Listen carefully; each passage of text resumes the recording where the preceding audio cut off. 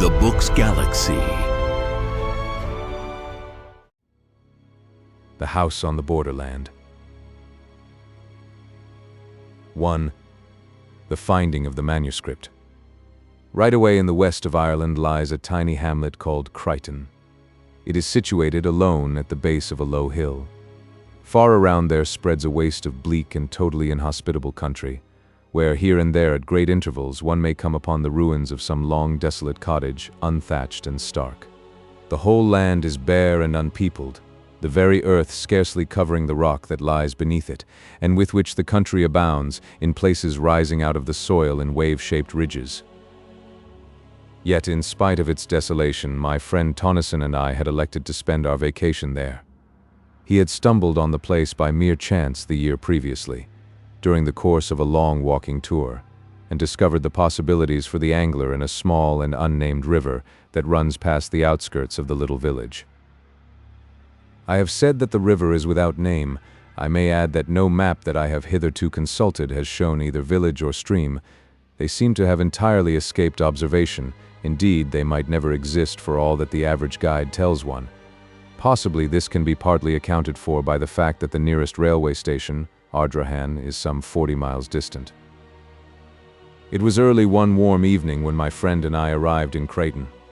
We had reached Ardrahan the previous night, sleeping there in rooms hired at the village post office, and leaving in good time on the following morning, clinging insecurely to one of the typical jaunting cars. It had taken us all day to accomplish our journey over some of the roughest tracks imaginable, with the result that we were thoroughly tired and somewhat bad-tempered. However, the tent had to be erected, and our goods stowed away before we could think of food or rest. And so we set to work, with the aid of our driver, and soon had the tent up upon a small patch of ground just outside the little village, and quite near to the river. Then, having stored all our belongings, we dismissed the driver, as he had to make his way back as speedily as possible, and told him to come across to us at the end of a fortnight. We had brought sufficient provisions to last us for that space of time, and water we could get from the stream. Fuel we did not need, as we had included a small oil stove among our outfit, and the weather was fine and warm. It was Tonnason's idea to camp out instead of getting lodgings in one of the cottages. As he put it, there was no joke in sleeping in a room with a numerous family of healthy Irish in one corner and the pigsty in the other, while overhead a ragged colony of roosting fowls distributed their blessings impartially, and the whole place so full of peat smoke that it made a fellow sneeze his head off just to put it inside the doorway. Tonneson had got the stove lit now and was busy cutting slices of bacon into the frying pan, so I took the kettle and walked down to the river for water. On the way, I had to pass close to a little group of the village people, who eyed me curiously, but not in any unfriendly manner, though none of them ventured a word. As I returned with my kettle filled, I went up to them and, after a friendly nod, to which they replied in like manner, I asked them casually about the fishing, but, instead of answering, they just shook their heads silently and stared at me. I repeated the question, addressing more particularly a great, gaunt fellow at my elbow. Yet again I received no answer. Then the man turned to a comrade and said something rapidly in a language that I did not understand, and at once the whole crowd of them fell to jabbering in what, after a few moments, I guessed to be pure Irish. At the same time they cast many glances in my direction. For a minute, perhaps, they spoke among themselves thus. Then the man I had addressed faced round at me and said something. By the expression of his face I guessed that he, in turn, was questioning me, but now I had to shake my head and indicate that I did not comprehend what it was they wanted to know, and so we stood looking at one another, until I heard Tonneson calling to me to hurry up with the kettle. Then, with a smile and a nod, I left them, and all in the little crowd smiled and nodded in return, though their faces still betrayed their puzzlement. It was evident, I reflected as I went toward the tent, that the inhabitants of these few huts in the wilderness did not know a word of English, and when I told Tonneson, he remarked that he was aware of the fact, and more, that it was not at all uncommon in that part of the country, where the people often lived and died in their isolated hamlets without ever coming in contact with the outside world. I wish we had got the driver to interpret for us before he left, I remarked, as we sat down to our meal. It seems so strange for the people of this place not even to know what we've come for. Tonneson grunted in assent, and thereafter was silent for a while. Later, having satisfied our appetites somewhat, we began to talk, laying our plans for the morrow. Then, after a smoke, we closed the flap of the tent and prepared to turn in. "I suppose there's no chance of those fellows outside taking anything?" I asked, as we rolled ourselves in our blankets. Tennyson said that he did not think so, at least while we were about, and as he went on to explain, we could lock up everything except the tent in the big chest that we had brought to hold our provisions. I agreed to this, and soon we were both asleep. Next morning early we rose and went for a swim in the river, after which we dressed and had breakfast. Then we roused out our fishing tackle and overhauled it, by which time, our breakfasts having settled somewhat, we made all secure within the tent and strode off in the direction my friend had explored on his previous visit. During the day we fished happily, working steadily upstream, and by evening we had one of the prettiest creels of fish that I had seen for a long while. Returning to the village, we made a good feed off our day's spoil, after which, having selected a few of the finer fish for our breakfast, we presented the remainder to the group of villagers who had assembled at a respectful distance to watch our doings. They seemed wonderfully grateful, and heaped mountains of what I presumed to be Irish blessings upon our heads. Thus we spent several days having splendid sport and first-rate appetites to do justice upon our prey. We were pleased to find how friendly the villagers were inclined to be, and that there was no evidence of their having ventured to meddle with our belongings during our absences. It was on a Tuesday that we arrived in XVIII, and it would be on the Sunday following that we made a great discovery. Hitherto we had always gone upstream. On that day, however, we laid aside our rods and, taking some provisions, set off for a long ramble in the opposite direction. The day was warm, and we trudged along leisurely enough, stopping about midday to eat our lunch upon a great flat rock near the riverbank.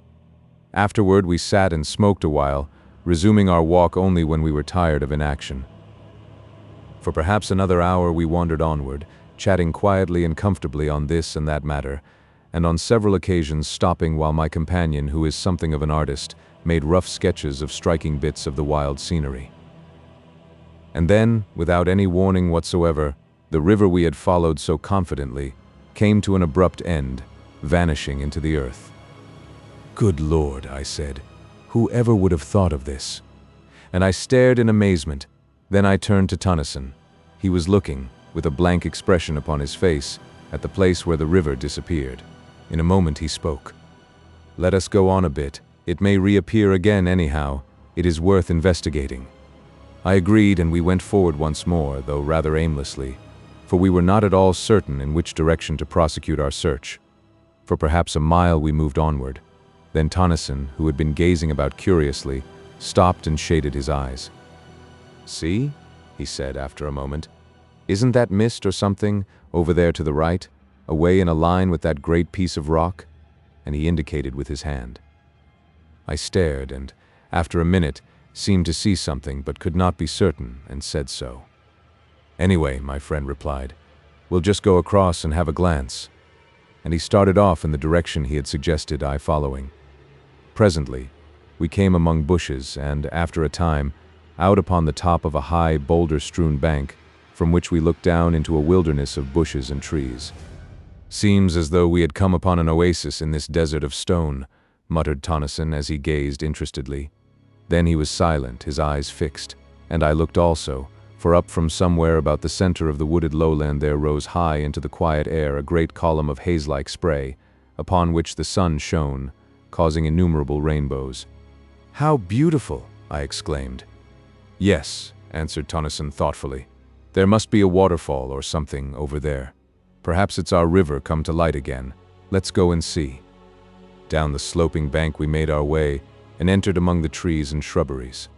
The bushes were matted and the trees overhung us, so that the place was disagreeably gloomy, though not dark enough to hide from me the fact that many of the trees were fruit trees, and that, here and there, one could trace indistinctly signs of a long-departed cultivation. Thus it came to me that we were making our way through the riot of a great and ancient garden. I said as much to Tennyson, and he agreed that there certainly seemed reasonable grounds for my belief. What a wild place it was, so dismal and somber.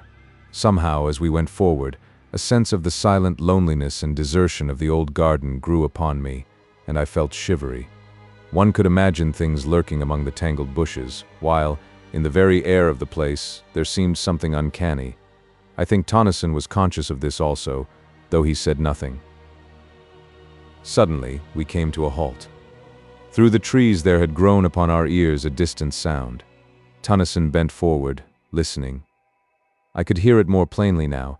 It was continuous and harsh, a sort of droning roar, seeming to come from far away. I experienced a queer, indescribable little feeling of nervousness. What sort of place was it into which we had got? I looked at my companion to see what he thought of the matter, and noted that there was only puzzlement in his face. And then, as I watched his features, an expression of comprehension crept over them, and he nodded his head. "That's a waterfall," he exclaimed with conviction. "I know the sound now," and he began to push vigorously through the bushes, in the direction of the noise. As we went forward, the sound became plainer continually, showing that we were heading straight toward it.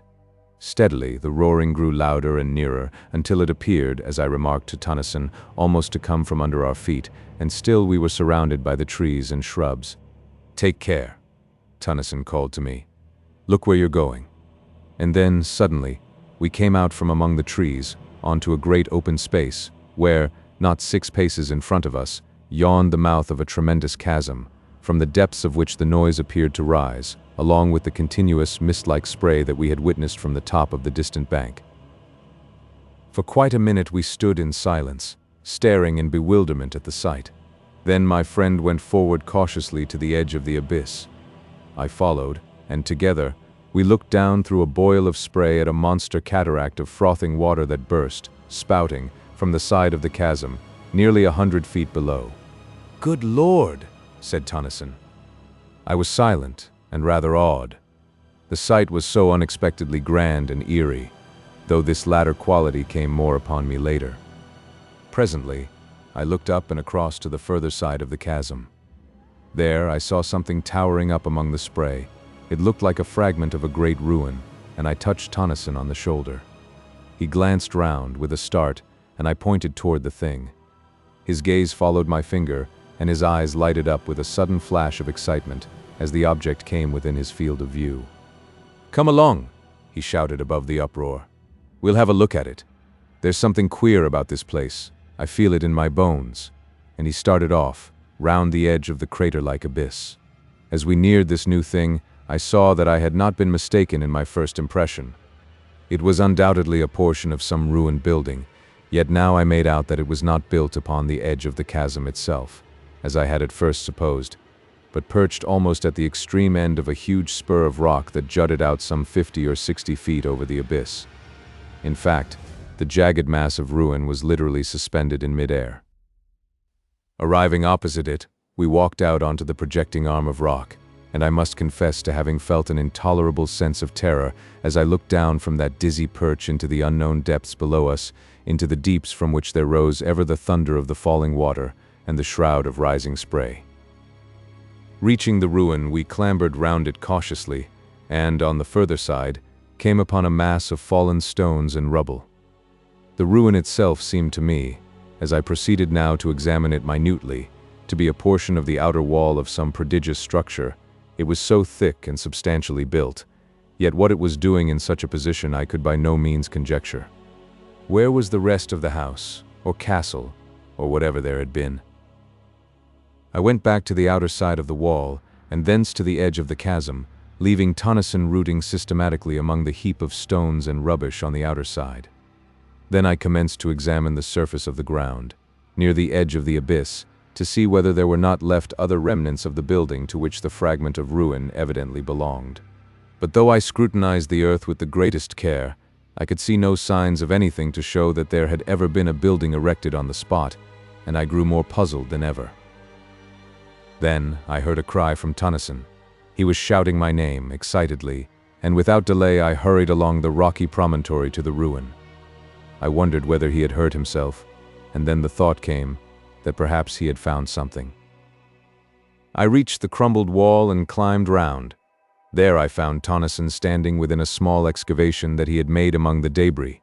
He was brushing the dirt from something that looked like a book, much crumpled and dilapidated, and opening his mouth, every second or two, to bellow my name. As soon as he saw that I had come, he handed his prize to me, telling me to put it into my satchel so as to protect it from the damp while he continued his explorations. This I did first, however, running the pages through my fingers and noting that they were closely filled with neat, old-fashioned writing which was quite legible, save in one portion, where many of the pages were almost destroyed, being muddied and crumpled, as though the book had been doubled back at that part. This, I found out from Tennyson, was actually as he had discovered it, and the damage was due, probably, to the fall of masonry upon the opened part. Curiously enough, the book was fairly dry, which I attributed to its having been so securely buried among the ruins. Having put the volume away safely, I turned to and gave Tennyson a hand with his self-imposed task of excavating. Yet, though we put in over an hour's hard work, turning over the whole of the upheaved stones and rubbish, we came upon nothing more than some fragments of broken wood that might have been parts of a desk or table, and so we gave up searching and went back along the rock, once more to the safety of the land. The next thing we did was to make a complete tour of the tremendous chasm, which we were able to observe was in the form of an almost perfect circle, save for where the ruin-crowned spur of rock jutted out, spoiling its symmetry. The abyss was, as Tennyson put it, like nothing so much as a gigantic well or pit going sheer down into the bowels of the earth. For some time longer we continued to stare about us, and then, noticing that there was a clear space away to the north of the chasm, we bent our steps in that direction. Here, distant from the mouth of the mighty pit by some hundreds of yards, we came upon a great lake of silent water. Silent, that is, save in one place where there was a continuous bubbling and gurgling. Now, being away from the noise of the spouting cataract, we were able to hear one another speak, without having to shout at the tops of our voices, and I asked Tennyson what he thought of the place. I told him that I didn't like it, and that the sooner we were out of it the better I should be pleased. He nodded in reply, and glanced at the woods behind furtively. I asked him if he had seen or heard anything. He made no answer, but stood silent, as though listening, and I kept quiet also. Suddenly, he spoke. "Hark!" he said sharply. I looked at him, and then away among the trees and bushes, holding my breath involuntarily. A minute came and went in strained silence, yet I could hear nothing, and I turned to Tennyson to say as much, and then, even as I opened my lips to speak, there came a strange wailing noise out of the wood on our left. It appeared to float through the trees, and there was a rustle of stirring leaves, and then silence. All at once, Tennyson spoke and put his hand on my shoulder. "Let us get out of here," he said, and began to move slowly toward where the surrounding trees and bushes seemed thinnest. As I followed him, it came to me suddenly that the sun was low and that there was a raw sense of chilliness in the air. Tennyson said nothing further, but kept on steadily. We were among the trees now, and I glanced around nervously, but saw nothing, save the quiet branches and trunks and the tangled bushes. Onward we went, and no sound broke the silence, except the occasional snapping of a twig under our feet, as we moved forward. Yet, in spite of the quietness, I had a horrible feeling that we were not alone, and I kept so close to Tennyson that twice I kicked his heels clumsily, though he said nothing. A minute, and then another, and we reached the confines of the wood, coming out at last upon the bare rockiness of the countryside. Only then was I able to shake off the haunting dread that had followed me among the trees. Once, as we moved away, there seemed to come again a distant sound of wailing, and I said to myself that it was the wind, yet the evening was breathless. Presently, Tennyson began to talk. "Look you," he said with decision, "I would not spend the night in that place for all the wealth that the world holds. There is something unholy, diabolical about it. It came to me all in a moment, just after you spoke. It seemed to me that the woods were full of vile things, you know." "Yes," I answered, and looked back toward the place, but it was hidden from us by a rise in the ground. "There's the book," I said, and I put my hand into the satchel. "You've got it safely?" he questioned with a sudden access of anxiety. "Yes," I replied. "Perhaps," he continued, "we shall learn something from it when we get back to the tent. We had better hurry too, we're a long way off still, and I don't fancy now being caught out here in the dark." It was 2 hours later when we reached the tent, and without delay, We set to work to prepare a meal, for we had eaten nothing since our lunch at midday. Supper over, we cleared the things out of the way and lit our pipes. Then Tennyson asked me to get the manuscript out of my satchel. This I did, and then, as we could not both read from it at the same time, he suggested that I should read the thing out loud.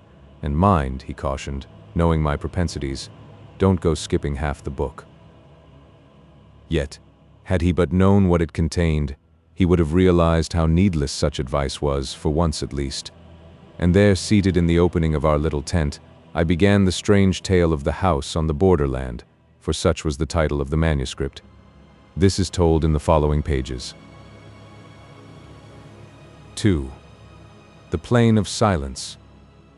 I am an old man. I live here in this ancient house, surrounded by huge, unkempt gardens. The peasantry who inhabit the wilderness beyond say that I am mad. That is because I will have nothing to do with them. I live here alone with my old sister, who is also my housekeeper.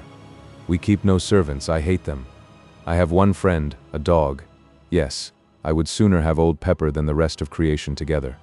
He at least understands me, and has sense enough to leave me alone when I am in my dark moods. I have decided to start a kind of diary.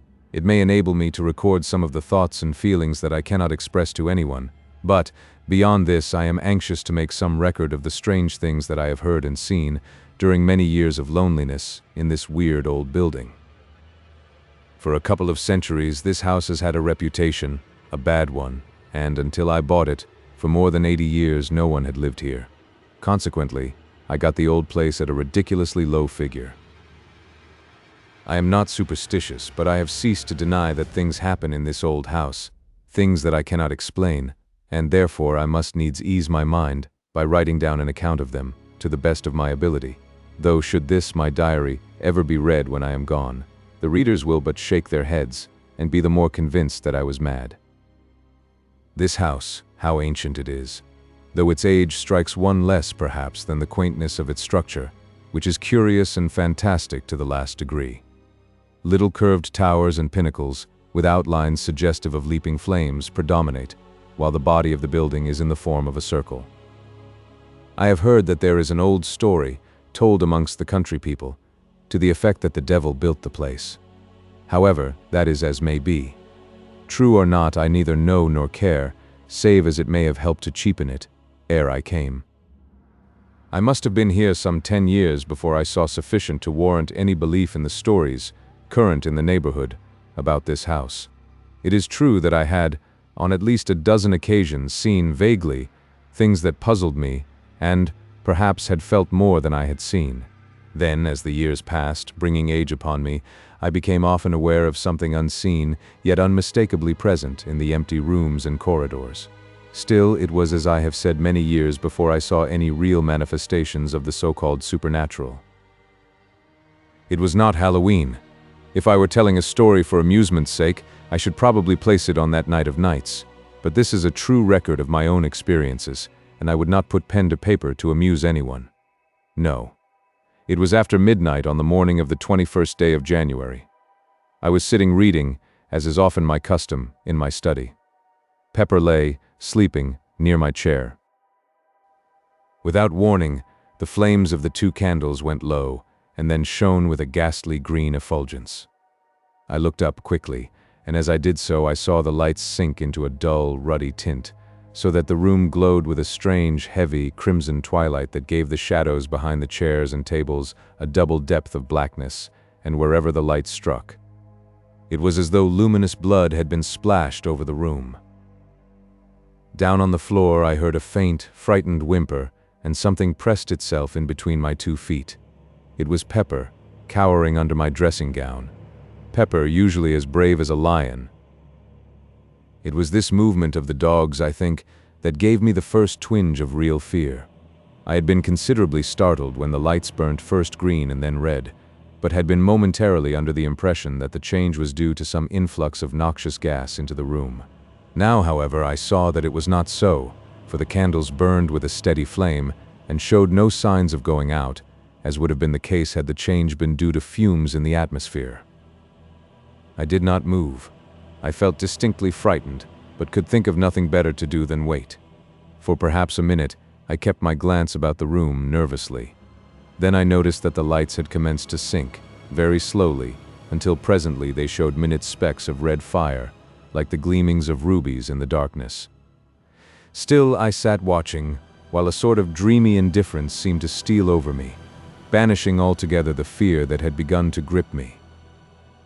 Away in the far end of the huge old-fashioned room, I became conscious of a faint glow. Steadily it grew, filling the room with gleams of quivering green light. Then they sank quickly, and changed even as the candle flames had done into a deep, somber crimson that strengthened, and lit up the room with a flood of awful glory. The light came from the end wall, and grew ever brighter until its intolerable glare caused my eyes acute pain, and involuntarily I closed them.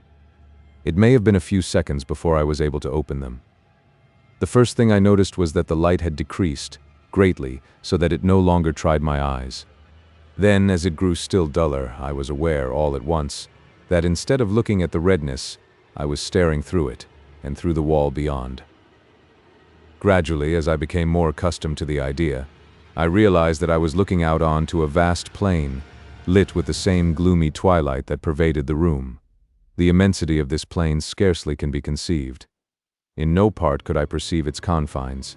It seemed to broaden and spread out, so that the eye failed to perceive any limitations. Slowly, the details of the nearer portions began to grow clear. Then, in a moment almost, the light died away, and the vision, if vision it were, faded and was gone. Suddenly, I became conscious that I was no longer in the chair. Instead, I seemed to be hovering above it, and looking down at a dim something, huddled and silent. In a little while, a cold blast struck me, and I was outside in the night, floating, like a bubble, up through the darkness. As I moved, an icy coldness seemed to enfold me, so that I shivered. After a time, I looked to right and left, and saw the intolerable blackness of the night, pierced by remote gleams of fire. Onward, outward, I drove. Once I glanced behind and saw the earth, a small crescent of blue light, receding away to my left. Further off, the sun, a splash of white flame, burned vividly against the dark. An indefinite period passed. Then, for the last time, I saw the earth, an enduring globule of radiant blue, swimming in an eternity of ether. And there I, a fragile flake of soul dust, flickered silently across the void, from the distant blue, into the expanse of the unknown. A great while seemed to pass over me, and now I could nowhere see anything. I had passed beyond the fixed stars and plunged into the huge blackness that waits beyond. All this time I had experienced little, save a sense of lightness and cold discomfort. Now, however, the atrocious darkness seemed to creep into my soul, and I became filled with fear and despair. What was going to become of me? Where was I going? Even as the thoughts were formed, there grew against the impalpable blackness that wrapped me a faint tinge of blood. It seemed extraordinarily remote and mist-like, yet at once the feeling of oppression was lightened, and I no longer despaired. Slowly, the distant redness became plainer and larger, until, as I drew nearer, it spread out into a great somber glare, dull and tremendous. Still, I fled onward, and presently I had come so close that it seemed to stretch beneath me, like a great ocean of somber red. I could see little save that it appeared to spread out interminably in all directions. In a further space, I found that I was descending upon it, and soon I sank into a great sea of sullen, red-hued clouds. Slowly I emerged from these, and there, below me, I saw the stupendous plain that I had seen from my room in this house that stands upon the borders of the silences. Presently I landed, and stood, surrounded by a great waste of loneliness. The place was lit with a gloomy twilight that gave an impression of indescribable desolation. Afar to my right, within the sky, there burnt a gigantic ring of dull red fire, from the outer edge of which were projected huge, writhing flames, darted and jagged. The interior of this ring was black, black as the gloom of the outer night. I comprehended, at once, that it was from this extraordinary sun that the place derived its doleful light. From that strange source of light, I glanced down again to my surroundings. Everywhere I looked, I saw nothing but the same flat weariness of interminable plain. Nowhere could I descry any signs of life, not even the ruins of some ancient habitation. Gradually, I found that I was being borne forward, floating across the flat waste. For what seemed an eternity, I moved onward. I was unaware of any great sense of impatience, though some curiosity and a vast wonder were with me continually. Always I saw around me the breadth of that enormous plain, and always I searched for some new thing to break its monotony, but there was no change, only loneliness, silence, and desert. Presently, in a half-conscious manner, I noticed that there was a faint mistiness, ruddy in hue, lying over its surface. Still, when I looked more intently, I was unable to say that it was really mist, for it appeared to blend with the plain, giving it a peculiar unrealness, and conveying to the senses the idea of unsubstantiality. Gradually, I began to weary with the sameness of the thing. Yet, it was a great time before I perceived any signs of the place toward which I was being conveyed. At first I saw it, far ahead, like a long hillock on the surface of the plain. Then, as I drew nearer, I perceived that I had been mistaken, for instead of a low hill I made out, now, a chain of great mountains, whose distant peaks towered up into the red gloom, until they were almost lost to sight. 3. The house in the arena. And so, after a time, I came to the mountains. Then, the course of my journey was altered, and I began to move along their bases, until, all at once, I saw that I had come opposite to a vast rift, opening into the mountains. Through this I was borne, moving at no great speed. On either side of me, huge, scarped walls of rock-like substance rose sheer. Far overhead I discerned a thin ribbon of red, where the mouth of the chasm opened among inaccessible peaks. Within was gloom, deep and somber, and chilly silence.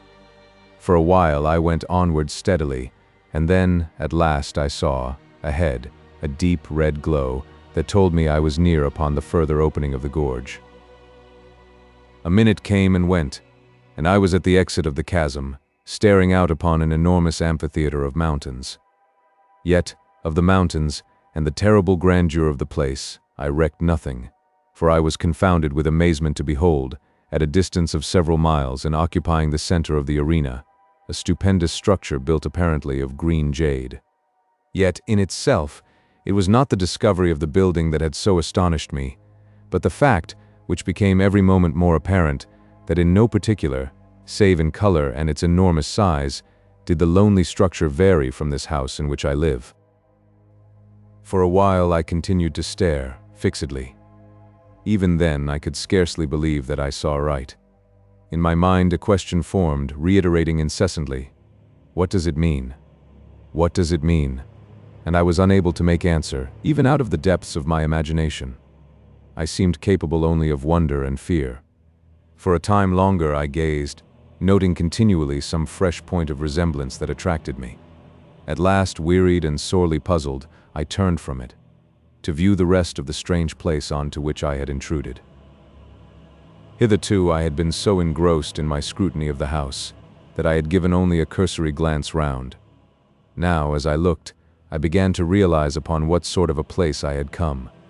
The arena, for so I have termed it, appeared a perfect circle of about 10 to 12 miles in diameter, the house, as I have mentioned before, standing in the center. The surface of the place, like to that of the plain, had a peculiar, misty appearance that was yet not mist. From a rapid survey, my glance passed quickly upward along the slopes of the circling mountains. How silent they were! I think that this same abominable stillness was more trying to me than anything that I had so far seen or imagined. I was looking up now at the great crags towering so loftily. Up there, the impalpable redness gave a blurred appearance to everything. And then, as I peered, curiously, a new terror came to me, for away up among the dim peaks to my right, I had descried a vast shape of blackness, giant-like. It grew upon my sight. It had an enormous equine head, with gigantic ears, and seemed to peer steadfastly down into the arena. There was that about the pose that gave me the impression of an eternal watchfulness of having warded that dismal place, through unknown eternities. Slowly the monster became plainer to me, and then suddenly my gaze sprang from it to something further off and higher among the crags. For a long minute I gazed, fearfully. I was strangely conscious of something not altogether unfamiliar, as though something stirred in the back of my mind. The thing was black, and had 4 grotesque arms. The features showed indistinctly. Round the neck, I made out several light-colored objects. Slowly, the details came to me, and I realized coldly that they were skulls. Further down the body was another circling belt, showing less dark against the black trunk. Then, even as I puzzled to know what the thing was, a memory slid into my mind, and straightway, I knew that I was looking at a monstrous representation of Kali, the Hindu goddess of death. Other remembrances of my old student days drifted into my thoughts. My glance fell back upon the huge beast-headed thing. Simultaneously, I recognized it for the ancient Egyptian god Set, or Seth, the destroyer of souls. With the knowledge, there came a great sweep of questioning. I stopped and endeavored to think. Things beyond my imagination peered into my frightened mind. I saw obscurely. The old gods of mythology. I tried to comprehend to what it was all pointing. My gaze dwelt, flickeringly, between the two. An idea came swiftly, and I turned and glanced rapidly upward, searching the gloomy crags, away to my left. Something loomed out under a great peak, a shape of grayness. I wondered I had not seen it earlier, and then remembered I had not yet viewed that portion. I saw it more plainly now. It was, as I have said, gray. It had a tremendous head, but no eyes. That part of its face was blank. Now, I saw that there were other things up among the mountains. Further off, reclining on a lofty ledge, I made out a livid mass, irregular and ghoulish. It seemed without form, save for an unclean half-animal face that looked out vilely from somewhere about its middle. And then I saw others. There were hundreds of them. They seemed to grow out of the shadows. Several I recognized almost immediately as mythological deities. Others were strange to me, utterly strange, beyond the power of a human mind to conceive. On each side I looked and saw more continually. The mountains were full of strange things, beast gods, and horrors so atrocious and bestial that possibility and decency deny any further attempt to describe them. And I was filled with a terrible sense of overwhelming horror and fear and repugnance. Yet, spite of these, I wondered exceedingly.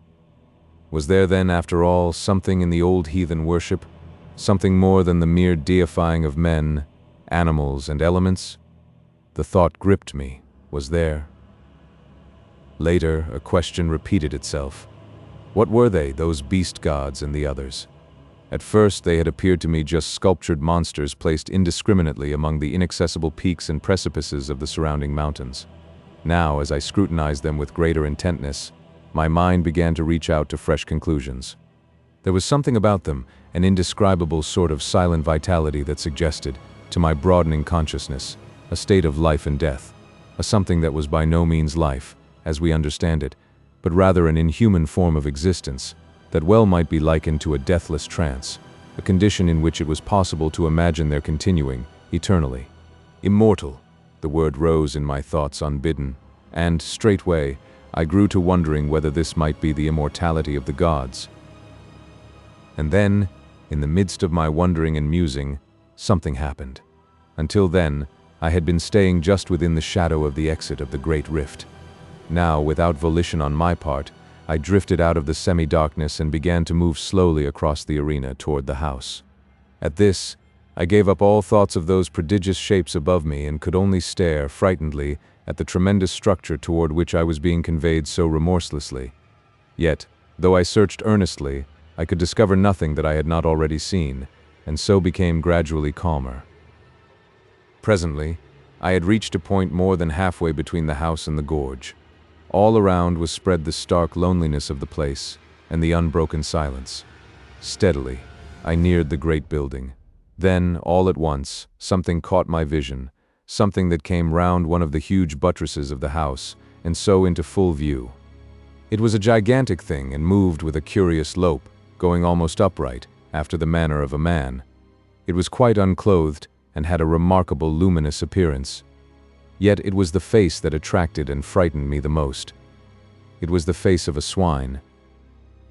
Silently, intently, I watched this horrible creature and forgot my fear momentarily in my interest in its movements.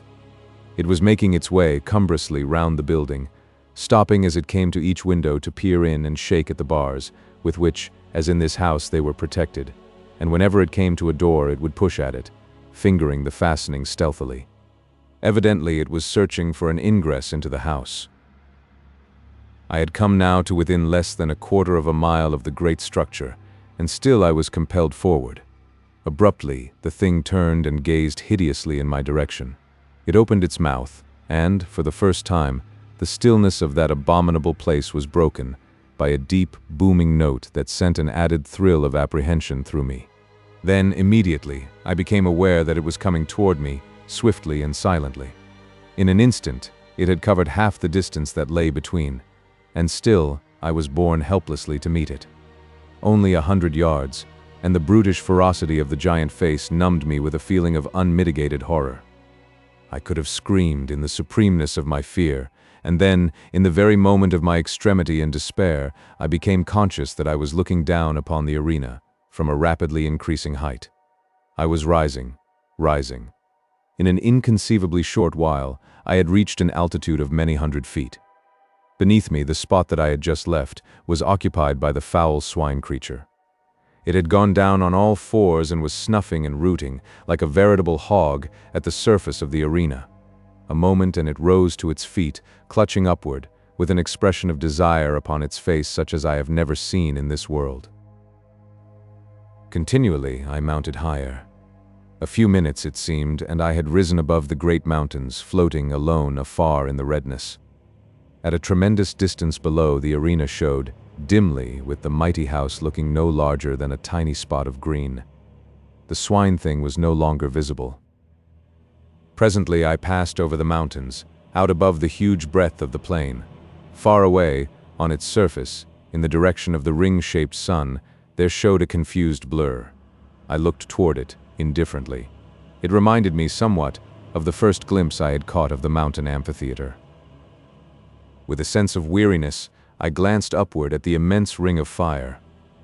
What a strange thing it was.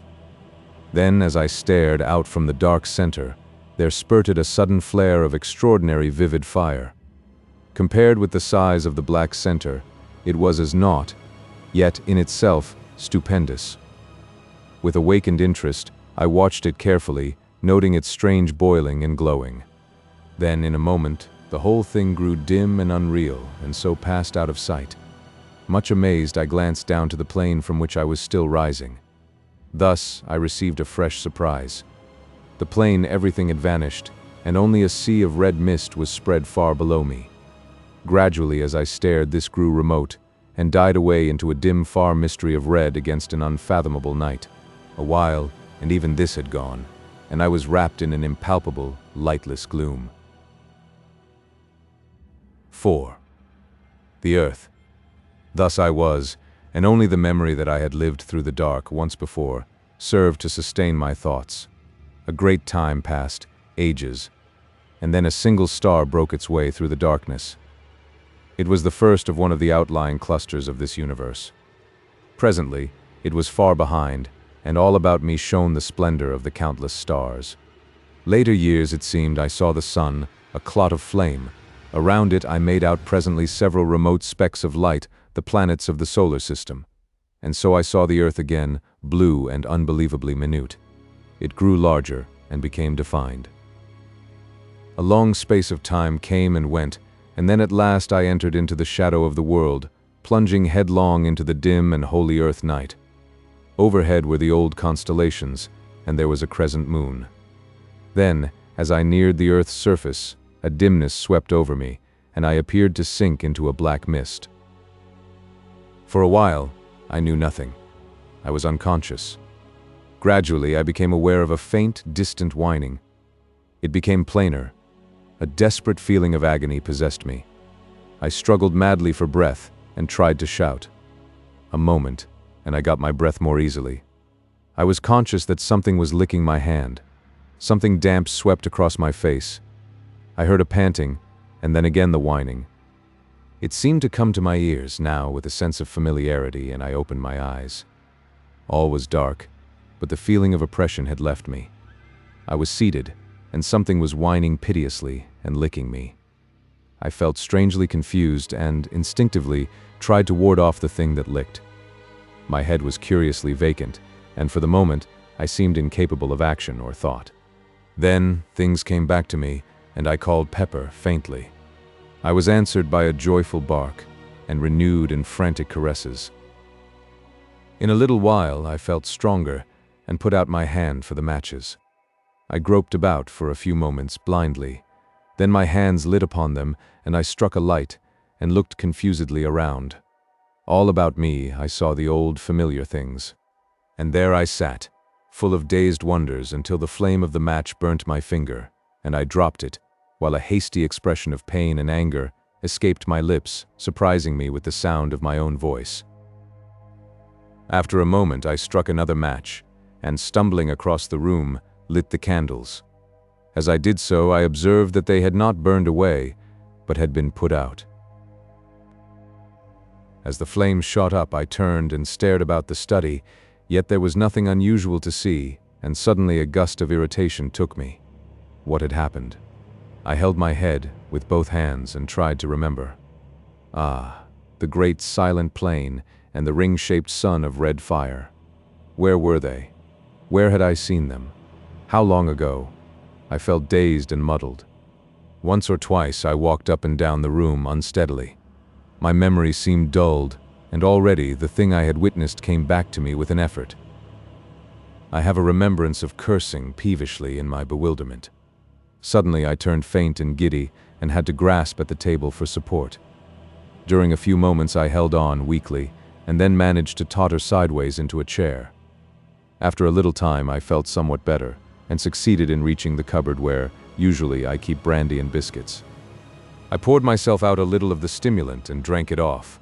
Then, taking a handful of biscuits, I returned to my chair and began to devour them ravenously.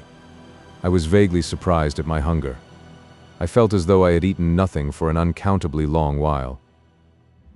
As I ate, my glance roved about the room, taking in its various details and still searching, though almost unconsciously, for something tangible upon which to take hold among the invisible mysteries that encompassed me. Surely, I thought, there must be something, and in the same instant my gaze dwelt upon the face of the clock in the opposite corner. Therewith, I stopped eating and just stared.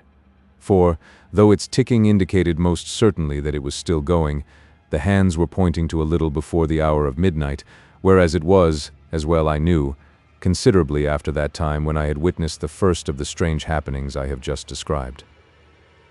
For perhaps a moment I was astounded and puzzled. Had the hour been the same as when I had last seen the clock, I should have concluded that the hands had stuck in one place, while the internal mechanism went on as usual. But that would in no way account for the hands having traveled backward. Then, even as I turned the matter over in my wearied brain, the thought flashed upon me that it was now close upon the morning of the 22nd, and that I had been unconscious to the visible world through the greater portion of the last 24 hours. The thought occupied my attention for a full minute. Then I commenced to eat again. I was still very hungry. During breakfast, next morning, I inquired casually of my sister regarding the date, and found my surmise correct. I had, indeed, been absent, at least in spirit, for nearly a day and a night. My sister asked me no questions, for it is not by any means the first time that I have kept to my study for a whole day, and sometimes a couple of days at a time, when I have been particularly engrossed in my books or work. And so the days pass on, and I am still filled with a wonder to know the meaning of all that I saw on that memorable night. Yet, well I know that my curiosity is little likely to be satisfied. 5. The Thing in the Pit. This house is, as I have said before, surrounded by a huge estate and wild and uncultivated gardens. Away at the back, distant some 300 yards, is a dark, deep ravine spoken of as the Pit by the peasantry. At the bottom runs a sluggish stream so overhung by trees as scarcely to be seen from above. In passing, I must explain that this river has a subterranean origin, emerging suddenly at the east end of the ravine, and disappearing, as abruptly, beneath the cliffs that form its western extremity. It was some months after my vision, if vision it were, of the great plain that my attention was particularly attracted to the pit. I happened one day to be walking along its southern edge when, suddenly, several pieces of rock and shale were dislodged from the face of the cliff immediately beneath me and fell with a sullen crash through the trees. I heard them splash in the river at the bottom, and then silence. I should not have given this incident more than a passing thought, had not Pepper at once begun to bark savagely, nor would he be silent when I bade him, which is most unusual behavior on his part. Feeling that there must be someone or something in the pit, I went back to the house, quickly, for a stick. When I returned, Pepper had ceased his barks and was growling and smelling uneasily along the top. Whistling to him to follow me, I started to descend cautiously. The depth to the bottom of the pit must be about 150 feet, and some time as well as considerable care was expended before we reached the bottom in safety. Once down, Pepper and I started to explore along the banks of the river. It was very dark there due to the overhanging trees, and I moved warily, keeping my glance about me and my stick ready. Pepper was quiet now and kept close to me all the time. Thus, we searched right up one side of the river without hearing or seeing anything. Then, we crossed over by the simple method of jumping and commenced to beat our way back through the underbrush. We had accomplished perhaps half the distance when I heard again the sound of falling stones on the other side, the side from which we had just come. One large rock came thundering down through the treetops, struck the opposite bank, and bounded into the river, driving a great jet of water right over us. At this, Pepper gave out a deep growl, then stopped and pricked up his ears. I listened also.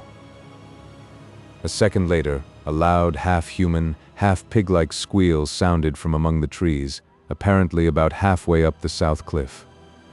It was answered by a similar note from the bottom of the pit. At this, Pepper gave a short, sharp bark and, springing across the little river, disappeared into the bushes. Immediately afterward, I heard his barks increase in depth and number, and in between there sounded a noise of confused jabbering. This ceased, and in the succeeding silence, there rose a semi-human yell of agony. Almost immediately, Pepper gave a long-drawn howl of pain, and then the shrubs were violently agitated, and he came running out with his tail down and glancing as he ran over his shoulder. As he reached me, I saw that he was bleeding from what appeared to be a great claw wound in the side that had almost laid bare his ribs. Seeing Pepper thus mutilated, a furious feeling of anger seized me, and whirling my staff, I sprang across and into the bushes from which Pepper had emerged. As I forced my way through, I thought I heard a sound of breathing. Next instant I had burst into a little clear space, just in time to see something, livid white in color, disappear among the bushes on the opposite side. With a shout I ran toward it, but though I struck and probed among the bushes with my stick, I neither saw nor heard anything further, and so returned to Pepper. There, after bathing his wound in the river, I bound my wetted handkerchief round his body, having done which, we retreated up the ravine and into the daylight again. On reaching the house, my sister inquired what had happened to Pepper, and I told her he had been fighting with a wildcat, of which I had heard there were several about. I felt it would be better not to tell her how it had really happened, though, to be sure, I scarcely knew myself. But this I did know, that the thing I had seen run into the bushes was no wildcat. It was much too big and had, so far as I had observed, a skin like a hog's, only of a dead, unhealthy white color. And then it had run upright, or nearly so, upon its hind feet, with a motion somewhat resembling that of a human being. This much I had noticed in my brief glimpse, and, truth to tell, I felt a good deal of uneasiness, besides curiosity as I turned the matter over in my mind. It was in the morning that the above incident had occurred. Then, it would be after dinner, as I sat reading, that, happening to look up suddenly, I saw something peering in over the window ledge, the eyes and ears alone showing. "A pig, by Jove," I said, and rose to my feet. Thus, I saw the thing more completely, but it was no pig. God alone knows what it was. It reminded me, vaguely, of the hideous thing that had haunted the great arena. It had a grotesquely human mouth and jaw, but with no chin of which to speak. The nose was prolonged into a snout. Thus it was that with the little eyes and queer ears gave it such an extraordinarily swine-like appearance. Of forehead there was little, and the whole face was of an unwholesome white color. For perhaps a minute, I stood looking at the thing with an ever-growing feeling of disgust and some fear. The mouth kept jabbering inanely, and once emitted a half-swinish grunt. I think it was the eyes that attracted me the most. They seemed to glow at times with a horribly human intelligence, and kept flickering away from my face, over the details of the room, as though my stare disturbed it. It appeared to be supporting itself by two claw-like hands upon the windowsill. These claws, unlike the face, were of a clayey brown hue and bore an indistinct resemblance to human hands, in that they had 4 fingers and a thumb, though these were webbed up to the first joint, much as are a duck's. Nails it had also, but so long and powerful that they were more like the talons of an eagle than aught else. As I have said before, I felt some fear, though almost of an impersonal kind. I may explain my feeling better by saying that it was more a sensation of abhorrence, such as one might expect to feel if brought in contact with something superhumanly foul, something unholy, belonging to some hitherto undreamt of state of existence. I cannot say that I grasped these various details of the brute at the time. I think they seemed to come back to me afterward, as though imprinted upon my brain. I imagined more than I saw as I looked at the thing, and the material details grew upon me later. For perhaps a minute I stared at the creature. Then, as my nerves steadied a little, I shook off the vague alarm that held me and took a step toward the window. Even as I did so, the thing ducked and vanished. I rushed to the door and looked round hurriedly, but only the tangled bushes and shrubs met my gaze. I ran back into the house and, getting my gun, sallied out to search through the gardens. As I went, I asked myself whether the thing I had just seen was likely to be the same of which I had caught a glimpse in the morning. I inclined to think it was. I would have taken Pepper with me, but judged it better to give his wound a chance to heal.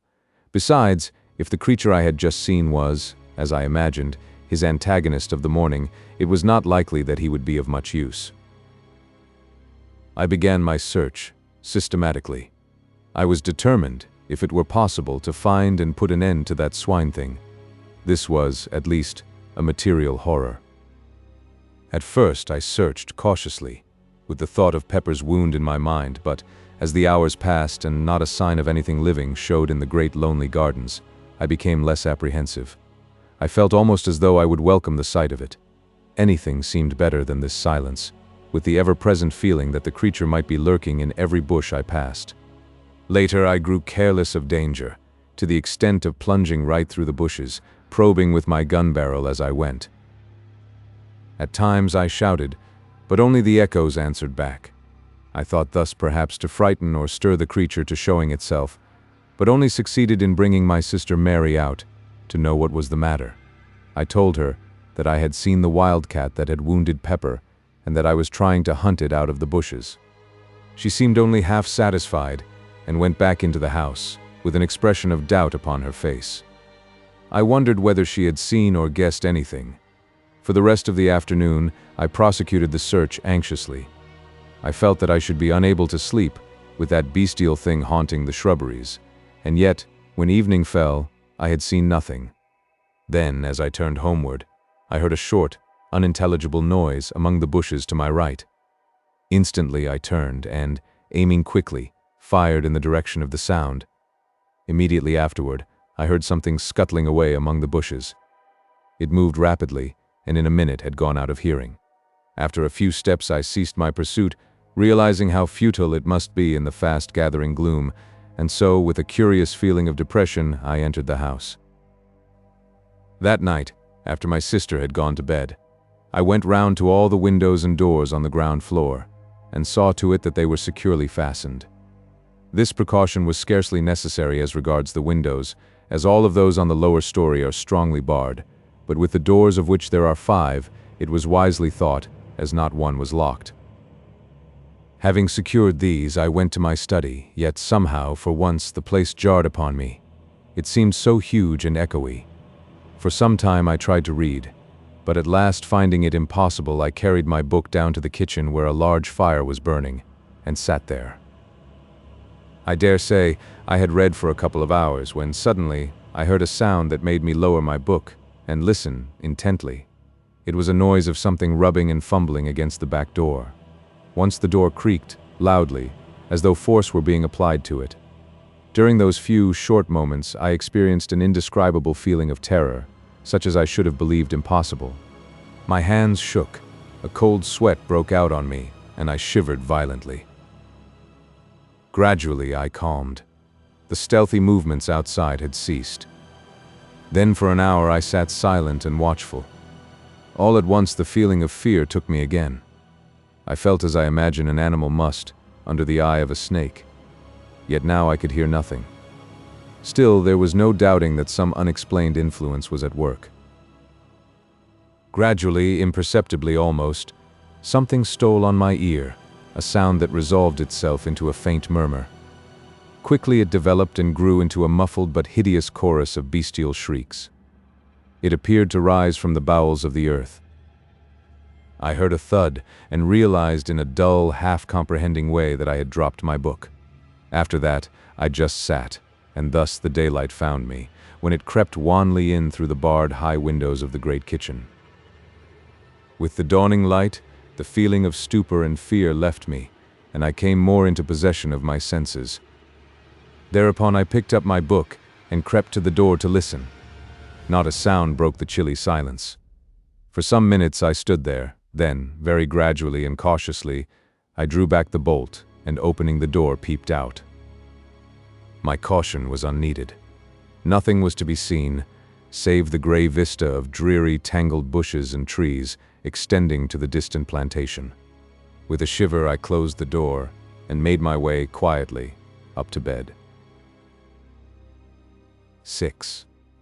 The Swine-THINGS. It was evening, a week later. My sister sat in the garden, knitting. I was walking up and down, reading. My gun leant up against the wall of the house, for, since the advent of that strange thing in the gardens, I had deemed it wise to take precautions. Yet, through the whole week, there had been nothing to alarm me, either by sight or sound, so that I was able to look back, calmly, to the incident, though still with a sense of unmitigated wonder and curiosity. I was, as I have just said, walking up and down, and somewhat engrossed in my book. Suddenly, I heard a crash, away in the direction of the pit. With a quick movement, I turned and saw a tremendous column of dust rising high into the evening air. My sister had risen to her feet with a sharp exclamation of surprise and fright. Telling her to stay where she was, I snatched up my gun and ran toward the pit. As I neared it, I heard a dull, rumbling sound that grew quickly into a roar, split with deeper crashes, and up from the pit drove a fresh volume of dust. The noise ceased, though the dust still rose tumultuously. I reached the edge and looked down, but could see nothing save a boil of dust clouds swirling hither and thither. The air was so full of the small particles that they blinded and choked me, and finally, I had to run out from the smother to breathe. Gradually, the suspended matter sank and hung in a panoply over the mouth of the pit. I could only guess at what had happened. That there had been a landslip of some kind I had little doubt, but the cause was beyond my knowledge, and yet even then I had half imaginings, for already the thought had come to me of those falling rocks and that thing in the bottom of the pit, but in the first minutes of confusion I failed to reach the natural conclusion to which the catastrophe pointed. Slowly the dust subsided, until presently I was able to approach the edge and look down. For a while I peered impotently, trying to see through the reek. At first it was impossible to make out anything. Then, as I stared, I saw something below to my left that moved. I looked intently toward it and presently made out another, and then another, 3 dim shapes that appeared to be climbing up the side of the pit. I could see them only indistinctly. Even as I stared and wondered, I heard a rattle of stones somewhere to my right. I glanced across, but could see nothing. I leant forward and peered over and down into the pit, just beneath where I stood, and saw no further than a hideous white swine face that had risen to within a couple of yards of my feet. Below it, I could make out several others. As the thing saw me, It gave a sudden, uncouth squeal, which was answered from all parts of the pit. At that, a gust of horror and fear took me, and bending down, I discharged my gun right into its face. Straightway, the creature disappeared, with a clatter of loose earth and stones. There was a momentary silence, to which, probably, I owe my life, for during it, I heard a quick patter of many feet, and turning sharply, saw a troop of the creatures coming toward me, at a run. Instantly, I raised my gun and fired at the foremost, who plunged headlong, with a hideous howling. Then, I turned to run. More than halfway from the house to the pit, I saw my sister. She was coming toward me. I could not see her face distinctly, as the dusk had fallen, but there was fear in her voice as she called to know why I was shooting. "Run!" I shouted in reply. "Run for your life!" Without more ado, she turned and fled, picking up her skirts with both hands. As I followed, I gave a glance behind. The brutes were running on their hind legs, at times dropping on all fours. I think it must have been the terror in my voice that spurred Mary to run so, for I feel convinced that she had not, as yet, seen those hell creatures that pursued. On we went, my sister leading. Each moment, the nearing sounds of the footsteps told me that the brutes were gaining on us rapidly. Fortunately, I am accustomed to live, in some ways, an active life. As it was, the strain of the race was beginning to tell severely upon me. Ahead, I could see the back door. Luckily, it was open. I was some half-dozen yards behind Mary now, and my breath was sobbing in my throat. Then, something touched my shoulder. I wrenched my head round quickly and saw one of those monstrous pallid faces close to mine. One of the creatures, having outrun its companions, had almost overtaken me. Even as I turned, it made a fresh grab. With a sudden effort, I sprang to one side and, swinging my gun by the barrel, brought it crashing down upon the foul creature's head. The thing dropped with an almost human groan. Even this short delay had been nearly sufficient to bring the rest of the brutes down upon me, so that, without an instant's waste of time, I turned and ran for the door. Reaching it, I burst into the passage, then, turning quickly, slammed and bolted the door, just as the first of the creatures rushed against it, with a sudden shock. My sister sat, gasping, in a chair. She seemed in a fainting condition, but I had no time then to spend on her. I had to make sure that all the doors were fastened. Fortunately, they were. The one leading from my study into the gardens was the last to which I went. I had just had time to note that it was secured when I thought I heard a noise outside. I stood perfectly silent and listened. Yes, now I could distinctly hear a sound of whispering, and something slithered over the panels with a rasping, scratchy noise. Evidently, some of the brutes were feeling with their claw hands about the door to discover whether there were any means of ingress. That the creatures should so soon have found the door was, to me, a proof of their reasoning capabilities. It assured me that they must not be regarded by any means as mere animals. I had felt something of this before when that first thing peered in through my window. Then I had applied the term superhuman to it, with an almost instinctive knowledge that the creature was something different from the brute beast. Something beyond human, yet in no good sense, but rather as something foul and hostile to the great and good in humanity. In a word, as something intelligent, and yet inhuman. The very thought of the creatures filled me with revulsion. Now I bethought me of my sister, and going to the cupboard, I got out a flask of brandy and a wine glass. Taking these, I went down to the kitchen, carrying a lighted candle with me. She was not sitting in the chair, but had fallen out, and was lying upon the floor, face downward. Very gently, I turned her over, and raised her head somewhat. Then, I poured a little of the brandy between her lips. After a while, she shivered slightly. A little later, she gave several gasps and opened her eyes. In a dreamy, unrealizing way, she looked at me. Then her eyes closed, slowly, and I gave her a little more of the brandy. For, perhaps a minute longer, she lay silent, breathing quickly. All at once, her eyes opened again, and it seemed to me, as I looked, that the pupils were dilated, as though fear had come with returning consciousness. Then, with a movement so unexpected that I started backward, she sat up. Noticing that she seemed giddy, I put out my hand to steady her. At that, She gave a loud scream and, scrambling to her feet, ran from the room. For a moment I stayed there, kneeling and holding the brandy flask. I was utterly puzzled and astonished. Could she be afraid of me? But no. Why should she? I could only conclude that her nerves were badly shaken and that she was temporarily unhinged. Upstairs I heard a door bang loudly, and I knew that she had taken refuge in her room. I put the flask down on the table. My attention was distracted by a noise in the direction of the back door. I went toward it and listened. It appeared to be shaken, as though some of the creatures struggled with it silently, but it was far too strongly constructed and hung to be easily moved. Out in the gardens rose a continuous sound. It might have been mistaken by a casual listener for the grunting and squealing of a herd of pigs. But, as I stood there, it came to me that there was sense and meaning to all those swinish noises. Gradually, I seemed able to trace a semblance in it to human speech, glutinous and sticky, as though each articulation were made with difficulty. Yet, nevertheless, I was becoming convinced that it was no mere medley of sounds, but a rapid interchange of ideas.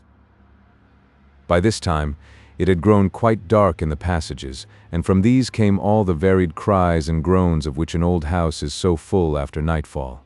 It is, no doubt, because things are then quieter, and one has more leisure to hear. Also, there may be something in the theory that the sudden change of temperature at sundown affects the structure of the house, somewhat causing it to contract and settle, as it were, for the night. However, this is as may be, but on that night in particular, I would gladly have been quit of so many eerie noises. It seemed to me that each crack and creak was the coming of one of those things along the dark corridors, though I knew in my heart that this could not be, for I had seen, myself, that all the doors were secure. Gradually, however, these sounds grew on my nerves to such an extent that, were it only to punish my cowardice, I felt I must make the round of the basement again, and if anything were there, face it. And then I would go up to my study, for I knew sleep was out of the question, with the house surrounded by creatures, half beasts, half something else, and entirely unholy. Taking the kitchen lamp down from its hook, I made my way from cellar to cellar, and room to room, through pantry and coal hole along passages, and into the 101 little blind alleys and hidden nooks that formed the basement of the old house. Then, when I knew I had been in every corner and cranny large enough to conceal aught of any size, I made my way to the stairs. With my foot on the first step, I paused. It seemed to me I heard a movement, apparently from the buttery, which is to the left of the staircase. It had been one of the first places I searched, and yet I felt certain my ears had not deceived me. My nerves were strung now, and with hardly any hesitation, I stepped up to the door, holding the lamp above my head. In a glance, I saw that the place was empty, save for the heavy stone slabs, supported by brick pillars, and I was about to leave it, convinced that I had been mistaken, when, in turning, my light was flashed back from two bright spots outside the window and high up. For a few moments I stood there, staring. Then they moved, revolving slowly and throwing out alternate scintillations of green and red, at least so it appeared to me. I knew then that they were eyes. Slowly, I traced the shadowy outline of one of the things. It appeared to be holding on to the bars of the window, and its attitude suggested climbing. I went nearer to the window and held the light higher. There was no need to be afraid of the creature. The bars were strong, and there was little danger of its being able to move them. And then, suddenly, in spite of the knowledge that the brute could not reach to harm me, I had a return of the horrible sensation of fear that had assailed me on that night, a week previously. It was the same feeling of helpless, shuddering fright. I realized dimly that the creature's eyes were looking into mine with a steady, compelling stare. I tried to turn away, but could not. I seemed now to see the window through a mist. Then, I thought other eyes came and peered, and yet others, until a whole galaxy of malignant, staring orbs seemed to hold me in thrall. My head began to swim and throb violently. Then, I was aware of a feeling of acute physical pain in my left hand. It grew more severe and forced, literally forced, my attention. With a tremendous effort, I glanced down, and with that, the spell that had held me was broken. I realized then that I had, in my agitation, unconsciously caught hold of the hot lamp glass and burnt my hand, badly. I looked up to the window, again. The misty appearance had gone, and now I saw that it was crowded with dozens of bestial faces. With a sudden access of rage, I raised the lamp and hurled it full at the window. It struck the glass, smashing a pane, and passed between two of the bars, out into the garden, scattering burning oil as it went. I heard several loud cries of pain, and as my sight became accustomed to the dark, I discovered that the creatures had left the window. Pulling myself together, I groped for the door and, having found it, made my way upstairs, stumbling at each step. I felt dazed, as though I had received a blow on the head. At the same time, my hands smarted badly, and I was full of a nervous, dull rage against those things. Reaching my study, I lit the candles. As they burnt up, their rays were reflected from the rack of firearms on the side wall. At the sight, I remembered that I had there a power which, as I had proved earlier, seemed as fatal to those monsters as to more ordinary animals, and I determined I would take the offensive. First of all, I bound up my hand, for the pain was fast becoming intolerable. After that, it seemed easier, and I crossed the room to the rifle stand. There, I selected a heavy rifle, an old and tried weapon, and, having procured ammunition, I made my way up into one of the small towers with which the house is crowned. From there, I found that I could see nothing. The gardens presented a dim blur of shadows, a little blacker perhaps where the trees stood. That was all, and I knew that it was useless to shoot down into all that darkness. The only thing to be done was to wait for the moon to rise. Then, I might be able to do a little execution. In the meantime, I sat still and kept my ears open. The gardens were comparatively quiet now, and only an occasional grunt or squeal came up to me. I did not like this silence. It made me wonder on what devilry the creatures were bent. Twice I left the tower and took a walk through the house, but everything was silent. Once I heard a noise from the direction of the pit, as though more earth had fallen.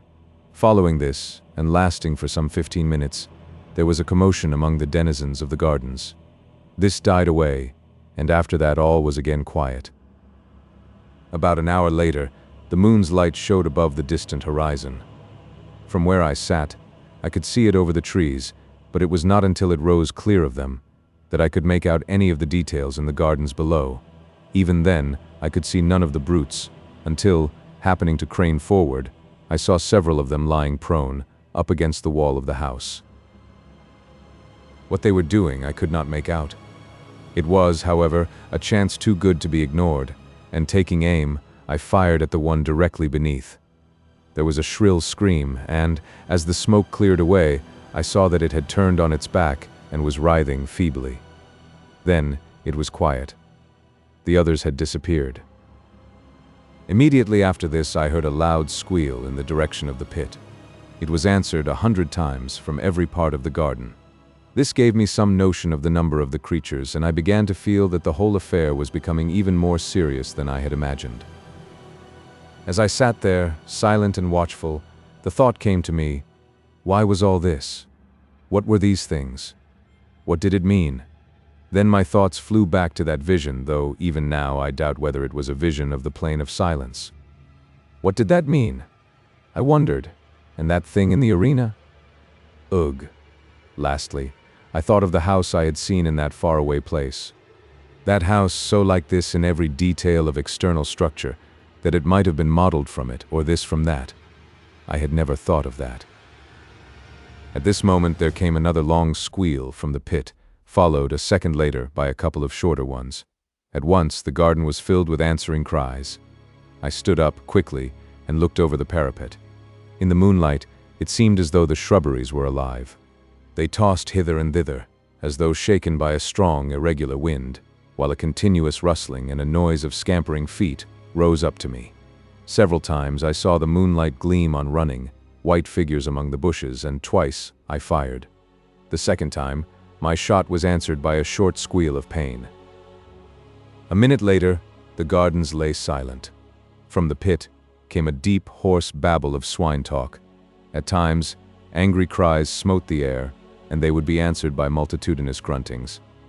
It occurred to me that they were holding some kind of a council, perhaps to discuss the problem of entering the house. Also, I thought that they seemed much enraged, probably by my successful shots. It occurred to me that now would be a good time to make a final survey of our defenses. This I proceeded to do at once, visiting the whole of the basement again and examining each of the doors. Luckily, they are all, like the back one, built of solid iron-studded oak. Then, I went upstairs to the study. I was more anxious about this door. It is, palpably, of a more modern make than the others, and, though a stout piece of work, it has little of their ponderous strength. I must explain here that there is a small, raised lawn on this side of the house, upon which this door opens, the windows of the study being barred on this account. All the other entrances, excepting the great gateway which is never opened, are in the lower story. 7. The attack. I spent some time puzzling how to strengthen the study door.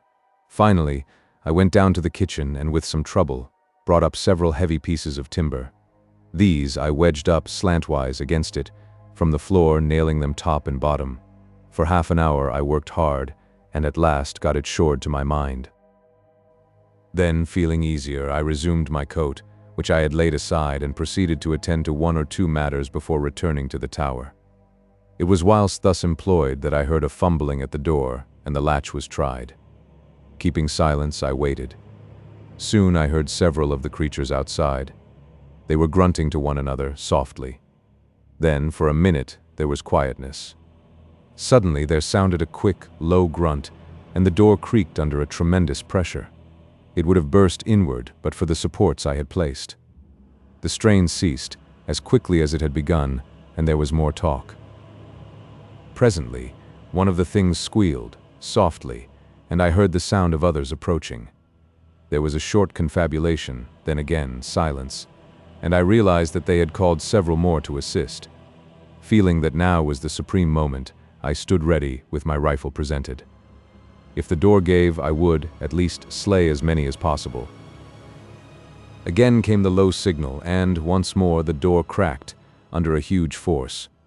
For a minute perhaps, the pressure was kept up, and I waited, nervously, expecting each moment to see the door come down with a crash.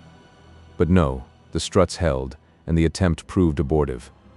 Then followed more of their horrible grunting talk, and whilst it lasted, I thought I distinguished the noise of fresh arrivals. After a long discussion, during which the door was several times shaken, they became quiet once more, and I knew that they were going to make a third attempt to break it down. I was almost in despair. The props had been severely tried in the two previous attacks, and I was sorely afraid that this would prove too much for them. At that moment, like an inspiration, a thought flashed into my troubled brain. Instantly, for it was no time to hesitate, I ran from the room and up stair after stair. This time it was not to one of the towers that I went, but out onto the flat, leaded roof itself. Once there, I raced across to the parapet that walls it round and looked down. As I did so, I heard the short, grunted signal, and, even up there, caught the crying of the door under the assault. There was not a moment to lose, and, leaning over, I aimed quickly and fired. The report rang sharply, and, almost blending with it, came the loud splud of the bullet striking its mark. From below rose a shrill wail, and the door ceased its groaning. Then, as I took my weight from off the parapet, a huge piece of the stone coping slid from under me, and fell with a crash among the disorganized throng beneath. Several horrible shrieks quavered through the night air, and then I heard a sound of scampering feet. Cautiously I looked over. In the moonlight, I could see the great coping stone, lying right across the threshold of the door. I thought I saw something under it, several things, white, but I could not be sure. And so a few minutes passed. As I stared, I saw something come round, out of the shadow of the house. It was one of the things. It went up to the stone, silently, and bent down. I was unable to see what it did. In a minute it stood up. It had something in its talons which it put to its mouth and tore at. For the moment I did not realize. Then, slowly, I comprehended. The thing was stooping again. It was horrible. I started to load my rifle. When I looked again, the monster was tugging at the stone, moving it to one side. I leant the rifle on the coping and pulled the trigger. The brute collapsed on its face and kicked slightly.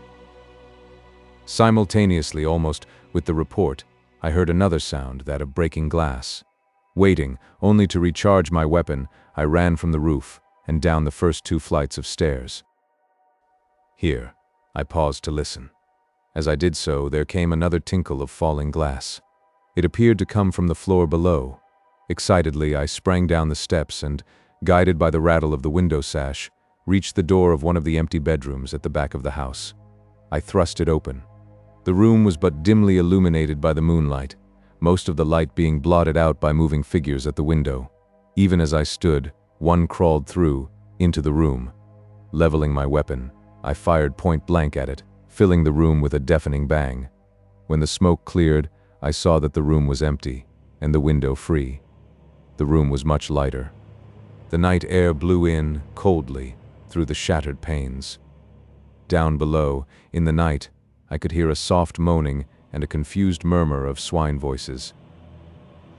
Stepping to one side of the window, I reloaded, and then stood there, waiting. Presently, I heard a scuffling noise. From where I stood in the shadow, I could see without being seen. Nearer came the sounds, and then I saw something come up above the sill and clutch at the broken window frame. It caught a piece of the woodwork, and now I could make out that it was a hand and arm. A moment later, the face of one of the swine creatures rose into view. Then, before I could use my rifle or do anything, there came a sharp crack, and the window frame gave way under the weight of the thing. Next instant, a squashing thud and a loud outcry told me that it had fallen to the ground. With a savage hope that it had been killed, I went to the window. The moon had gone behind a cloud, so that I could see nothing, though a steady hum of jabbering just beneath where I stood indicated that there were several more of the brutes close at hand. As I stood there looking down, I marveled how it had been possible for the creatures to climb so far, for the wall is comparatively smooth, while the distance to the ground must be at least 80 feet. All at once, as I bent, peering, I saw something indistinctly that cut the gray shadow of the house side with a black line. It passed the window to the left at a distance of about 2 feet. Then I remembered that it was a gutter pipe that had been put there some years ago to carry off the rainwater. I had forgotten about it. I could see now how the creatures had managed to reach the window. Even as the solution came to me, I heard a faint slithering, scratching noise and knew that another of the brutes was coming. I waited some odd moments, then leant out of the window and felt the pipe. To my delight, I found that it was quite loose, and I managed, using the rifle barrel as a crowbar, to lever it out from the wall. I worked quickly. Then, taking hold with both bands, I wrenched the whole concern away and hurled it down with the thing still clinging to it into the garden. For a few minutes longer I waited there listening, but after the first general outcry I heard nothing. I knew now that there was no more reason to fear an attack from this quarter. I had removed the only means of reaching the window and, as none of the other windows had any adjacent water pipes, to tempt the climbing powers of the monsters, I began to feel more confident of escaping their clutches. Leaving the room, I made my way down to the study. I was anxious to see how the door had withstood the test of that last assault. Entering, I lit 2 of the candles, and then turned to the door. One of the large props had been displaced, and on that side, the door had been forced inward some 6 inches. It was providential that I had managed to drive the brutes away just when I did, and that coping stone. I wondered vaguely how I had managed to dislodge it. I had not noticed it loose as I took my shot, and then, as I stood up, it had slipped away from beneath me. I felt that I owed the dismissal of the attacking force more to its timely fall than to my rifle. Then the thought came that I had better seize this chance to shore up the door again. It was evident that the creatures had not returned since the fall of the coping stone, but who was to say how long they would keep away? There and then, I set to at repairing the door, working hard and anxiously. First, I went down to the basement and, rummaging round, found several pieces of heavy oak planking. With these, I returned to the study and, having removed the props, placed the planks up against the door. Then, I nailed the heads of the struts to these, and driving them well home at the bottoms, nailed them again there. Thus, I made the door stronger than ever, for now it was solid with the backing of boards, and would, I felt convinced, stand a heavier pressure than hitherto, without giving way.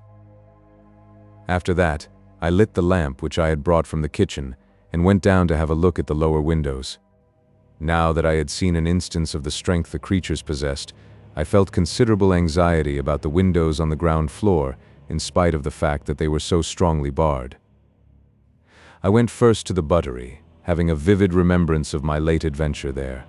The place was chilly, and the wind, soughing in through the broken glass, produced an eerie note. Apart from the general air of dismalness, the place was as I had left it the night before. Going up to the window, I examined the bars, closely, noting as I did so their comfortable thickness.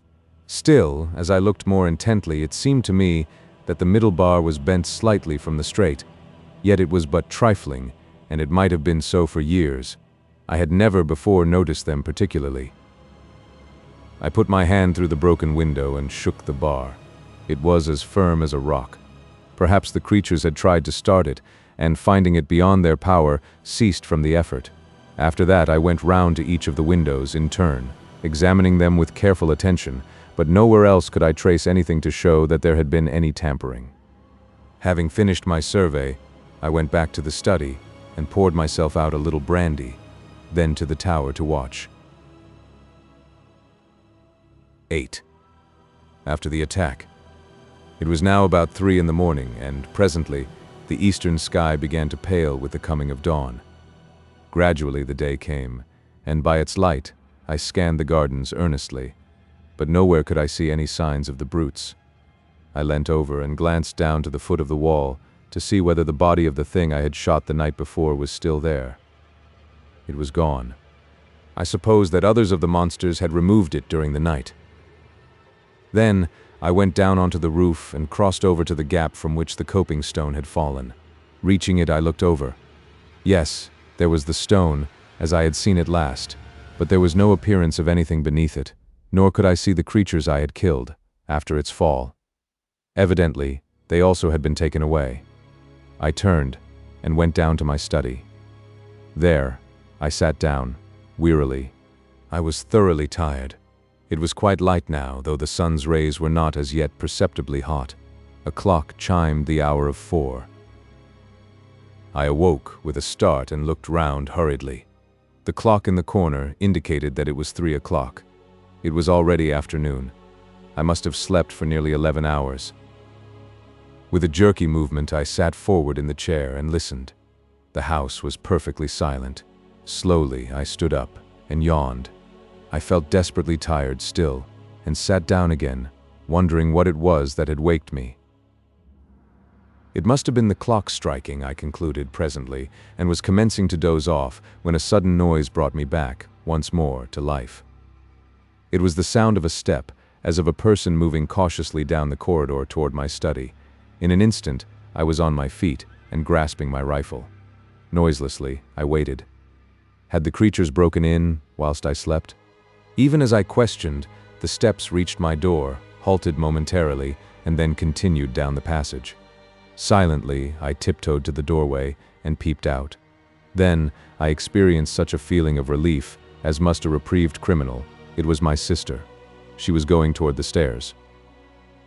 I stepped into the hall and was about to call to her when it occurred to me that it was very queer she should have crept past my door in that stealthy manner. I was puzzled, and for one brief moment the thought occupied my mind that it was not she but some fresh mystery of the house. Then, as I caught a glimpse of her old petticoat, the thought passed as quickly as it had come, and I half laughed. There could be no mistaking that ancient garment. Yet I wondered what she was doing, and remembering her condition of mind on the previous day, I felt that it might be best to follow, quietly, taking care not to alarm her, and see what she was going to do. If she behaved rationally, well and good. If not, I should have to take steps to restrain her. I could run no unnecessary risks under the danger that threatened us. Quickly, I reached the head of the stairs and paused a moment. Then, I heard a sound that sent me leaping down, at a mad rate, It was the rattle of bolts being unshot. That foolish sister of mine was actually unbarring the back door. Just as her hand was on the last bolt, I reached her. She had not seen me, and the first thing she knew, I had hold of her arm. She glanced up quickly, like a frightened animal, and screamed aloud. "Come, Mary," I said sternly. "What's the meaning of this nonsense? Do you mean to tell me you don't understand the danger, that you try to throw our 2 lives away in this fashion?" To this she replied nothing, only trembled, violently, gasping and sobbing, as though in the last extremity of fear. Through some minutes I reasoned with her, pointing out the need for caution and asking her to be brave. There was little to be afraid of now, I explained, and I tried to believe that I spoke the truth, but she must be sensible and not attempt to leave the house for a few days. At last I ceased in despair. It was no use talking to her. She was, obviously, not quite herself for the time being. Finally, I told her she had better go to her room if she could not behave rationally. Still, she took not any notice. So, without more ado, I picked her up in my arms and carried her there. At first she screamed wildly, but had relapsed into silent trembling by the time I reached the stairs. Arriving at her room, I laid her upon the bed. She lay there quietly enough, neither speaking nor sobbing, just shaking in a very ague of fear. I took a rug from a chair nearby and spread it over her.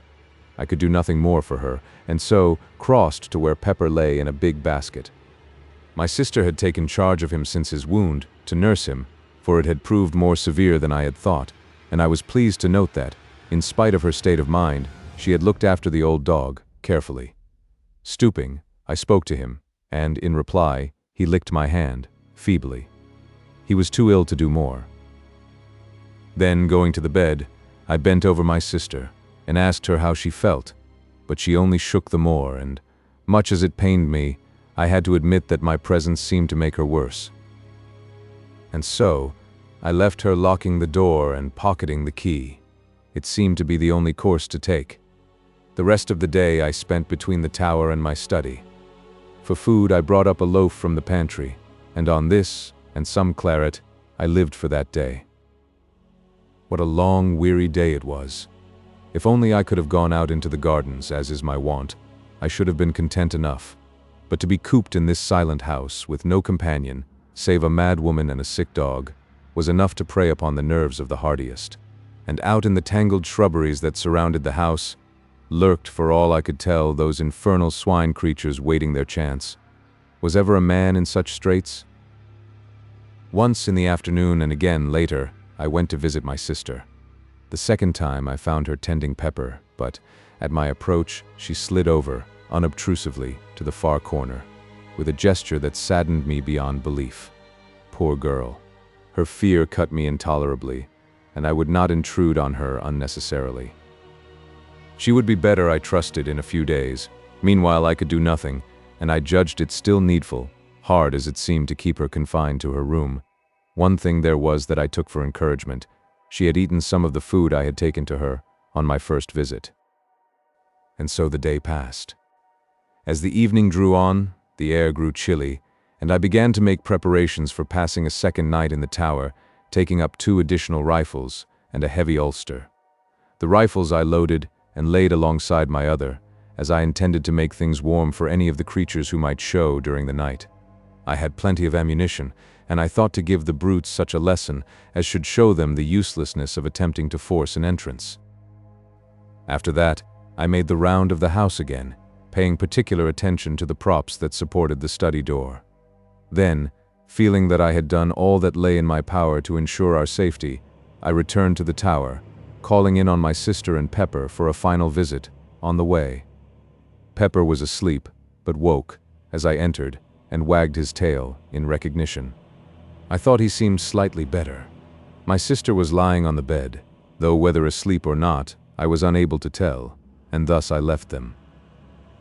Reaching the tower, I made myself as comfortable as circumstances would permit, and settled down to watch through the night. Gradually darkness fell, and soon the details of the gardens were merged into shadows. During the first few hours I sat, alert, listening for any sound that might help to tell me if anything were stirring down below. It was far too dark for my eyes to be of much use. Slowly, the hours passed, without anything unusual happening, and the moon rose, showing the gardens, apparently empty and silent, and so through the night without disturbance or sound. Toward morning, I began to grow stiff and cold with my long vigil. Also, I was getting very uneasy concerning the continued quietness on the part of the creatures. I mistrusted it, and would sooner, far, have had them attack the house openly. Then, at least, I should have known my danger and been able to meet it. But to wait like this, through a whole night, picturing all kinds of unknown devilment, was to jeopardize one's sanity. Once or twice, the thought came to me that perhaps they had gone, but, in my heart, I found it impossible to believe that it was so. 9. In the cellars. At last, what with being tired and cold, and the uneasiness that possessed me, I resolved to take a walk through the house, first calling in at the study for a glass of brandy to warm me. This I did, and while there, I examined the door, carefully, but found all as I had left it the night before. The day was just breaking as I left the tower, though it was still too dark in the house to be able to see without a light, and I took one of the study candles with me on my round. By the time I had finished the ground floor, the daylight was creeping in, wanly, through the barred windows. My search had shown me nothing fresh. Everything appeared to be in order, and I was on the point of extinguishing my candle, when the thought suggested itself to me to have another glance round the cellars. I had not, if I remember rightly, been into them since my hasty search on the evening of the attack. For perhaps the half of a minute I hesitated.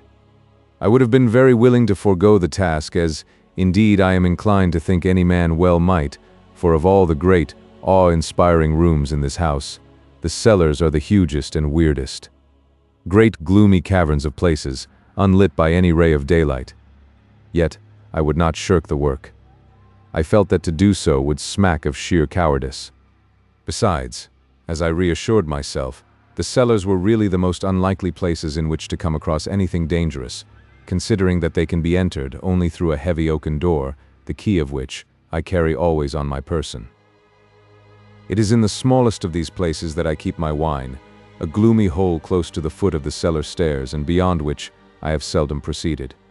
Indeed, save for the rummage round already mentioned, I doubt whether I had ever before been right through the cellars. As I unlocked the great door at the top of the steps, I paused nervously a moment at the strange, desolate smell that assailed my nostrils. Then, throwing the barrel of my weapon forward, I descended, slowly, into the darkness of the underground regions. Reaching the bottom of the stairs, I stood for a minute and listened. All was silent, save for a faint drip of water, falling, drop by drop, somewhere to my left. As I stood, I noticed how quietly the candle burnt, never a flicker nor flare, so utterly windless was the place. Quietly, I moved from cellar to cellar. I had but a very dim memory of their arrangement.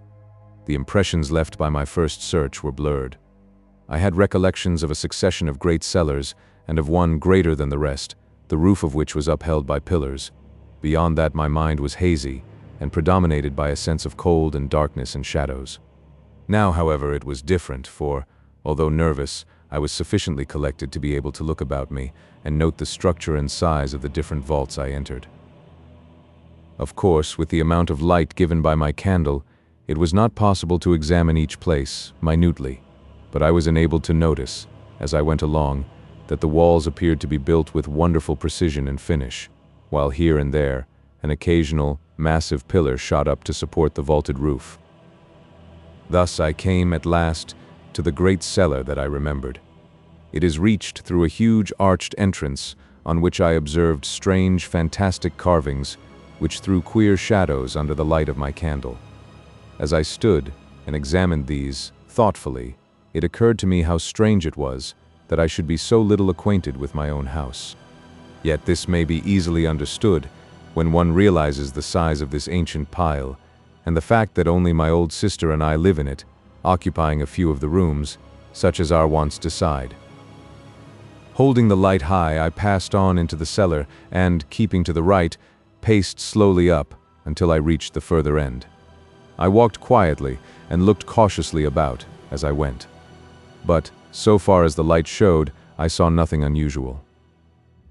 At the top I turned to the left, still keeping to the wall, and so continued until I had traversed the whole of the vast chamber. As I moved along, I noticed that the floor was composed of solid rock, in places covered with a damp mold, in others bare, or almost so, save for a thin coating of light gray dust. I had halted at the doorway. Now, however, I turned and made my way up the center of the place, passing among the pillars and glancing to right and left as I moved. About halfway up the cellar, I stubbed my foot against something that gave out a metallic sound. Stooping quickly, I held the candle and saw that the object I had kicked was a large metal ring. Bending lower, I cleared the dust from around it and presently discovered that it was attached to a ponderous trapdoor, black with age. Feeling excited and wondering to where it could lead, I laid my gun on the floor and, sticking the candle in the trigger guard, took the ring in both hands and pulled. The trap creaked loudly, the sound echoing vaguely through the huge place, and opened heavily. Propping the edge on my knee, I reached for the candle and held it in the opening, moving it to right and left, but could see nothing. I was puzzled and surprised. There were no signs of steps, nor even the appearance of there ever having been any. Nothing, save an empty blackness. I might have been looking down into a bottomless, sideless well. Then, even as I stared, full of perplexity, I seemed to hear, far down, as though from untold depths, a faint whisper of sound. I bent my head, quickly, more into the opening and listened intently. It may have been fancy, but I could have sworn to hearing a soft titter that grew into a hideous, chuckling, faint and distant. Startled, I leapt backward, letting the trap fall, with a hollow clang that filled the place with echoes. Even then, I seemed to hear that mocking, suggestive laughter, but this, I knew, must be my imagination. The sound I had heard was far too slight to penetrate through the cumbrous trap. For a full minute, I stood there, quivering, glancing nervously behind and before, but the great cellar was silent as a grave, and, gradually, I shook off the frightened sensation. With a calmer mind, I became again curious to know into what that trap opened, but could not, then, summon sufficient courage to make a further investigation. One thing I felt, however, was that the trap ought to be secured. This I accomplished by placing upon it several large pieces of dressed stone which I had noticed in my tour along the east wall. Then, after a final scrutiny of the rest of the place, I retraced my way through the cellars to the stairs and so reached the daylight, with an infinite feeling of relief that the uncomfortable task was accomplished. 10. The time of waiting. The sun was now warm and shining brightly, forming a wondrous contrast to the dark and dismal cellars, and it was with comparatively light feelings that I made my way up to the tower to survey the gardens. There I found everything quiet, and after a few minutes went down to Mary's room. Here, having knocked and received a reply, I unlocked the door. My sister was sitting, quietly, on the bed, as though waiting. She seemed quite herself again, and made no attempt to move away as I approached. Yet I observed that she scanned my face, anxiously, as though in doubt, and but half assured in her mind that there was nothing to fear from me. To my questions as to how she felt, she replied, sanely enough, that she was hungry and would like to go down to prepare breakfast, if I did not mind. For a minute, I meditated whether it would be safe to let her out. Finally, I told her she might go, on condition that she promised not to attempt to leave the house or meddle with any of the outer doors. At my mention of the doors, a sudden look of fright crossed her face, but she said nothing, save to give the required promise, and then left the room silently. Crossing the floor, I approached Pepper. He had waked as I entered, but beyond a slight yelp of pleasure and a soft rapping with his tail, had kept quiet. Now, as I patted him, he made an attempt to stand up, and succeeded, only to fall back on his side, with a little yowl of pain. I spoke to him and bade him lie still. I was greatly delighted with his improvement and also with the natural kindness of my sister's heart in taking such good care of him in spite of her condition of mind. After a while, I left him and went downstairs to my study. In a little time, Mary appeared, carrying a tray on which smoked a hot breakfast. As she entered the room, I saw her gaze fasten on the props that supported the study door. Her lips tightened, and I thought she paled slightly, but that was all. Putting the tray down at my elbow, she was leaving the room, quietly, when I called her back. She came, it seemed, a little timidly, as though startled, and I noted that her hand clutched at her apron, nervously. "Come, Mary," I said. "Cheer up. Things look brighter. I've seen none of the creatures since yesterday morning early." She looked at me in a curiously puzzled manner, as though not comprehending. Then, intelligence swept into her eyes and fear, but she said nothing beyond an unintelligible murmur of acquiescence. After that, I kept silence. It was evident that any reference to the swine-things was more than her shaken nerves could bear. Breakfast over, I went up to the tower. Here, during the greater part of the day, I maintained a strict watch over the gardens. Once or twice I went down to the basement to see how my sister was getting along. Each time I found her quiet and curiously submissive. Indeed, on the last occasion, she even ventured to address me, on her own account, with regard to some household matter that needed attention. Though this was done with an almost extraordinary timidity, I hailed it with happiness, as being the first word, voluntarily spoken, since the critical moment, when I had caught her unbarring the back door, to go out among those waiting brutes. I wondered whether she was aware of her attempt, and how near a thing it had been, but refrained from questioning her, thinking it best to let well alone. That night I slept in a bed, the first time for 2 nights. In the morning I rose early and took a walk through the house. All was as it should be, and I went up to the tower to have a look at the gardens. Here, again, I found perfect quietness.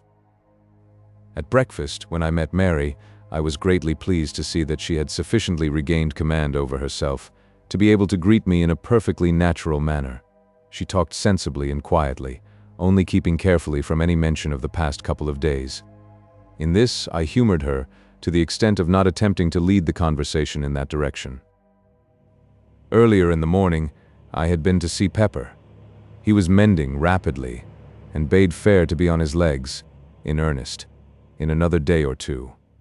Before leaving the breakfast table, I made some reference to his improvement.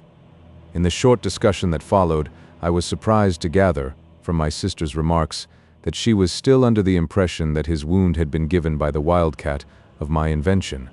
It made me feel almost ashamed of myself for deceiving her. Yet, the lie had been told to prevent her from being frightened. And then, I had been sure that she must have known the truth later when those brutes had attacked the house. During the day, I kept on the alert, spending much of my time, as on the previous day, in the tower. But not a sign could I see of the swine creatures, nor hear any sound. Several times the thought had come to me that the things had, at last, left us. But up to this time, I had refused to entertain the idea, seriously. Now, however, I began to feel that there was reason for hope. It would soon be 3 days since I had seen any of the things, but still, I intended to use the utmost caution. For all that I could tell, this protracted silence might be a ruse to tempt me from the house, perhaps right into their arms. The thought of such a contingency was, alone, sufficient to make me circumspect. So it was that the 4th, 5th, and 6th days went by, quietly, without my making any attempt to leave the house.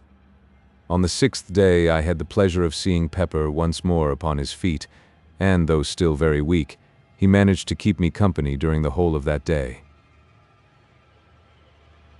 11. The searching of the gardens. How slowly the time went, and never a thing to indicate that any of the brutes still infested the gardens. It was on the 9th day that, finally, I decided to run the risk, if any there were, and sally out.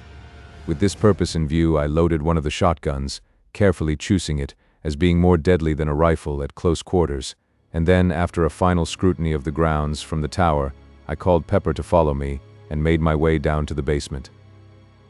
At the door, I must confess to hesitating a moment.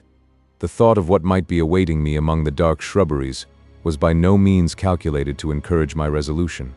It was but a second, though, and then I had drawn the bolts, and was standing on the path outside the door. Pepper followed, stopping at the doorstep to sniff, suspiciously, and carrying his nose up and down the jambs as though following a scent. Then, suddenly, he turned, sharply, and started to run here and there, in semicircles and circles, all around the door, finally returning to the threshold. Here, he began again to nose about. Hitherto I had stood, watching the dog, yet, all the time, with half my gaze on the wild tangle of gardens stretching round me. Now, I went toward him, and bending down, examined the surface of the door where he was smelling. I found that the wood was covered with a network of scratches, crossing and recrossing one another in inextricable confusion. In addition to this, I noticed that the doorposts themselves were gnawed in places. Beyond these I could find nothing, and so, standing up, I began to make the tour of the house wall. Pepper, as soon as I walked away, left the door and ran ahead, still nosing and sniffing as he went along. At times, he stopped to investigate. Here, it would be a bullet hole in the pathway, or perhaps a powder-stained wad. Anon, it might be a piece of torn sod or a disturbed patch of weedy path, but, save for such trifles, he found nothing. I observed him critically as he went along and could discover nothing of uneasiness in his demeanor to indicate that he felt the nearness of any of the creatures. By this, I was assured that the gardens were empty, at least for the present, of those hateful things. Pepper could not be easily deceived, and it was a relief to feel that he would know and give me timely warning if there were any danger. Reaching the place where I had shot that first creature, I stopped and made a careful scrutiny, but could see nothing. From there I went on to where the great coping stone had fallen. It lay on its side, apparently just as it had been left when I shot the brute that was moving it. A couple of feet to the right of the nearer end was a great dent in the ground, showing where it had struck. The other end was still within the indentation, half in and half out. Going nearer, I looked at the stone more closely. What a huge piece of masonry it was, and that creature had moved it, single-handed, in its attempt to reach what lay below. I went round to the further end of the stone. Here, I found that it was possible to see under it, for a distance of nearly a couple of feet.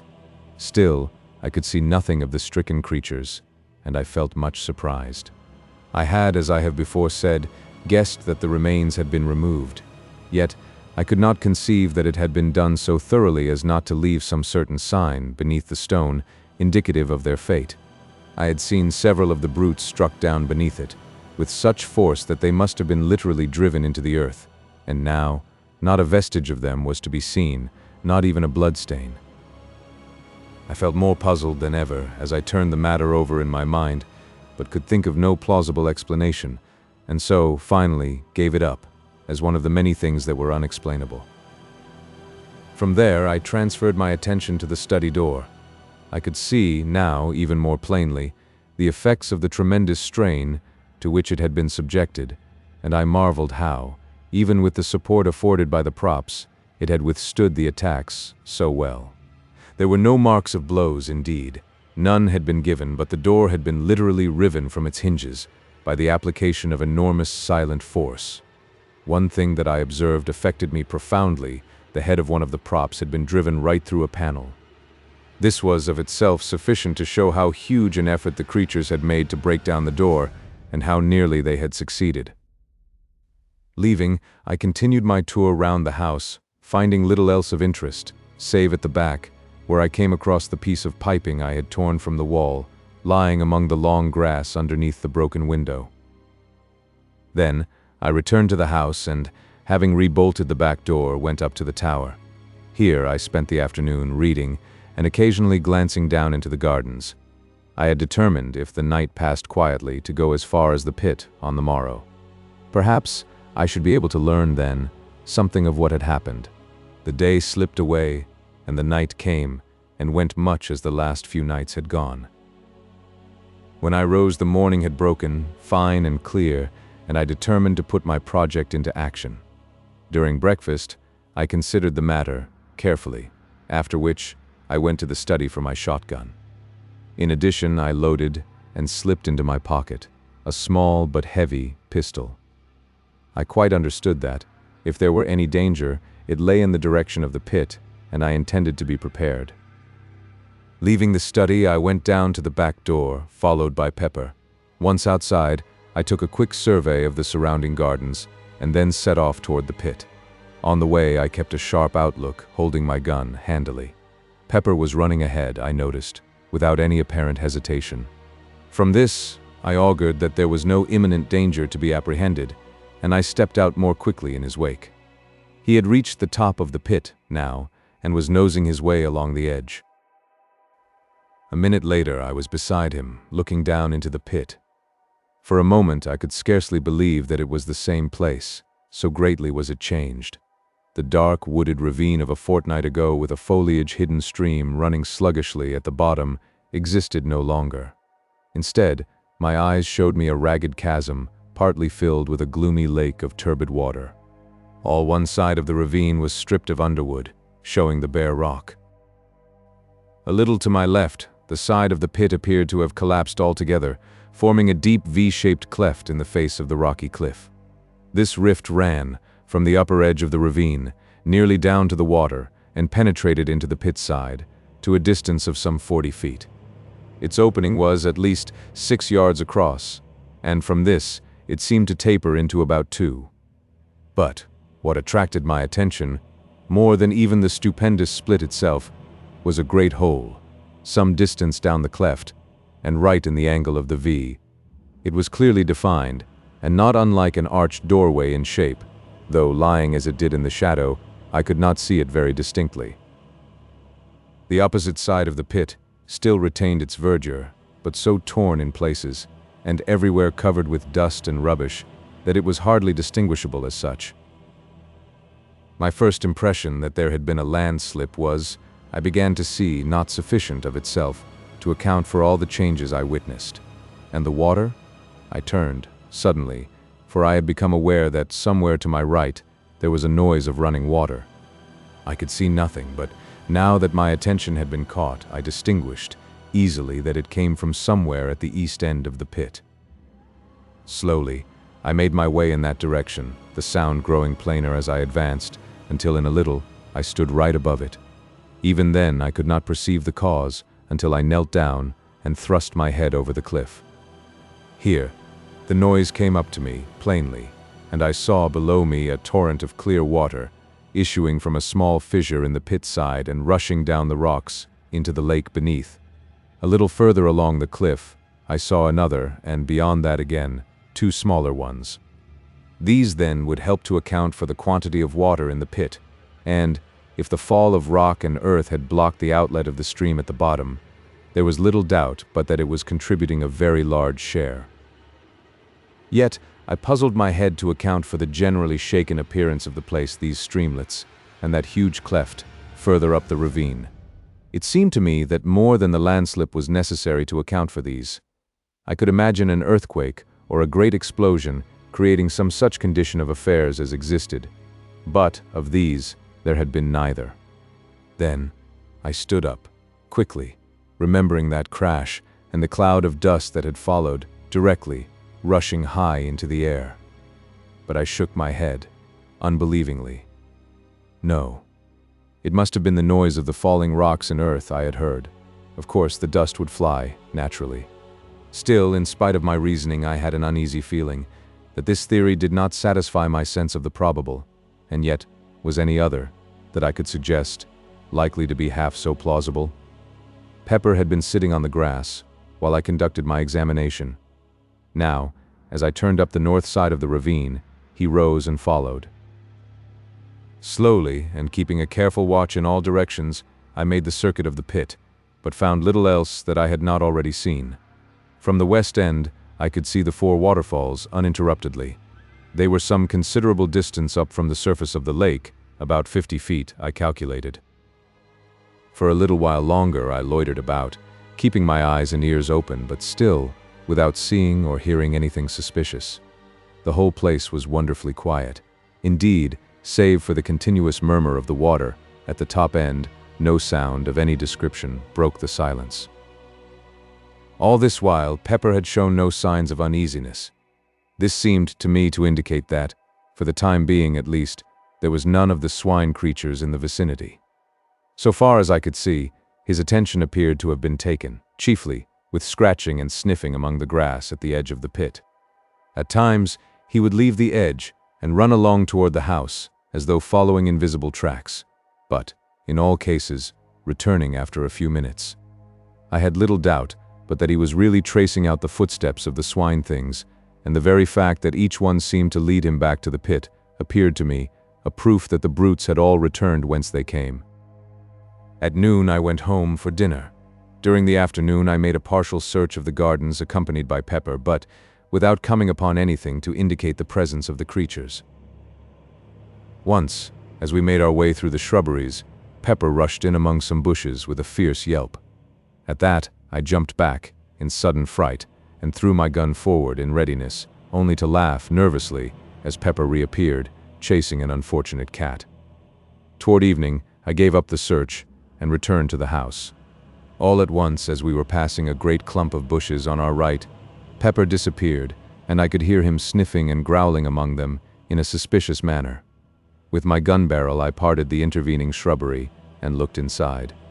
There was nothing to be seen save that many of the branches were bent down and broken, as though some animal had made a lair there at no very previous date. It was probably, I thought, one of the places occupied by some of the swine creatures on the night of the attack. Next day, I resumed my search through the gardens, but without result. By evening, I had been right through them, and now I knew, beyond the possibility of doubt, that there were no longer any of the things concealed about the place. Indeed, I have often thought since that I was correct in my earlier surmise, that they had left soon after the attack. 12. The Subterranean Pit. Another week came and went, during which I spent a great deal of my time about the pit mouth.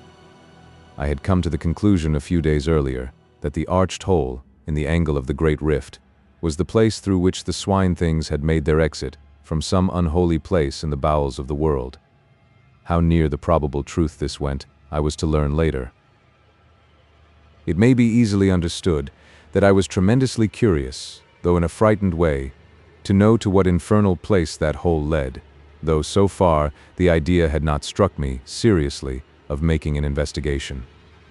I was far too much imbued with a sense of horror of the swine creatures to think of venturing, willingly, where there was any chance of coming into contact with them. Gradually, however, as time passed, this feeling grew insensibly less, so that when, a few days later, the thought occurred to me that it might be possible to clamber down and have a look into the hole, I was not so exceedingly averse to it as might have been imagined. Still, I do not think, even then, that I really intended to try any such foolhardy adventure. For all that I could tell, it might be certain death to enter that doleful-looking opening, and yet, such is the pertinacity of human curiosity that, at last, my chief desire was but to discover what lay beyond that gloomy entrance. Slowly, as the days slid by, my fear of the swine-things became an emotion of the past, more an unpleasant, incredible memory than aught else. Thus, a day came when, throwing thoughts and fancies adrift, I procured a rope from the house, and, having made it fast to a stout tree at the top of the rift, and some little distance back from the pit edge, let the other end down into the cleft, until it dangled right across the mouth of the dark hole. Then, cautiously and with many misgivings as to whether it was not a mad act that I was attempting, I climbed slowly down, using the rope as a support, until I reached the hole. Here, still holding on to the rope, I stood and peered in. All was perfectly dark, and not a sound came to me. Yet, a moment later, it seemed that I could hear something. I held my breath and listened, but all was silent as the grave, and I breathed freely once more.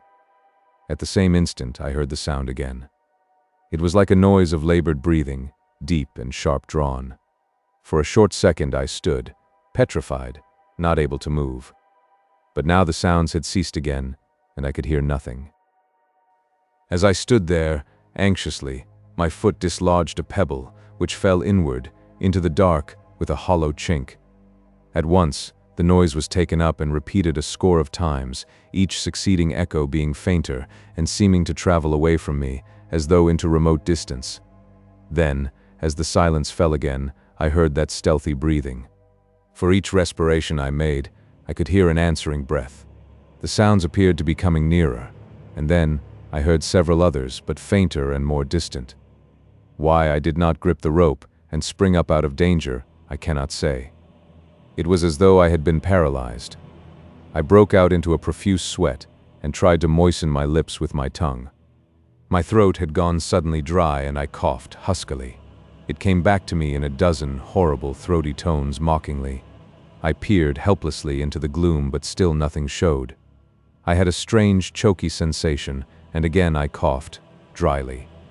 Again the echo took it up, rising and falling, grotesquely, and dying slowly into a muffled silence. Then, suddenly, a thought came to me, and I held my breath. The other breathing stopped. I breathed again, and once more it recommenced. But now I no longer feared. I knew that the strange sounds were not made by any lurking swine creature, but were simply the echo of my own respirations. Yet I had received such a fright that I was glad to scramble up the rift and haul up the rope. I was far too shaken and nervous to think of entering that dark hole then, and so returned to the house. I felt more myself next morning, but even then, I could not summon up sufficient courage to explore the place. All this time, the water in the pit had been creeping slowly up, and now stood but a little below the opening. At the rate at which it was rising, it would be level with the floor in less than another week, and I realized that, unless I carried out my investigation soon, I should probably never do so at all, as the water would rise and rise until the opening itself was submerged.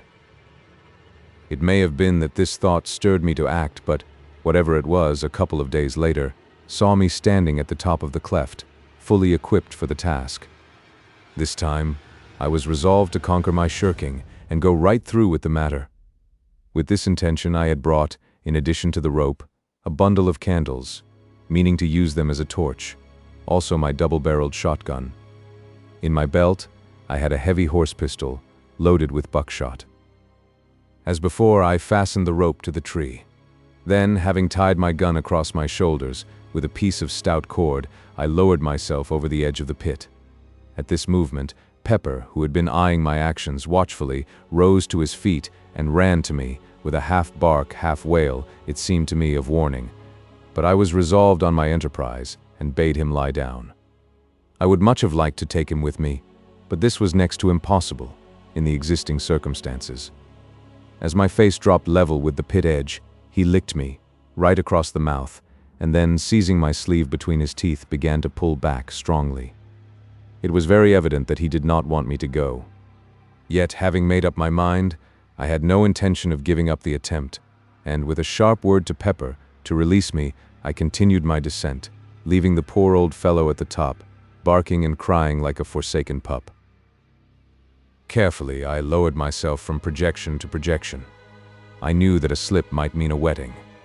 Reaching the entrance, I let go the rope and untied the gun from my shoulders.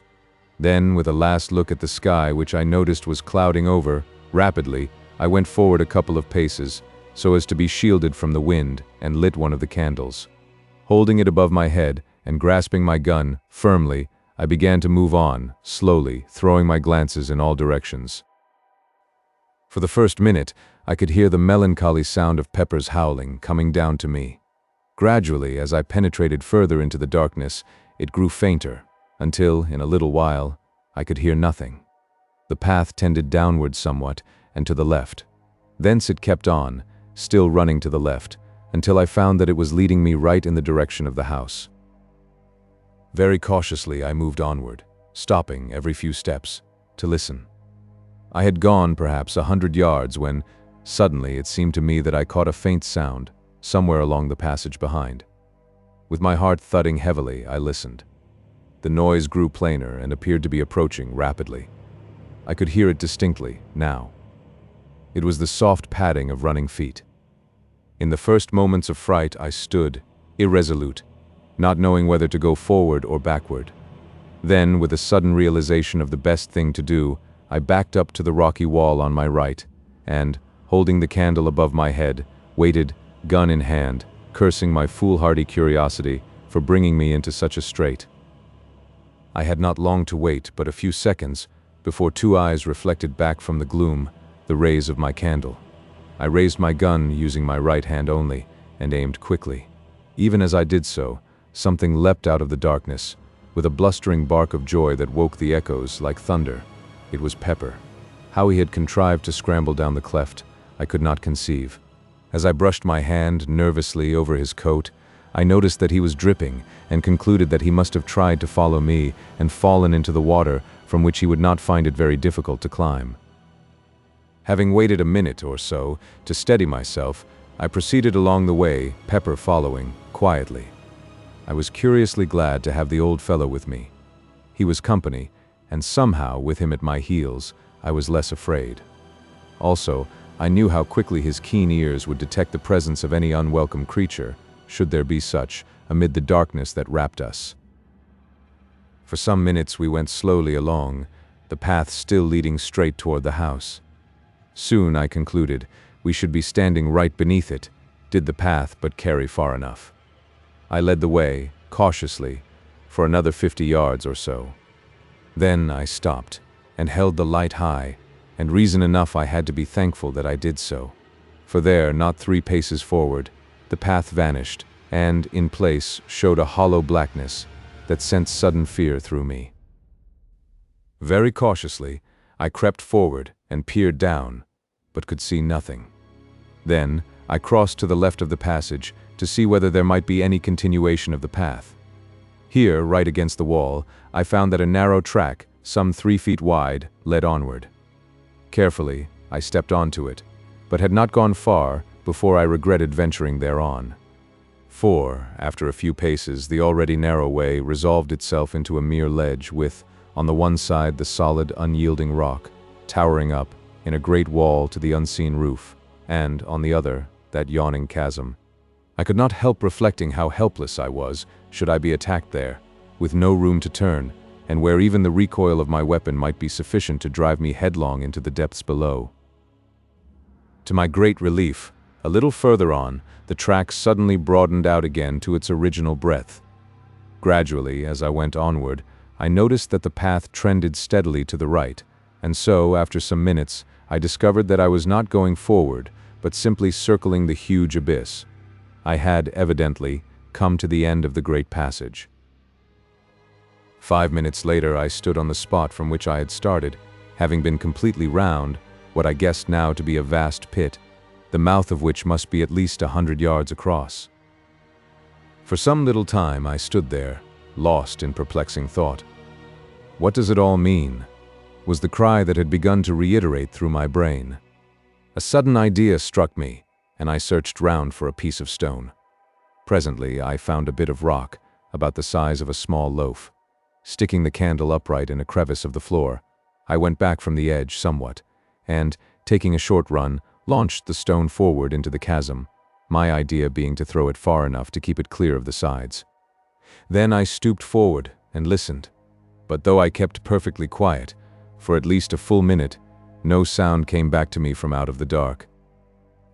I knew then that the depth of the hole must be immense, for the stone, had it struck anything, was large enough to have set the echoes of that weird place, whispering for an indefinite period.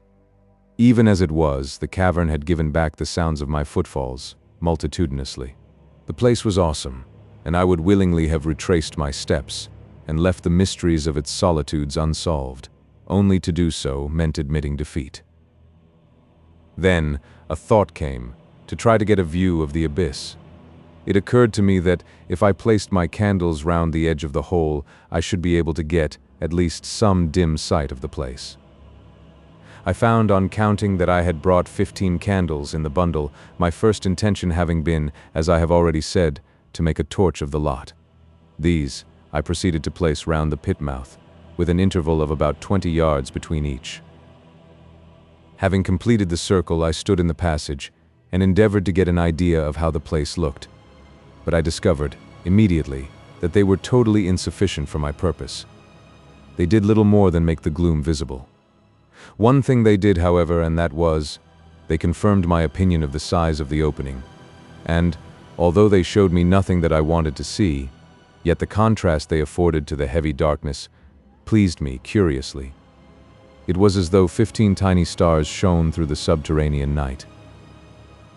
Then, even as I stood, Pepper gave a sudden howl that was taken up by the echoes and repeated with ghastly variations, dying away slowly. With a quick movement, I held aloft the one candle that I had kept and glanced down at the dog. At the same moment, I seemed to hear a noise, like a diabolical chuckle, rise up from the hitherto silent depths of the pit. I started. Then, I recollected that it was probably the echo of Pepper's howl. Pepper had moved away from me up the passage a few steps. He was nosing along the rocky floor, and I thought I heard him lapping. I went toward him, holding the candle low. As I moved, I heard my boot go sop, sop, and the light was reflected from something that glistened and crept past my feet, swiftly toward the pit. I bent lower and looked, then gave vent to an expression of surprise. From somewhere, higher up the path, a stream of water was running quickly in the direction of the great opening and growing in size every second.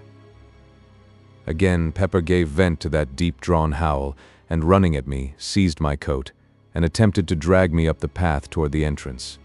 With a nervous gesture, I shook him off and crossed quickly over to the left-hand wall. If anything were coming, I was going to have the wall at my back. Then, as I stared anxiously up the pathway, my candle caught a gleam far up the passage. At the same moment, I became conscious of a murmurous roar that grew louder and filled the whole cavern with deafening sound. From the pit came a deep, hollow echo, like the sob of a giant. Then I had sprung to one side, onto the narrow ledge that ran round the abyss, and turning, saw a great wall of foam sweep past me and leap tumultuously into the waiting chasm. A cloud of spray burst over me, extinguishing my candle and wetting me to the skin. I still held my gun. The 3 nearest candles went out, but the further ones gave only a short flicker. After the first rush, the flow of water eased down to a steady stream, maybe a foot in depth, though I could not see this until I had procured one of the lighted candles and, with it, started to reconnoiter. Pepper had, fortunately, followed me as I leapt for the ledge, and now, very much subdued, kept close behind. A short examination showed me that the water reached right across the passage and was running at a tremendous rate. Already, even as I stood there, it had deepened. I could make only a guess at what had happened. Evidently, the water in the ravine had broken into the passage, by some means. If that were the case, it would go on increasing in volume until I should find it impossible to leave the place. The thought was frightening. It was evident that I must make my exit as hurriedly as possible. Taking my gun by the stock, I sounded the water. It was a little under knee-deep. The noise it made, plunging down into the pit, was deafening. Then, with a call to Pepper, I stepped out into the flood, using the gun as a staff. Instantly, the water boiled up over my knees and nearly to the tops of my thighs with the speed at which it was racing. For one short moment, I nearly lost my footing, but the thought of what lay behind stimulated me to a fierce endeavor, and step by step, I made headway. Of Pepper, I knew nothing at first. I had all I could do to keep on my legs, and was overjoyed when he appeared beside me. He was wading manfully along. He is a big dog with longish, thin legs, and I suppose the water had less grasp on them than upon mine. Anyway, he managed a great deal better than I did, going ahead of me like a guide and wittingly or otherwise helping somewhat to break the force of the water. On we went, step by step, struggling and gasping, until somewhere about 100 yards had been safely traversed. Then, whether it was because I was taking less care or that there was a slippery place on the rocky floor, I cannot say, but suddenly I slipped and fell on my face. Instantly the water leapt over me in a cataract, hurling me down toward that bottomless hole at a frightful speed. Frantically I struggled, but it was impossible to get a footing. I was helpless, gasping and drowning. All at once, something gripped my coat and brought me to a standstill. It was Pepper. Missing me, he must have raced back through the dark turmoil to find me, and then caught and held me until I was able to get to my feet. I have a dim recollection of having seen, momentarily, the gleams of several lights, but of this I have never been quite sure. If my impressions are correct, I must have been washed down to the very brink of that awful chasm before Pepper managed to bring me to a standstill, and the lights, of course, could only have been the distant flames of the candles I had left burning. But, as I have said, I am not by any means sure. My eyes were full of water, and I had been badly shaken. And there was I, without my helpful gun, without light, and sadly confused with the water deepening, depending solely upon my old friend Pepper to help me out of that hellish place. I was facing the torrent. Naturally, it was the only way in which I could have sustained my position a moment, for even old Pepper could not have held me long against that terrific strain, without assistance, however blind, from me. Perhaps a minute passed, during which it was touch and go with me, then gradually I recommenced my tortuous way up the passage, and so began the grimmest fight with death, from which ever I hoped to emerge victorious. Slowly, furiously, almost hopelessly, I strove, and that faithful Pepper led me, dragged me, upward and onward, until at last, ahead I saw a gleam of blessed light. It was the entrance. Only a few yards further, and I reached the opening, with the water surging and boiling hungrily around my loins. And now I understood the cause of the catastrophe. It was raining heavily, literally in torrents. The surface of the lake was level with the bottom of the opening, nay, more than level, it was above it.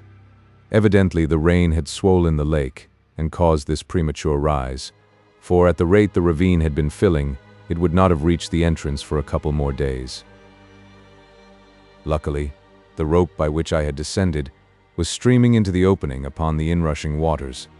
Seizing the end, I knotted it securely round Pepper's body, then, summoning up the last remnant of my strength, I commenced to swarm up the side of the cliff. I reached the pit edge, in the last stage of exhaustion. Yet, I had to make one more effort and haul Pepper into safety. Slowly and wearily, I hauled on the rope. Once or twice it seemed that I should have to give up, for Pepper is a weighty dog and I was utterly done. Yet to let go would have meant certain death to the old fellow, and the thought spurred me to greater exertions. I have but a very hazy remembrance of the end. I recall pulling through moments that lagged strangely. I have also some recollection of seeing Pepper's muzzle appearing over the pit edge after what seemed an indefinite period of time. Then all grew suddenly dark. 13. The trap in the great cellar. I suppose I must have swooned, for the next thing I remember I opened my eyes and all was dusk. I was lying on my back with one leg doubled under the other, and Pepper was licking my ears. I felt horribly stiff, and my leg was numb from the knee downward. For a few minutes I lay thus, in a dazed condition, then slowly I struggled to a sitting position and looked about me. It had stopped raining, but the trees still dripped dismally. From the pit came a continuous murmur of running water. I felt cold and shivery. My clothes were sodden, and I ached all over. Very slowly, the life came back into my numbed leg, and after a little, I essayed to stand up. This I managed at the second attempt, but I was very tottery and peculiarly weak. It seemed to me that I was going to be ill, and I made shift to stumble my way toward the house. My steps were erratic, and my head confused. At each step that I took, sharp pains shot through my limbs. I had gone perhaps some 30 paces when a cry from Pepper drew my attention, and I turned stiffly toward him. The old dog was trying to follow me but could come no further, owing to the rope with which I had hauled him up being still tied round his body, the other end not having been unfastened from the tree. For a moment I fumbled with the knots, weakly, but they were wet and hard, and I could do nothing. Then I remembered my knife, and in a minute the rope was cut. How I reached the house I scarcely know, and of the days that followed, I remember still less. Of one thing I am certain, that, had it not been for my sister's untiring love and nursing, I had not been writing at this moment. When I recovered my senses, it was to find that I had been in bed for nearly 2 weeks. Yet another week passed, before I was strong enough to totter out into the gardens. Even then, I was not able to walk so far as the pit. I would have liked to ask my sister how high the water had risen, but felt it was wiser not to mention the subject to her. Indeed, since then, I have made a rule never to speak to her about the strange things that happen in this great old house. It was not until a couple of days later that I managed to get across to the pit. There, I found that, in my few weeks' absence, there had been wrought a wondrous change. Instead of the 3 parts filled ravine, I looked out upon a great lake, whose placid surface reflected the light coldly. The water had risen to within half a dozen feet of the pit edge. Only in one part was the lake disturbed, and that was above the place where, far down under the silent waters, yawned the entrance to the vast underground pit. Here, there was a continuous bubbling, and occasionally a curious sort of sobbing gurgle would find its way up from the depth. Beyond these, there was nothing to tell of the things that were hidden beneath. As I stood there, it came to me how wonderfully things had worked out. The entrance to the place whence the swine creatures had come was sealed up by a power that made me feel there was nothing more to fear from them. And yet, with the feeling, there was a sensation that, now, I should never learn anything further of the place from which those dreadful things had come. It was completely shut off and concealed from human curiosity forever.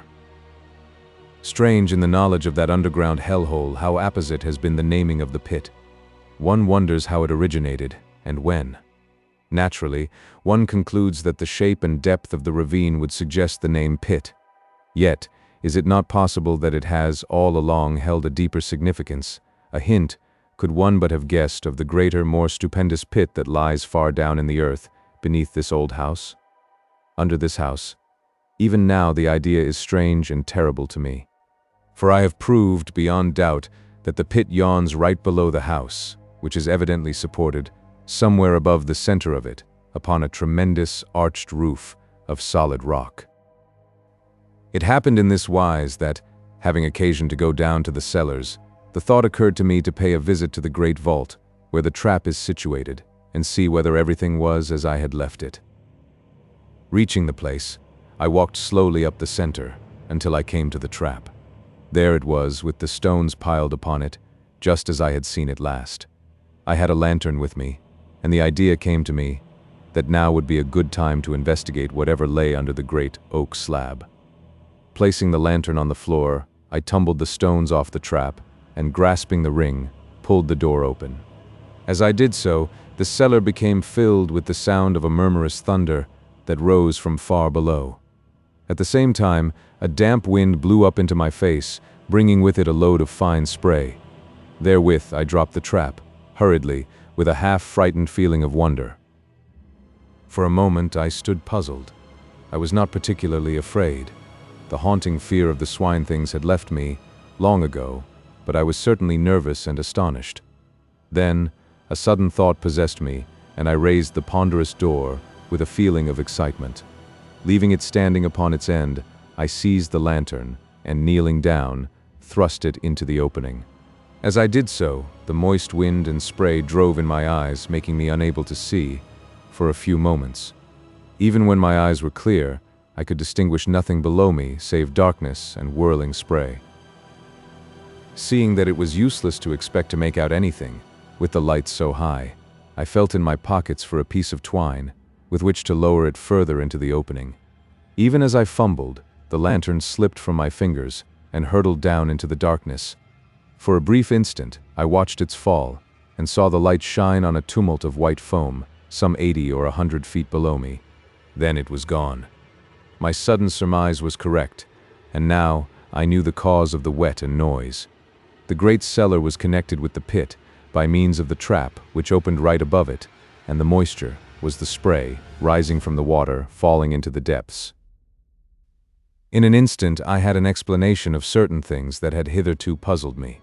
Now I could understand why the noises on the first night of the invasion had seemed to rise directly from under my feet, and the chuckle that had sounded when first I opened the trap. Evidently, some of the swine things must have been right beneath me. Another thought struck me. Were the creatures all drowned? Would they drown? I remembered how unable I had been to find any traces to show that my shooting had been really fatal. Had they life, as we understand life, or were they ghouls? These thoughts flashed through my brain as I stood in the dark, searching my pockets for matches. I had the box in my hand now, and, striking a light, I stepped to the trap door and closed it.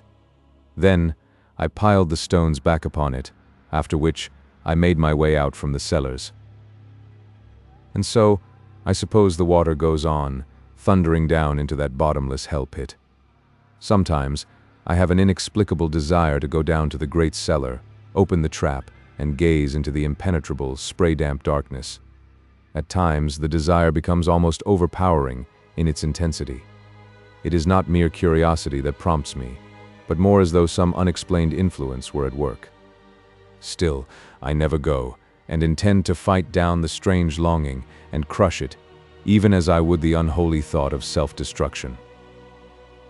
This idea of some intangible force being exerted may seem reasonless, yet my instinct warns me that it is not so. In these things, reason seems to me less to be trusted than instinct. One thought there is, in closing, that impresses itself upon me with ever-growing insistence.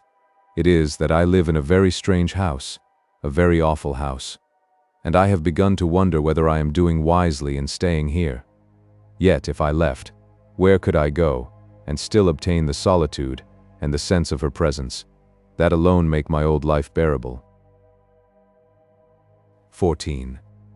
The Sea of Sleep. For a considerable period after the last incident which I have narrated in my diary, I had serious thoughts of leaving this house, and might have done so, but for the great and wonderful thing of which I am about to write. How well I was advised in my heart when I stayed on here spite of those visions and sights of unknown and unexplainable things. For, had I not stayed, then I had not seen again the face of her I loved. Yes, though few know it, none now save my sister Mary, I have loved and, me lost. I would write down the story of those sweet old days, but it would be like the tearing of old wounds, yet, after that which has happened, what need have I to care? For she has come to me out of the unknown. Strangely, she warned me passionately against this house, begged me to leave it, but admitted when I questioned her that she could not have come to me had I been elsewhere. Yet, in spite of this, still she warned me earnestly, telling me that it was a place long ago given over to evil and under the power of grim laws of which none here have knowledge. And I just asked her, again, whether she would come to me elsewhere, and she could only stand, silent. It was thus that I came to the place of the Sea of Sleep, so she termed it, in her dear speech with me. I had stayed up in my study, reading, and must have dozed over the book. Suddenly I awoke and sat upright with a start. For a moment I looked round with a puzzled sense of something unusual. There was a misty look about the room, giving a curious softness to each table and chair and furnishing. Gradually, the mistiness increased, growing, as it were, out of nothing. Then, slowly, a soft white light began to glow in the room. The flames of the candles shone through it, palely. I looked from side to side, and found that I could still see each piece of furniture, but in a strangely unreal way, more as though the ghost of each table and chair had taken the place of the solid article. Gradually, as I looked, I saw them fade and fade, until, slowly, they resolved into nothingness. Now I looked again at the candles. They shone wanly, and, even as I watched, grew more unreal, and so vanished. The room was filled, now, with a soft yet luminous white twilight, like a gentle mist of light. Beyond this I could see nothing. Even the walls had vanished. Presently I became conscious that a faint, continuous sound pulsed through the silence that wrapped me. I listened intently. It grew more distinct, until it appeared to me that I harked to the breathings of some great sea. I cannot tell how long a space passed thus, but after a while, it seemed that I could see through the mistiness, and slowly I became aware that I was standing upon the shore of an immense and silent sea. This shore was smooth and long, vanishing to right and left of me, in extreme distances. In front swam a still immensity of sleeping ocean. At times it seemed to me that I caught a faint glimmer of light under its surface, but of this I could not be sure. Behind me rose up, to an extraordinary height, gaunt black cliffs. Overhead the sky was of a uniform cold gray color, the whole place being lit by a stupendous globe of pale fire that swam a little above the far horizon and shed a foam-like light above the quiet waters. Beyond the gentle murmur of the sea, an intense stillness prevailed. For a long while I stayed there, looking out across its strangeness. Then, as I stared, it seemed that a bubble of white foam floated up out of the depths, and then, even now I know not how it was, I was looking upon, nay, looking into the face of her, into her face, into her soul, and she looked back at me with such a commingling of joy and sadness that I ran toward her, blindly, crying strangely to her, in a very agony of remembrance, of terror, and of hope, to come to me. Yet, spite of my crying, she stayed out there upon the sea, and only shook her head sorrowfully, but in her eyes was the old earth light of tenderness that I had come to know before all things, ere we were parted. At her perverseness, I grew desperate, and essayed to wade out to her, yet, though I would, I could not.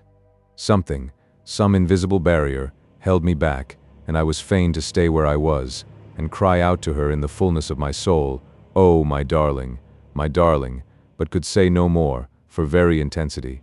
And at that, she came over, swiftly, and touched me, and it was as though heaven had opened. Yet when I reached out my hands to her, she put me from her with tenderly stern hands, and I was abashed.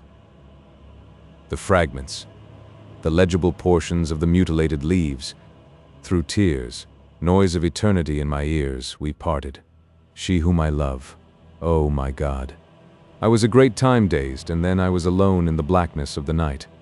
I knew that I journeyed back once more to the known universe. Presently I emerged from that enormous darkness. I had come among the stars, vast time, the sun, far and remote. I entered into the gulf that separates our system from the outer suns. As I sped across the dividing dark, I watched, steadily, the ever-growing brightness and size of our sun. Once I glanced back to the stars and saw them shift, as it were, in my wake, against the mighty background of night, so vast was the speed of my passing spirit. I drew nigher to our system, and now I could see the shine of Jupiter. Later I distinguished the cold blue gleam of the earthlight. I had a moment of bewilderment. All about the sun there seemed to be bright objects moving in rapid orbits. Inward, nigh to the savage glory of the sun, there circled two darting points of light, and further off, there flew a blue, shining speck that I knew to be the earth. It circled the sun in a space that seemed to be no more than an earth minute. Nearer with great speed, I saw the radiances of Jupiter and Saturn, spinning with incredible swiftness in huge orbits, and ever I drew more nigh and looked out upon this strange sight, the visible circling of the planets about the mother sun. It was as though time had been annihilated for me, so that a year was no more to my unfleshed spirit than is a moment to an earthbound soul. The speed of the planets appeared to increase, and presently I was watching the sun, all ringed about with hair-like circles of different colored fire, the paths of the planets, hurtling at mighty speed, about the central flame. The sun grew vast as though it leapt to meet me, and now I was within the circling of the outer planets, and flitting swiftly toward the place where the earth, glimmering through the blue splendor of its orbit, as though a fiery mist, circled the sun at a monstrous speed. 15. The noise in the night. And now I come to the strangest of all the strange happenings that have befallen me in this house of mysteries. It occurred quite lately within the month, and I have little doubt but that what I saw was in reality the end of all things. However, to my story. I do not know how it is, but up to the present I have never been able to write these things down, directly they happened. It is as though I have to wait a time, recovering my just balance, and digesting, as it were, the things I have heard or seen. No doubt, this is as it should be, for by waiting I see the incidents more truly, and write of them in a calmer and more judicial frame of mind. This, by the way. It is now the end of November. My story relates to what happened in the first week of the month. It was night, about 11 o'clock. Pepper and I kept one another company in the study, that great old room of mine where I read and work. I was reading, curiously enough, the Bible.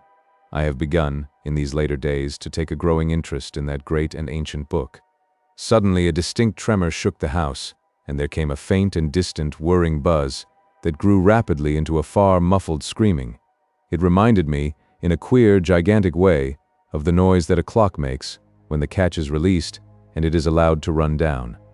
The sound appeared to come from some remote height somewhere up in the night. There was no repetition of the shock. I looked across at Pepper. He was sleeping peacefully. Gradually, the whirring noise decreased, and there came a long silence. All at once, a glow lit up the end window, which protrudes far out from the side of the house, so that from it one may look both east and west. I felt puzzled and, after a moment's hesitation, walked across the room and pulled aside the blind. As I did so, I saw the sun rise from behind the horizon. It rose with a steady, perceptible movement. I could see it travel upward. In a minute, it seemed, it had reached the tops of the trees through which I had watched it. Up, up. It was broad daylight now. Behind me, I was conscious of a sharp, mosquito-like buzzing. I glanced round and knew that it came from the clock. Even as I looked, it marked off an hour. The minute hand was moving round the dial, faster than an ordinary second hand. The hour hand moved quickly from space to space. I had a numb sense of astonishment. A moment later, so it seemed, the two candles went out, almost together. I turned swiftly back to the window, for I had seen the shadow of the window frames, traveling along the floor toward me, as though a great lamp had been carried up past the window. I saw now that the sun had risen high into the heavens and was still visibly moving. It passed above the house with an extraordinary sailing kind of motion. As the window came into shadow, I saw another extraordinary thing. The fine weather clouds were not passing easily across the sky. They were scampering, as though 100-mile-an-hour wind blew.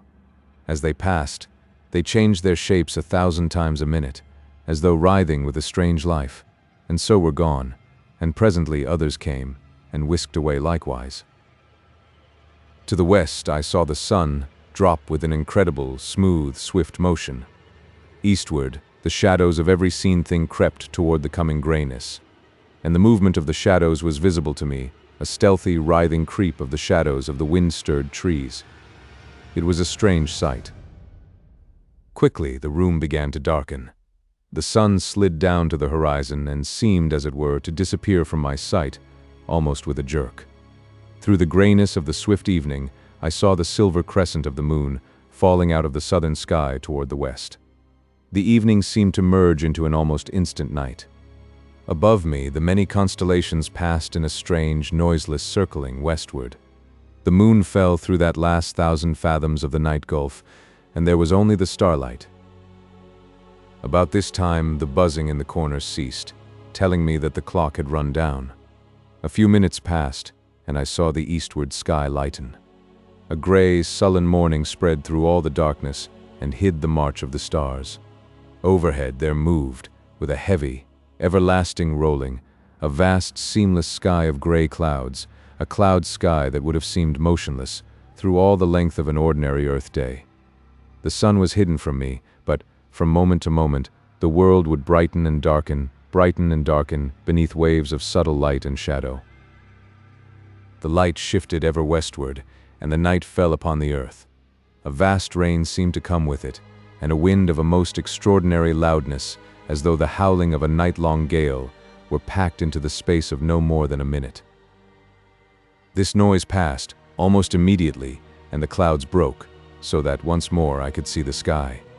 The stars were flying westward with astounding speed. It came to me now for the first time that, though the noise of the wind had passed, yet a constant blurred sound was in my ears.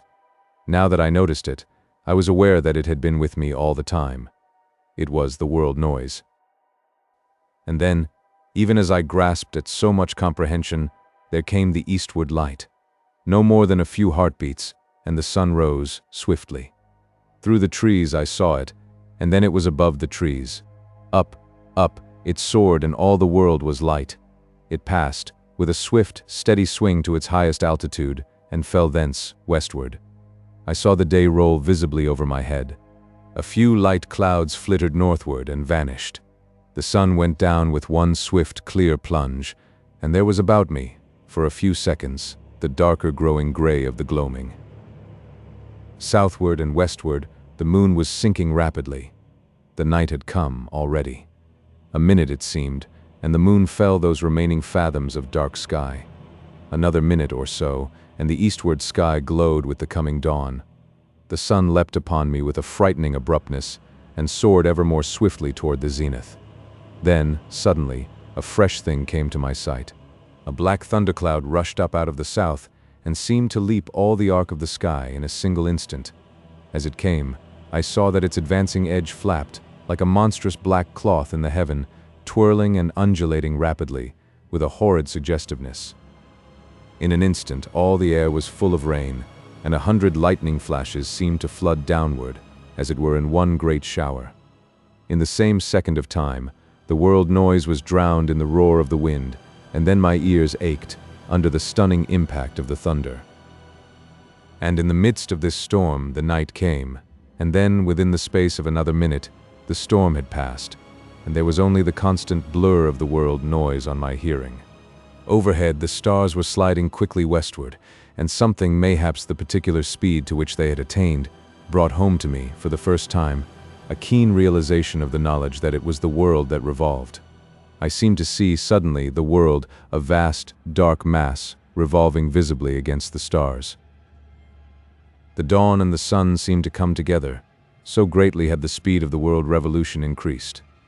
The sun drove up in one long, steady curve, passed its highest point, and swept down into the western sky, and disappeared. I was scarcely conscious of evening, so brief was it. Then I was watching the flying constellations, and the westward hastening moon. In but a space of seconds, so it seemed, it was sliding swiftly downward through the night blue, and then was gone, and, almost directly, came the morning. And now there seemed to come a strange acceleration. The sun made one clean, clear sweep through the sky, and disappeared behind the westward horizon, and the night came and went with a like haste. As the succeeding day opened and closed upon the world, I was aware of a sweat of snow, suddenly upon the earth. The night came, and, almost immediately, the day. In the brief leap of the sun, I saw that the snow had vanished, and then, once more, it was night. Thus matters were, and even after the many incredible things that I have seen, I experienced all the time a most profound awe. To see the sun rise and set, within a space of time to be measured by seconds, to watch, after a little, the moon leap, a pale and ever-growing orb up into the night sky, and glide, with a strange swiftness, through the vast arc of blue, and presently, to see the sun follow, springing out of the eastern sky, as though in chase, and then again the night, with the swift and ghostly passing of starry constellations, was all too much to view believingly. Yet, so it was, the day slipping from dawn to dusk, and the night sliding swiftly into day, ever rapidly and more rapidly. The last 3 passages of the sun had shown me a snow-covered earth, which at night had seemed, for a few seconds, incredibly weird under the fast-shifting light of the soaring and falling moon. Now, however, for a little space, the sky was hidden by a sea of swaying, leaden-white clouds, which lightened and blackened alternately with the passage of day and night. The clouds rippled and vanished, and there was once more before me the vision of the swiftly leaping sun, and nights that came and went like shadows. Faster and faster spun the world, and now each day and night was completed within the space of but a few seconds, and still the speed increased. It was a little later that I noticed that the sun had begun to have the suspicion of a trail of fire behind it. This was due, evidently, to the speed at which it, apparently, traversed the heavens. And, as the days sped, each one quicker than the last, the sun began to assume the appearance of a vast flaming comet flaring across the sky at short, periodic intervals. At night, the moon presented, with much greater truth, a comet-like aspect, a pale and singularly clear, fast-traveling shape of fire, trailing streaks of cold flame. The stars showed now merely as fine hairs of fire against the dark. Once, I turned from the window and glanced at Pepper. In the flash of a day, I saw that he slept quietly, and I moved once more to my watching. The sun was now bursting up from the eastern horizon, like a stupendous rocket, seeming to occupy no more than a second or two in hurling from east to west. I could no longer perceive the passage of clouds across the sky, which seemed to have darkened somewhat. The brief nights appeared to have lost the proper darkness of night, so that the hair-like fire of the flying stars showed but dimly. As the speed increased, The sun began to sway very slowly in the sky, from south to north, and then, slowly again, from north to south. So, amid a strange confusion of mind, the hours passed. All this while had Pepper slept. Presently, feeling lonely and distraught, I called to him softly, but he took no notice. Again I called, raising my voice slightly. Still he moved not. I walked over to where he lay and touched him with my foot to rouse him. At the action, gentle though it was, he fell to pieces. That is what happened. He literally and actually crumbled into a moldering heap of bones and dust.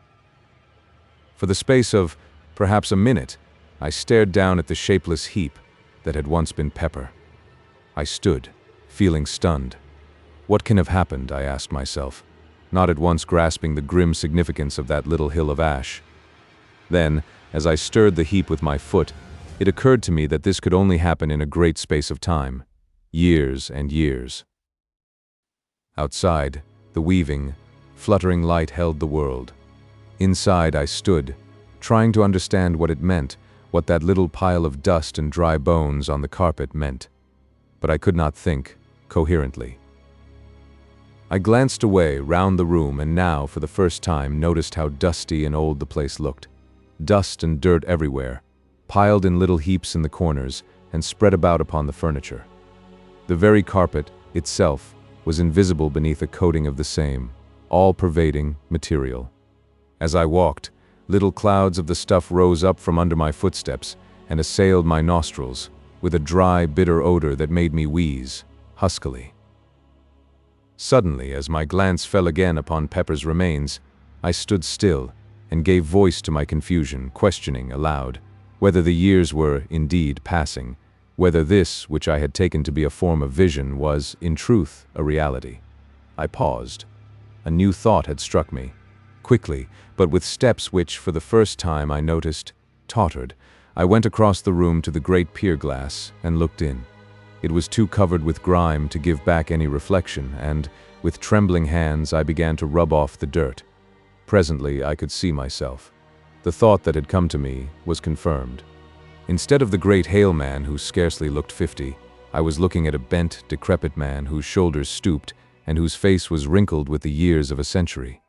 The hair, which a few short hours ago had been nearly coal-black, was now silvery white. Only the eyes were bright. Gradually I traced, in that ancient man, a faint resemblance to myself of other days. I turned away and tottered to the window. I knew now that I was old, and the knowledge seemed to confirm my trembling walk. For a little space, I stared moodily out into the blurred vista of changeful landscape. Even in that short time, a year passed, and with a petulant gesture, I left the window. As I did so, I noticed that my hand shook with the palsy of old age, and a short sob choked its way through my lips. For a little while, I paced, tremulously, between the window and the table, my gaze wandering hither and thither uneasily. How dilapidated the room was. Everywhere lay the thick dust, thick, sleepy, and black. The fender was a shape of rust. The chains that held the brass clock weights had rusted through long ago, and now the weights lay on the floor beneath, themselves two cones of verdigris. As I glanced about, it seemed to me that I could see the very furniture of the room rotting and decaying before my eyes. Nor was this fancy on my part, for all at once the bookshelf, along the side wall, collapsed, with a cracking and rending of rotten wood, precipitating its contents upon the floor and filling the room with a smother of dusty atoms. How tired I felt. As I walked, it seemed that I could hear my dry joints creak and crack at every step. I wondered about my sister. Was she dead, as well as Pepper? All had happened so quickly and suddenly. This must be, indeed, the beginning of the end of all things. It occurred to me to go to look for her, but I felt too weary, and then she had been so queer about these happenings of late. Of late. I repeated the words and laughed, feebly, mirthlessly, as the realization was borne in upon me that I spoke of a time half a century gone. Half a century. It might have been twice as long. I moved slowly to the window and looked out once more across the world. I can best describe the passage of day and night at this period as a sort of gigantic, ponderous flicker.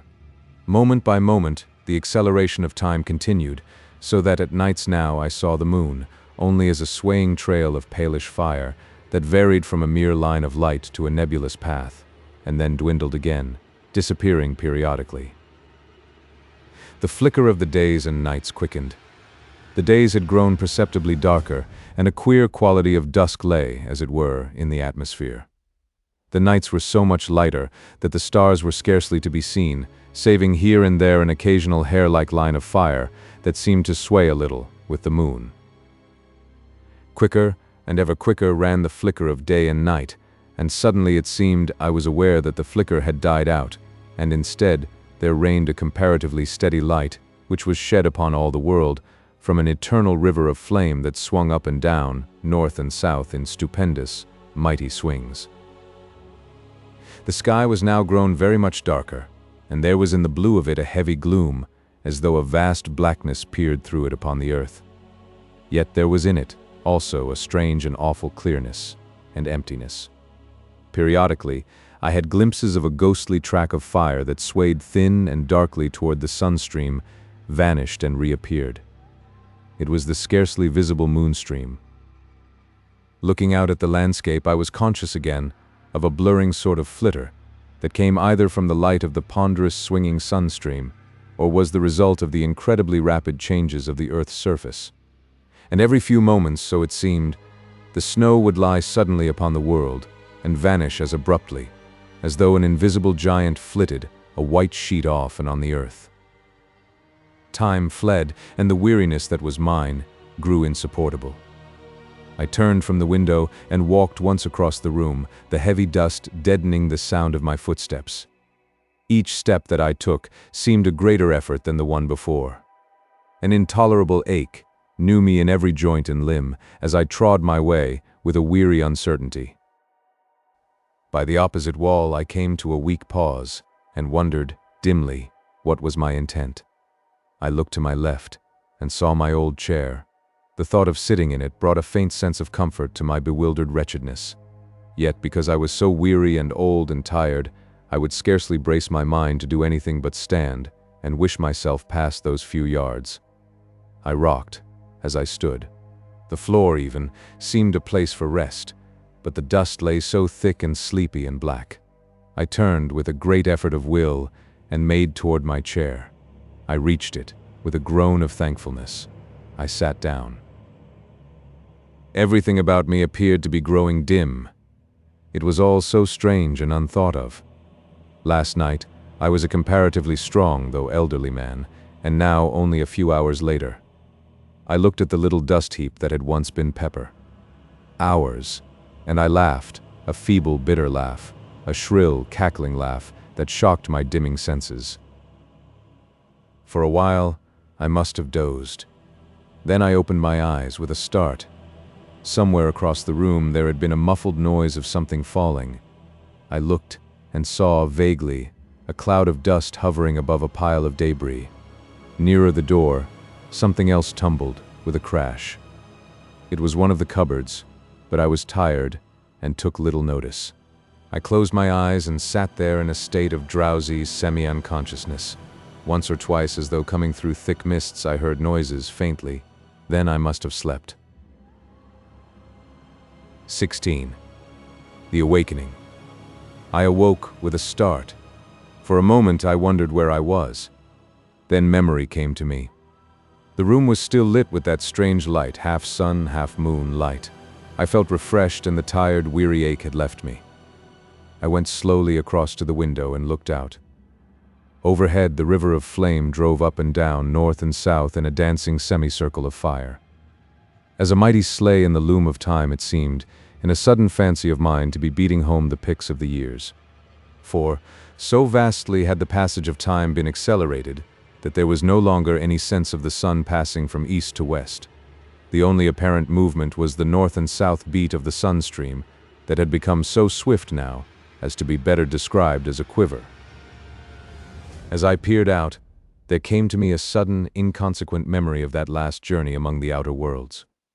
I remembered the sudden vision that had come to me as I neared the solar system, of the fast whirling planets about the sun, as though the governing quality of time had been held in abeyance, and the machine of a universe allowed to run down an eternity in a few moments or hours. The memory passed, along with a, but partially comprehended, suggestion that I had been permitted a glimpse into further time spaces. I stared out again, seemingly, at the quake of the sunstream. The speed seemed to increase, even as I looked. Several lifetimes came and went as I watched. Suddenly it struck me with a sort of grotesque seriousness that I was still alive. I thought of Pepper, and wondered how it was that I had not followed his fate. He had reached the time of his dying, and had passed, probably through sheer length of years. And here was I, alive, hundreds of thousands of centuries after my rightful period of years. For a time I mused absently. Yesterday I stopped, suddenly. Yesterday. There was no yesterday. The yesterday of which I spoke had been swallowed up in the abyss of years, ages gone. I grew dazed with much thinking. Presently I turned from the window and glanced round the room. It seemed different, strangely, utterly different. Then I knew what it was that made it appear so strange. It was bare. There was not a piece of furniture in the room, not even a solitary fitting of any sort. Gradually my amazement went as I remembered that this was but the inevitable end of that process of decay which I had witnessed commencing before my sleep. Thousands of years, millions of years. Over the floor was spread a deep layer of dust that reached halfway up to the window seat. It had grown immeasurably whilst I slept, and represented the dust of untold ages.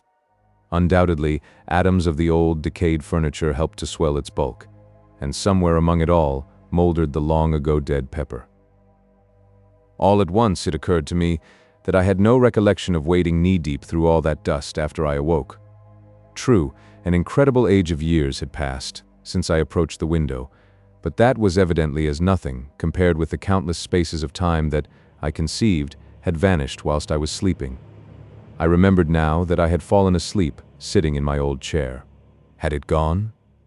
I glanced toward where it had stood. Of course, there was no chair to be seen.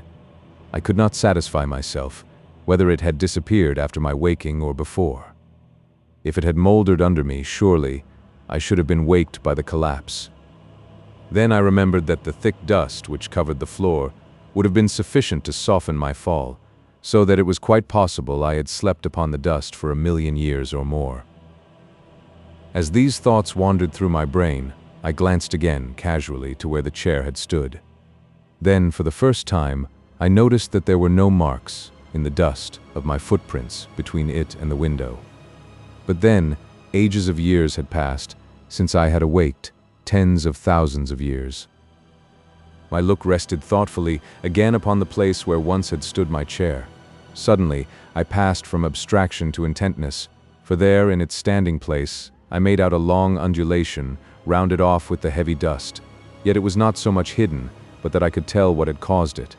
I knew and shivered at the knowledge that it was a human body, ages dead, lying there, beneath the place where I had slept. It was lying on its right side, its back turned toward me. I could make out and trace each curve and outline, softened and molded, as it were, in the black dust. In a vague sort of way, I tried to account for its presence there. Slowly, I began to grow bewildered, as the thought came to me that it lay just about where I must have fallen when the chair collapsed. Gradually, an idea began to form itself within my brain, a thought that shook my spirit. It seemed hideous and insupportable, yet it grew upon me, steadily, until it became a conviction. The body under that coating, that shroud of dust, was neither more nor less than my own dead shell. I did not attempt to prove it. I knew it now, and wondered I had not known it all along. I was a bodiless thing. A while I stood, trying to adjust my thoughts to this new problem. In time, how many thousands of years I know not, I attained to some degree of quietude sufficient to enable me to pay attention to what was transpiring around me. Now I saw that the elongated mound had sunk, collapsed, level with the rest of the spreading dust, and fresh atoms, impalpable, had settled above that mixture of grave powder which the aeons had ground. A long while I stood, turned from the window. Gradually, I grew more collected, while the world slipped across the centuries into the future. Presently, I began a survey of the room. Now I saw that time was beginning its destructive work, even on this strange old building. That it had stood through all the years was, it seemed to me, proof that it was something different from any other house. I do not think, somehow, that I had thought of its decaying, though why I could not have said. It was not until I had meditated upon the matter, for some considerable time, that I fully realized that the extraordinary space of time through which it had stood was sufficient to have utterly pulverized the very stones of which it was built, had they been taken from any earthly quarry. Yes, it was undoubtedly moldering now.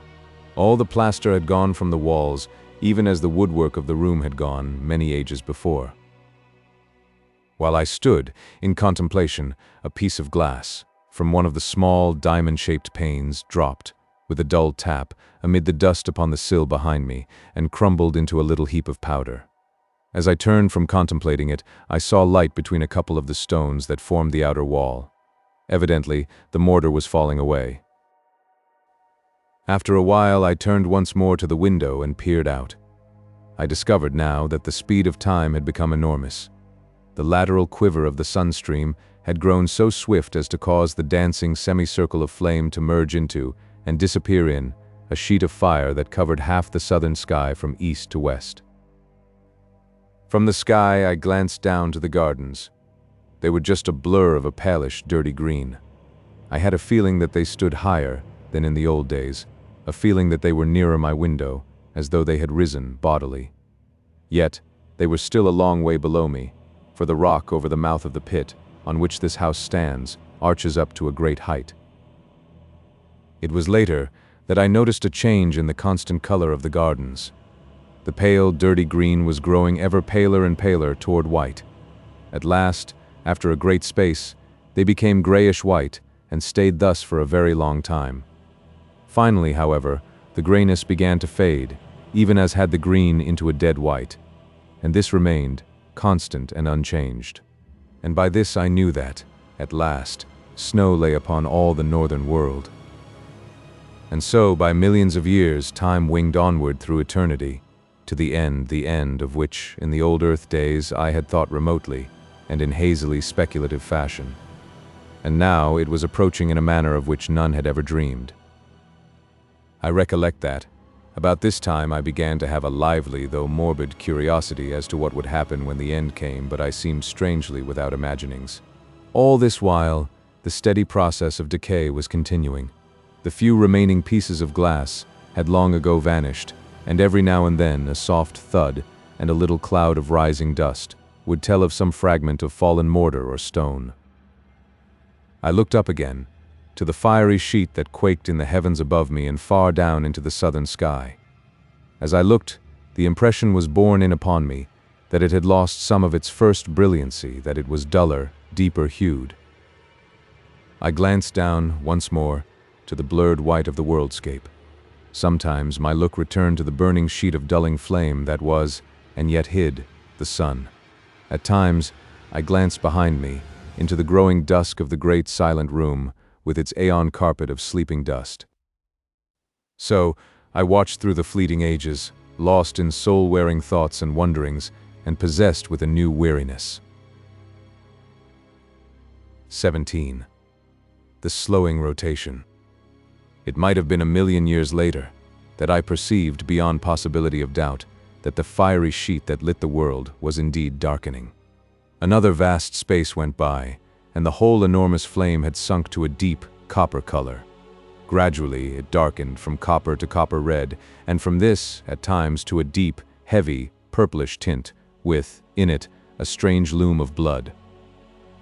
Although the light was decreasing, I could perceive no diminishment in the apparent speed of the sun. It still spread itself in that dazzling veil of speed. The world, so much of it as I could see, had assumed a dreadful shade of gloom, as though in very deed the last day of the worlds approached. The sun was dying, of that there could be little doubt, and still the earth whirled onward, through space and all the aeons. At this time, I remember, an extraordinary sense of bewilderment took me. I found myself, later, wandering, mentally, amid an odd chaos of fragmentary modern theories, and the old biblical story of the world's ending. Then, for the first time, there flashed across me the memory that the sun, with its system of planets, was, and had been, traveling through space at an incredible speed. Abruptly, the question rose, where? For a very great time I pondered this matter, but finally, with a certain sense of the futility of my puzzlings, I let my thoughts wander to other things. I grew to wondering how much longer the house would stand.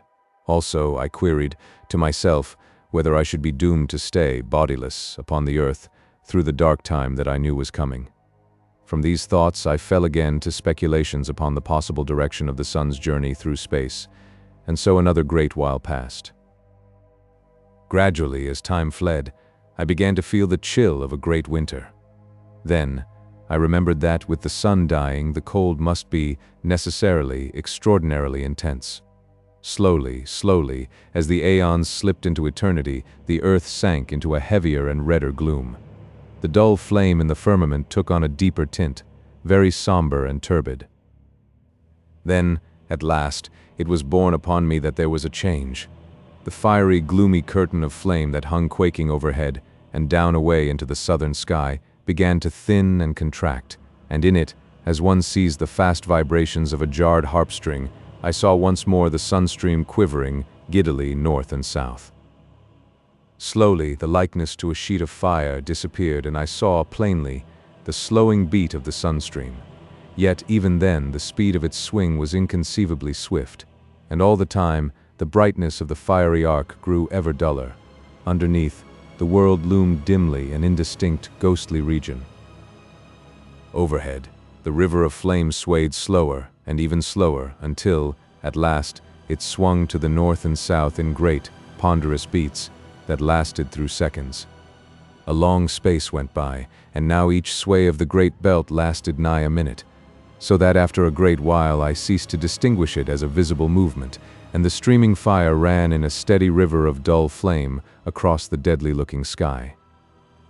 An indefinite period passed, and it seemed that the arc of fire became less sharply defined. It appeared to me to grow more attenuated, and I thought blackish streaks showed occasionally. Presently, as I watched, the smooth onward flow ceased, and I was able to perceive that there came a momentary, but regular, darkening of the world. This grew until, once more, night descended, in short but periodic intervals upon the wearying earth. Longer and longer became the nights, and the days equaled them, so that, at last, the day and the night grew to the duration of seconds in length, and the sun showed, once more, like an almost invisible coppery red-colored ball, within the glowing mistiness of its flight. Corresponding to the dark lines, showing at times in its trail, there were now distinctly to be seen on the half-visible sun itself, great, dark belts. Year after year flashed into the past, and the days and nights spread into minutes.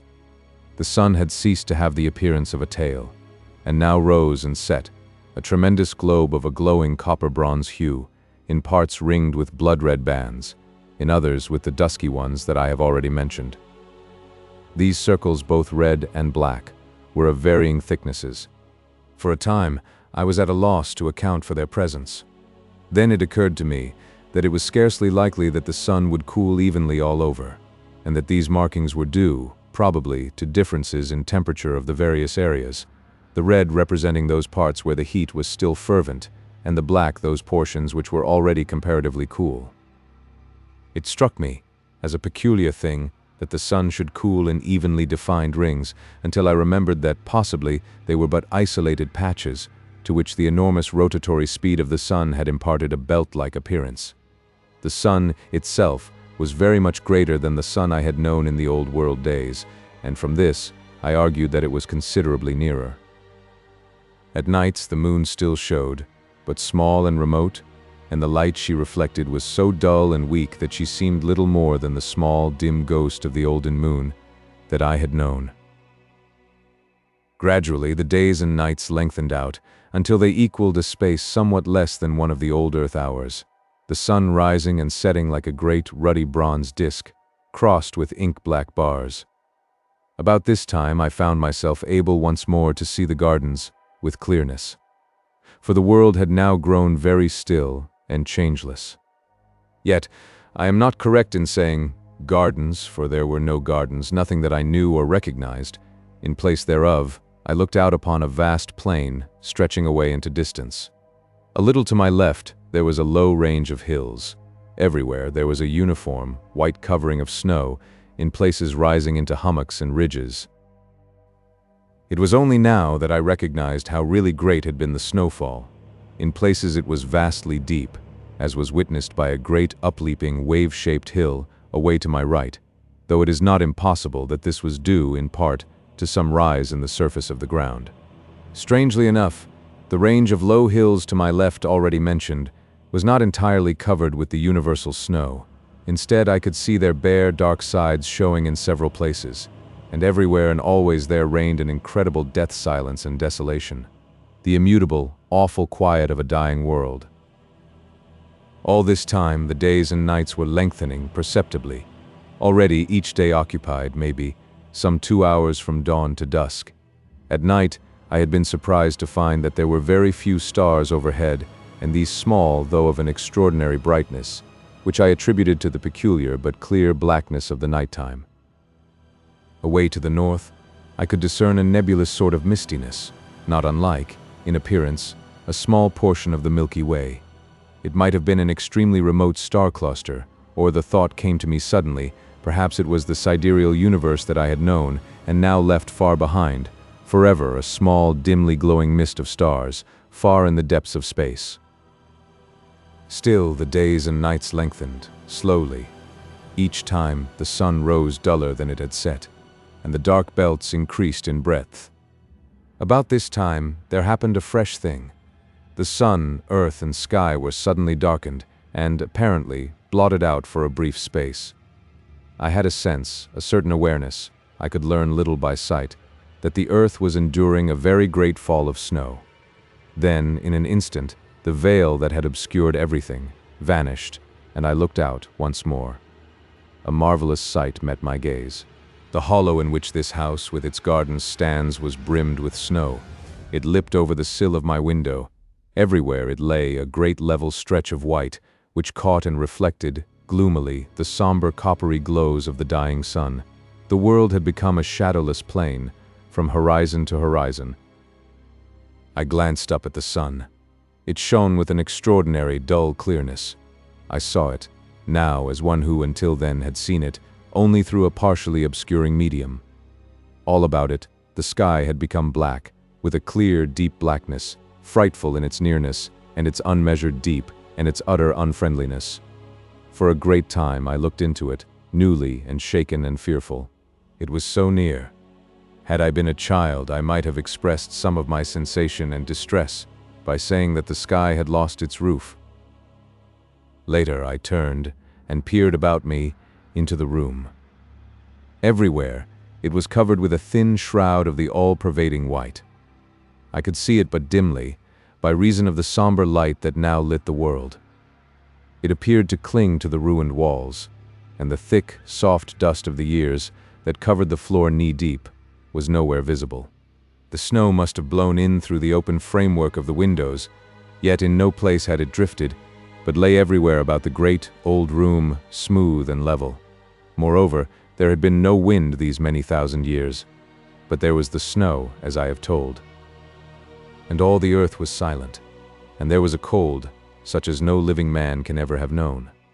The earth was now illuminated by day with a most doleful light, beyond my power to describe. It seemed as though I looked at the great plain through the medium of a bronze-tinted sea. It was evident that the earth's rotatory movement was departing steadily. The end came all at once. The night had been the longest yet, and when the dying sun showed, at last, above the world's edge, I had grown so wearied of the dark that I greeted it as a friend. It rose steadily until about 20 degrees above the horizon. Then, it stopped suddenly, and, after a strange retrograde movement, hung motionless, a great shield in the sky. Only the circular rim of the sun showed bright, only this, and one thin streak of light near the equator. Gradually, even this thread of light died out, and now, all that was left of our great and glorious sun was a vast dead disk, rimmed with a thin circle of bronze-red light. 18. The Green Star. The world was held in a savage gloom, cold and intolerable. Outside, all was quiet, quiet. From the dark room behind me came the occasional soft thud of falling matter, fragments of rotting stone. So time passed, and night grasped the world, wrapping it in wrappings of impenetrable blackness. There was no night sky as we know it. Even the few straggling stars had vanished conclusively. I might have been in a shuttered room without a light, for all that I could see. Only in the impalpableness of gloom opposite burnt that vast encircling hair of dull fire. Beyond this, there was no ray in all the vastitude of night that surrounded me, save that, far in the north, that soft mist-like glow still shone. Silently, years moved on. What period of time passed, I shall never know. It seemed to me, waiting there, that eternities came and went, stealthily, and still I watched. I could see only the glow of the sun's edge at times, for now it had commenced to come and go, lighting up a while and again becoming extinguished. All at once, during one of these periods of life, a sudden flame cut across the night, a quick glare that lit up the dead earth shortly, giving me a glimpse of its flat lonesomeness. The light appeared to come from the sun, shooting out from somewhere near its center, diagonally. A moment I gazed, startled. Then the leaping flame sank, and the gloom fell again. But now it was not so dark, and the sun was belted by a thin line of vivid white light. I stared intently. Had a volcano broken out on the sun? Yet, I negatived the thought, as soon as formed. I felt that the light had been far too intensely white and large for such a cause. Another idea there was that suggested itself to me. It was that one of the inner planets had fallen into the sun, becoming incandescent under that impact. This theory appealed to me as being more plausible and accounting more satisfactorily for the extraordinary size and brilliance of the blaze that had lit up the dead world so unexpectedly. Full of interest and emotion, I stared, across the darkness, at that line of white fire, cutting the night. One thing it told to me, unmistakably, the sun was yet rotating at an enormous speed. Thus, I knew that the years were still fleeting at an incalculable rate, though so far as the earth was concerned, life and light and time were things belonging to a period lost in the long-gone ages. After that one burst of flame, the light had shone only as an encircling band of bright fire. Now, however, as I watched, it began slowly to sink into a ruddy tint, and later, to a dark copper-red color, much as the sun had done. Presently, it sank to a deeper hue, and in a still further space of time, it began to fluctuate, having periods of glowing, and anon, dying. Thus, after a great while, it disappeared. Long before this, the smoldering edge of the sun had deadened into blackness, and so in that supremely future time, the world, dark and intensely silent, rode on its gloomy orbit around the ponderous mass of the dead sun. My thoughts at this period can be scarcely described. At first, they were chaotic and wanting in coherence. But later, as the ages came and went, my soul seemed to imbibe the very essence of the oppressive solitude and dreariness that held the earth. With this feeling, there came a wonderful clearness of thought, and I realized, despairingly, that the world might wander forever through that enormous night. For a while, the unwholesome idea filled me with a sensation of overbearing desolation, so that I could have cried like a child. In time, however, this feeling grew almost insensibly less, and an unreasoning hope possessed me. Patiently, I waited. From time to time, the noise of dropping particles behind in the room came dully to my ears. Once, I heard a loud crash and turned instinctively to look, forgetting for the moment the impenetrable night in which every detail was submerged. In a while, my gaze sought the heavens, turning, unconsciously, toward the north. Yes, the nebulous glow still showed. Indeed, I could have almost imagined that it looked somewhat plainer. For a long time I kept my gaze fixed upon it, feeling in my lonely soul that its soft haze was in some way a tie with the past. Strange, the trifles from which one can suck comfort. And yet, had I but known, but I shall come to that in its proper time. For a very long space I watched, without experiencing any of the desire for sleep that would so soon have visited me in the old earth days. How I should have welcomed it, if only to have passed the time away from my perplexities and thoughts. Several times the comfortless sound of some great piece of masonry falling disturbed my meditations, and once it seemed I could hear whispering in the room behind me. Yet it was utterly useless to try to see anything. Such blackness as existed scarcely can be conceived. It was palpable and hideously brutal to the sense, as though something dead pressed up against me, something soft and icily cold. Under all this, there grew up within my mind a great and overwhelming distress of uneasiness that left me, but to drop me into an uncomfortable brooding. I felt that I must fight against it, and presently, hoping to distract my thoughts, I turned to the window and looked up toward the north, in search of the nebulous whiteness which, still, I believed to be the far and misty glowing of the universe we had left. Even as I raised my eyes, I was thrilled with a feeling of wonder, for now the hazy light had resolved into a single great star of vivid green. As I stared, astonished, the thought flashed into my mind that the earth must be traveling toward the star, not away, as I had imagined. Next, that it could not be the universe the earth had left, but possibly an outlying star belonging to some vast star cluster hidden in the enormous depths of space. With a sense of commingled awe and curiosity, I watched it, wondering what new thing was to be revealed to me. For a while, vague thoughts and speculations occupied me, during which my gaze dwelt insatiably upon that one spot of light in the otherwise pit-like darkness. Hope grew up within me, banishing the oppression of despair that had seemed to stifle me. Wherever the earth was traveling, it was, at least, going once more toward the realms of light. Light. One must spend an eternity wrapped in soundless night to understand the full horror of being without it. Slowly but surely the star grew upon my vision until, in time, it shone as brightly as had the planet Jupiter in the old Earth days. With increased size, its color became more impressive, reminding me of a huge emerald, scintillating rays of fire across the world. Years fled away in silence, and the green star grew into a great splash of flame in the sky. A little later, I saw a thing that filled me with amazement. It was the ghostly outline of a vast crescent in the night, a gigantic new moon, seeming to be growing out of the surrounding gloom. Utterly bemused, I stared at it. It appeared to be quite close, comparatively, and I puzzled to understand how the earth had come so near to it, without my having seen it before. The light, thrown by the star, grew stronger, and presently I was aware that it was possible to see the earthscape again, though indistinctly. A while I stared, trying to make out whether I could distinguish any detail of the world's surface, but I found the light insufficient.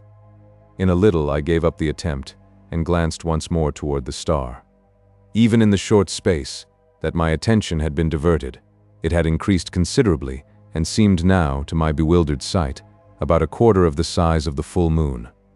The light it threw was extraordinarily powerful, yet its color was so abominably unfamiliar that such of the world as I could see showed unreal, more as though I looked out upon a landscape of shadow than aught else. All this time, the great crescent was increasing in brightness and began now to shine with a perceptible shade of green. Steadily the star increased in size and brilliancy until it showed fully as large as half a full moon, and, as it grew greater and brighter, so did the vast crescent throw out more and more light, though of an ever-deepening hue of green. Under the combined blaze of their radiances, the wilderness that stretched before me became steadily more visible. Soon I seemed able to stare across the whole world, which now appeared, beneath the strange light, terrible in its cold and awful flat dreariness.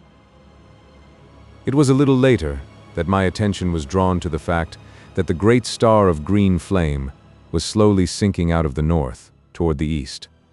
At first I could scarcely believe that I saw aright, but soon there could be no doubt that it was so. Gradually it sank, and, as it fell, the vast crescent of glowing green began to dwindle and dwindle until it became a mere arc of light against the livid colored sky. Later it vanished, disappearing in the self-same spot from which I had seen it slowly emerge. By this time, the star had come to within some 30 degrees of the hidden horizon. In size, it could now have rivaled the moon at its full, though even yet, I could not distinguish its disk. This fact led me to conceive that it was still an extraordinary distance away, and this being so, I knew that its size must be huge, beyond the conception of man to understand or imagine. Suddenly, as I watched, the lower edge of the star vanished, cut by a straight, dark line. A minute or a century passed, and it dipped lower until the half of it had disappeared from sight. Far away out on the great plain, I saw a monstrous shadow blotting it out and advancing swiftly. Only a third of the star was visible now. Then, like a flash, the solution of this extraordinary phenomenon revealed itself to me. The star was sinking behind the enormous mass of the dead sun. Or rather, the sun, obedient to its attraction, was rising toward it, with the earth following in its trail. As these thoughts expanded in my mind, the star vanished, being completely hidden by the tremendous bulk of the sun. Over the earth there fell, once more, the brooding night. With the darkness came an intolerable feeling of loneliness and dread. For the first time, I thought of the pit and its inmates. After that, there rose in my memory the still more terrible thing that had haunted the shores of the Sea of Sleep and lurked in the shadows of this old building. Where were they? I wondered and shivered with miserable thoughts. For a time, fear held me, and I prayed, wildly and incoherently, for some ray of light with which to dispel the cold blackness that enveloped the world. How long I waited, it is impossible to say, certainly for a very great period. Then, all at once, I saw a loom of light shine out ahead. Gradually, it became more distinct. Suddenly, a ray of vivid green flashed across the darkness. At the same moment, I saw a thin line of livid flame far in the night.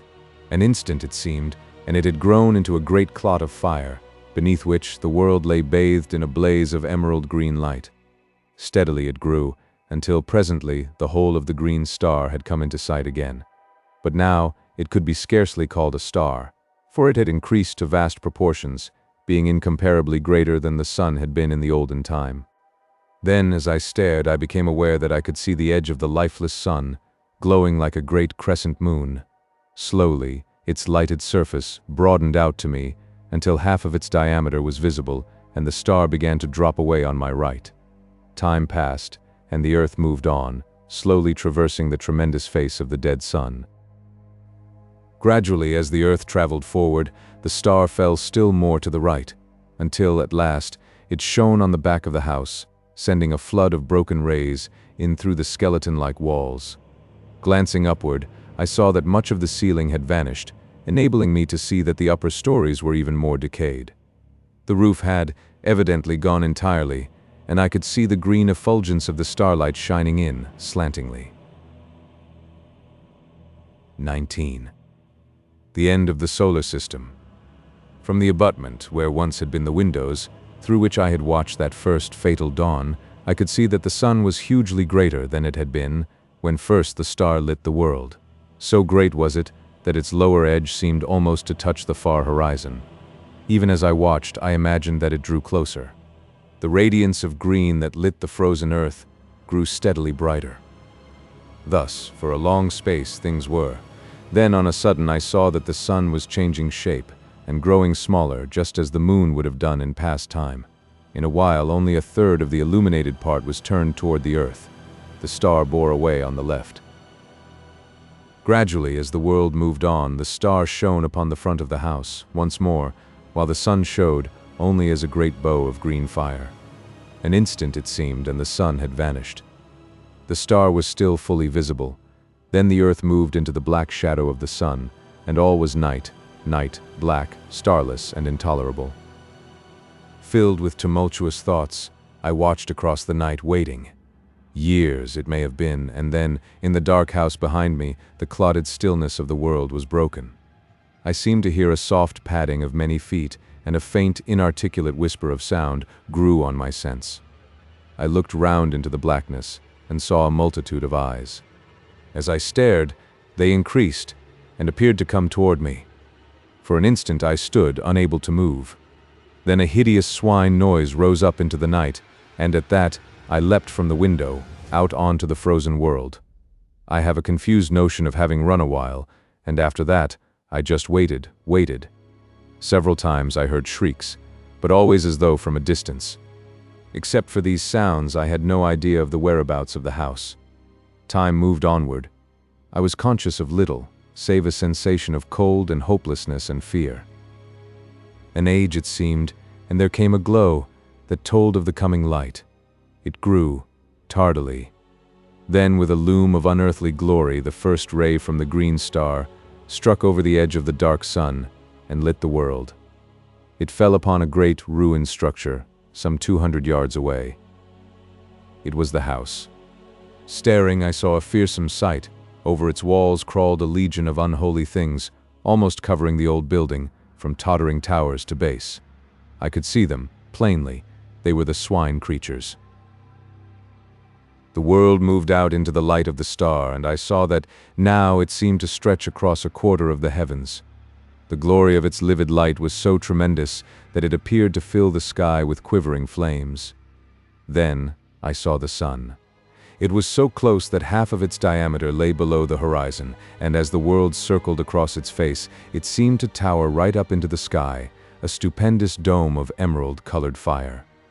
From time to time I glanced toward the house, but the swine-things seemed unaware of my proximity. Years appeared to pass, slowly. The earth had almost reached the center of the sun's disk. The light from the green sun, as now it must be called, shone through the interstices that gapped the molded walls of the old house, giving them the appearance of being wrapped in green flames. The swine creatures still crawled about the walls. Suddenly, there rose a loud roar of swine voices, and up from the center of the roofless house shot a vast column of blood-red flame. I saw the little twisted towers and turrets flash into fire, yet still preserving their twisted crookedness. The beams of the green sun beat upon the house and intermingled with its lurid glows, so that it appeared a blazing furnace of red and green fire. Fascinated, I watched, until an overwhelming sense of coming danger drew my attention.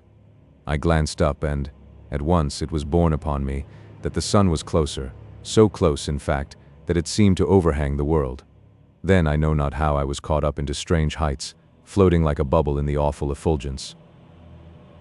Far below me I saw the earth, with the burning house leaping into an ever-growing mountain of flame.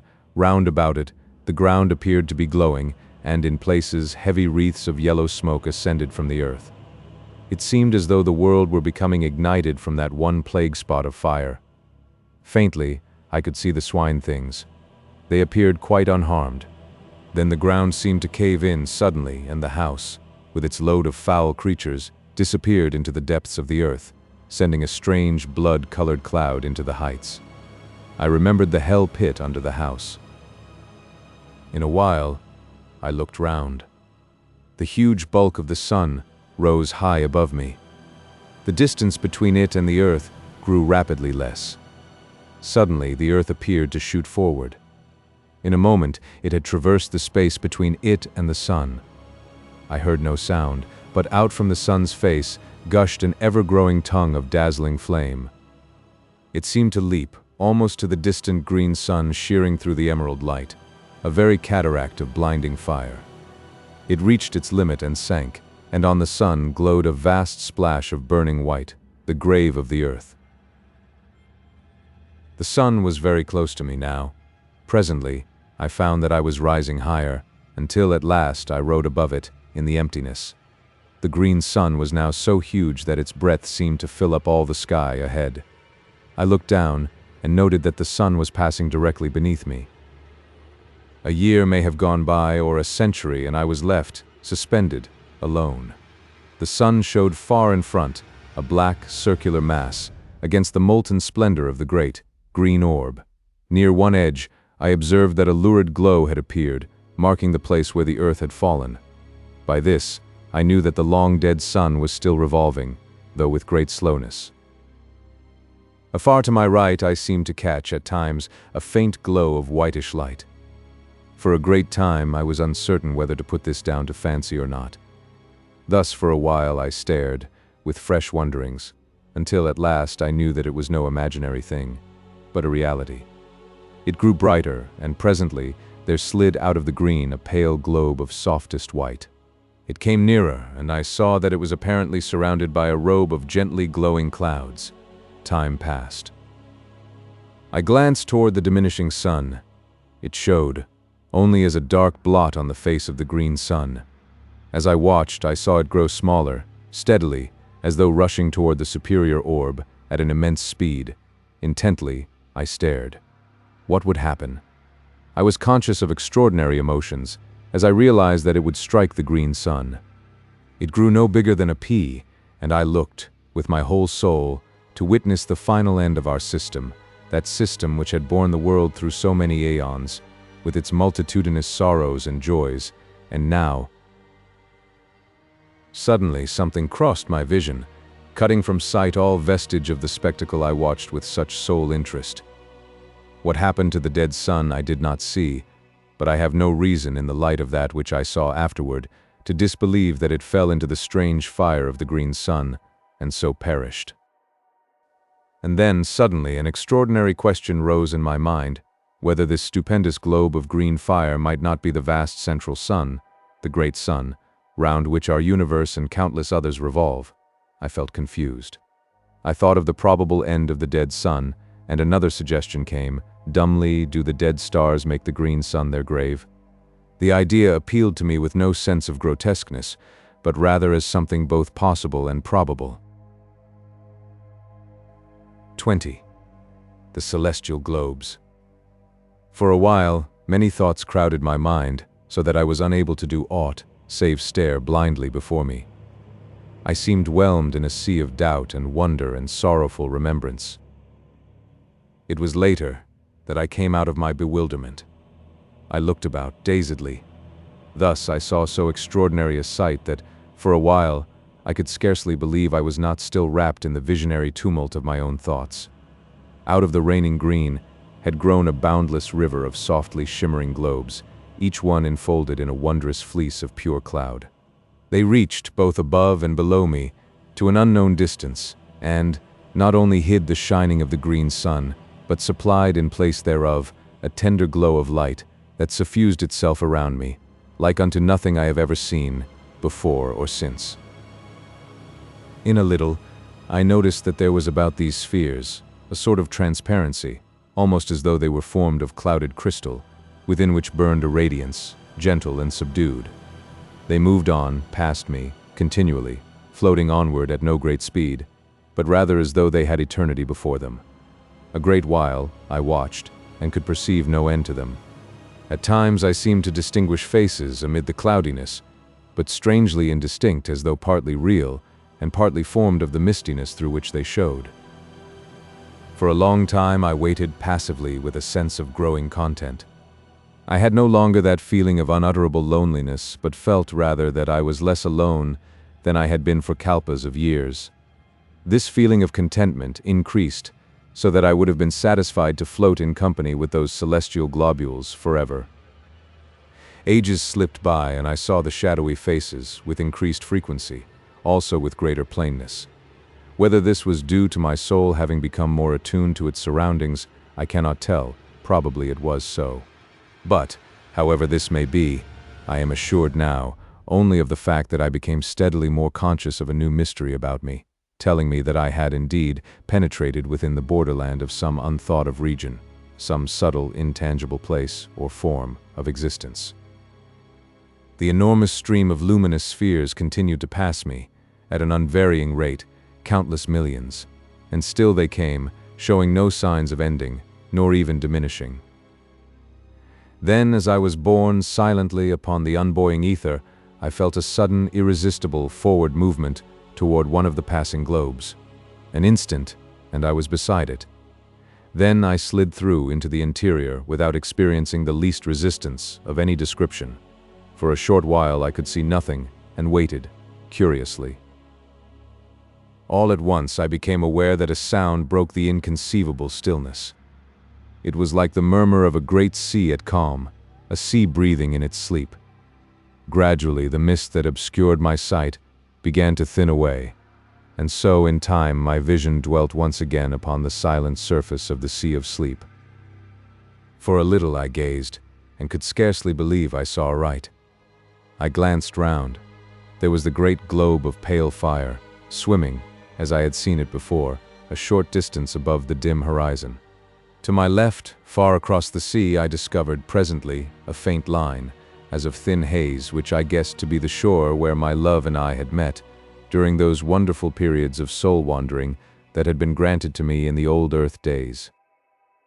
Another, a troubled memory came to me of the formless thing that had haunted the shores of the Sea of Sleep, the guardian of that silent, echoless place. These and other details I remembered and knew without doubt that I was looking out upon that same sea. With the assurance, I was filled with an overwhelming feeling of surprise and joy and shaken expectancy, conceiving it possible that I was about to see my love again. Intently I gazed around, but could catch no sight of her. At that, for a little, I felt hopeless. Fervently I prayed, and ever peered, anxiously. How still was the sea! Down, far beneath me, I could see the many trails of changeful fire that had drawn my attention formerly. Vaguely, I wondered what caused them.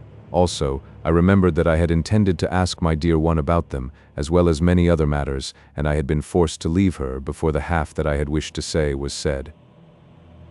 My thoughts came back with a leap. I was conscious that something had touched me. I turned quickly. God, thou wert indeed gracious. It was she. She looked up into my eyes with an eager longing, and I looked down to her with all my soul. I should like to have held her, but the glorious purity of her face kept me afar. Then, out of the winding mist, she put her dear arms. Her whisper came to me, soft as the rustle of a passing cloud. "Dearest," she said. That was all but I had heard, and in a moment I held her to me as I prayed forever. In a little, she spoke of many things, and I listened. Willingly would I have done so through all the ages that are to come. At times, I whispered back, and my whispers brought to her spirit face, once more, an indescribably delicate tint, the bloom of love. Later, I spoke more freely, and to each word she listened and made answer, delightfully, so that already I was in paradise. She and I and nothing save the silent, spacious void to see us, and only the quiet waters of the Sea of Sleep to hear us. Long before, the floating multitude of cloud-enfolded spheres had vanished into nothingness. Thus we looked upon the face of the slumberous deeps, and were alone. Alone, God, I would be thus alone in the hereafter, and yet be never lonely. I had her, and greater than this, she had me. I, aeon aged me, and on this thought, and some others, I hope to exist through the few remaining years that may yet lie between us. 21. The Dark Sun. How long our souls lay in the arms of joy I cannot say, but all at once I was waked from my happiness by a diminution of the pale and gentle light that lit the Sea of Sleep. I turned toward the huge white orb with a premonition of coming trouble. One side of it was curving inward as though a convex black shadow were sweeping across it. My memory went back. It was thus that the darkness had come before our last parting. I turned toward my love, inquiringly. With a sudden knowledge of woe, I noticed how wan and unreal she had grown, even in that brief space. Her voice seemed to come to me from a distance. The touch of her hands was no more than the gentle pressure of a summer wind, and grew less perceptible. Already, quite half of the immense globe was shrouded. A feeling of desperation seized me. Was she about to leave me? Would she have to go as she had gone before? I questioned her, anxiously, frightenedly, and she, nestling closer, explained in that strange, faraway voice that it was imperative she should leave me before the sun of darkness, as she termed it, blotted out the light. At this confirmation of my fears, I was overcome with despair, and could only look, voicelessly, across the quiet plains of the silent sea. How swiftly the darkness spread across the face of the white orb. Yet, in reality, the time must have been long beyond human comprehension. At last, only a crescent of pale fire lit the, now dim, Sea of Sleep. All this while she had held me, but with so soft a caress that I had been scarcely conscious of it. We waited there, together, she and I, speechless for very sorrow. In the dimming light, her face showed, shadowy, blending into the dusky mistiness that encircled us. Then, when a thin, curved line of soft light was all that lit the sea, she released me, pushing me from her, tenderly. Her voice sounded in my ears, "I may not stay longer, dear one." It ended in a sob. She seemed to float away from me and became invisible. Her voice came to me, out of the shadows, faintly, apparently from a great distance. A little while it died away, remotely. In a breath, the sea of sleep darkened into night. Far to my left I seemed to see, for a brief instant, a soft glow. It vanished, and in the same moment, I became aware that I was no longer above the still sea, but once more suspended in infinite space, with the green sun now eclipsed by a vast, dark sphere before me. Utterly bewildered, I stared, almost unseeingly, at the ring of green flames leaping above the dark edge. Even in the chaos of my thoughts, I wondered dully at their extraordinary shapes. A multitude of questions assailed me. I thought more of her I had so lately seen than of the sight before me. My grief and thoughts of the future filled me. Was I doomed to be separated from her, always? Even in the old Earth days, she had been mine, only for a little while. Then she had left me, as I thought, forever. Since then, I had seen her but these times upon the sea of sleep. A feeling of fierce resentment filled me, and miserable questionings. Why could I not have gone with my love? What reason to keep us apart? Why had I to wait alone, while she slumbered through the years on the still bosom of the sea of sleep? The sea of sleep. My thoughts turned, inconsequently, out of their channel of bitterness to fresh, desperate questionings. Where was it? Where was it? I seemed to have but just parted from my love upon its quiet surface, and it had gone, utterly. It could not be far away, and the white orb which I had seen hidden in the shadow of the sun of darkness. My sight dwelt upon the green sun eclipsed. What had eclipsed it? Was there a vast, dead star circling it? Was the central sun, as I had come to regard it, a double star? The thought had come, almost unbidden, yet why should it not be so? My thoughts went back to the white orb. Strange that it should have been. I stopped. An idea had come, suddenly. The white orb and the green sun. Were they one and the same? My imagination wandered backward, and I remembered the luminous globe to which I had been so unaccountably attracted. It was curious that I should have forgotten it, even momentarily. Where were the others? I reverted again to the globe I had entered. I thought, for a time, and matters became clearer. I conceived that, by entering that impalpable globule, I had passed, at once, into some further, and until then invisible dimension. There the green sun was still visible, but as a stupendous sphere of pale white light, almost as though its ghost showed, and not its material part.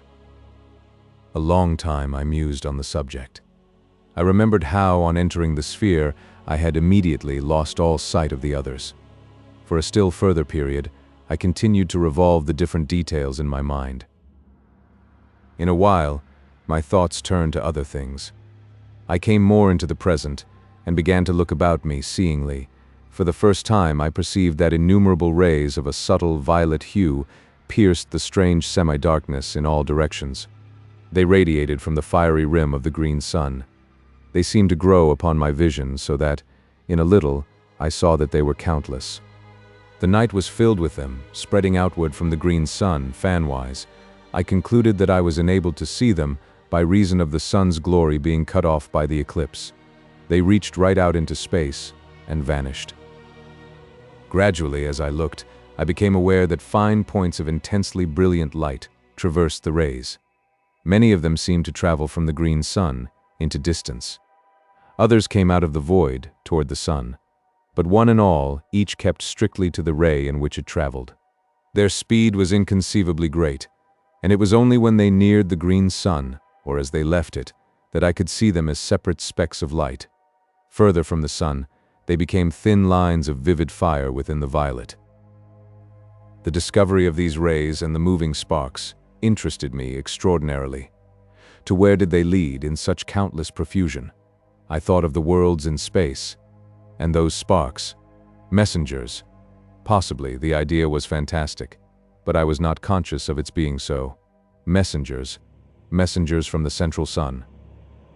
An idea evolved itself slowly. Was the green sun the abode of some vast intelligence? The thought was bewildering. Visions of the unnameable rose, vaguely. Had I, indeed, come upon the dwelling place of the eternal? For a time I repelled the thought, dumbly. It was too stupendous. Yet, huge, vague thoughts had birth within me. I felt, suddenly, terribly naked, and an awful nearness shook me. And heaven, was that an illusion? My thoughts came and went, erratically. The sea of sleep, and she, heaven. I came back, with a bound, to the present.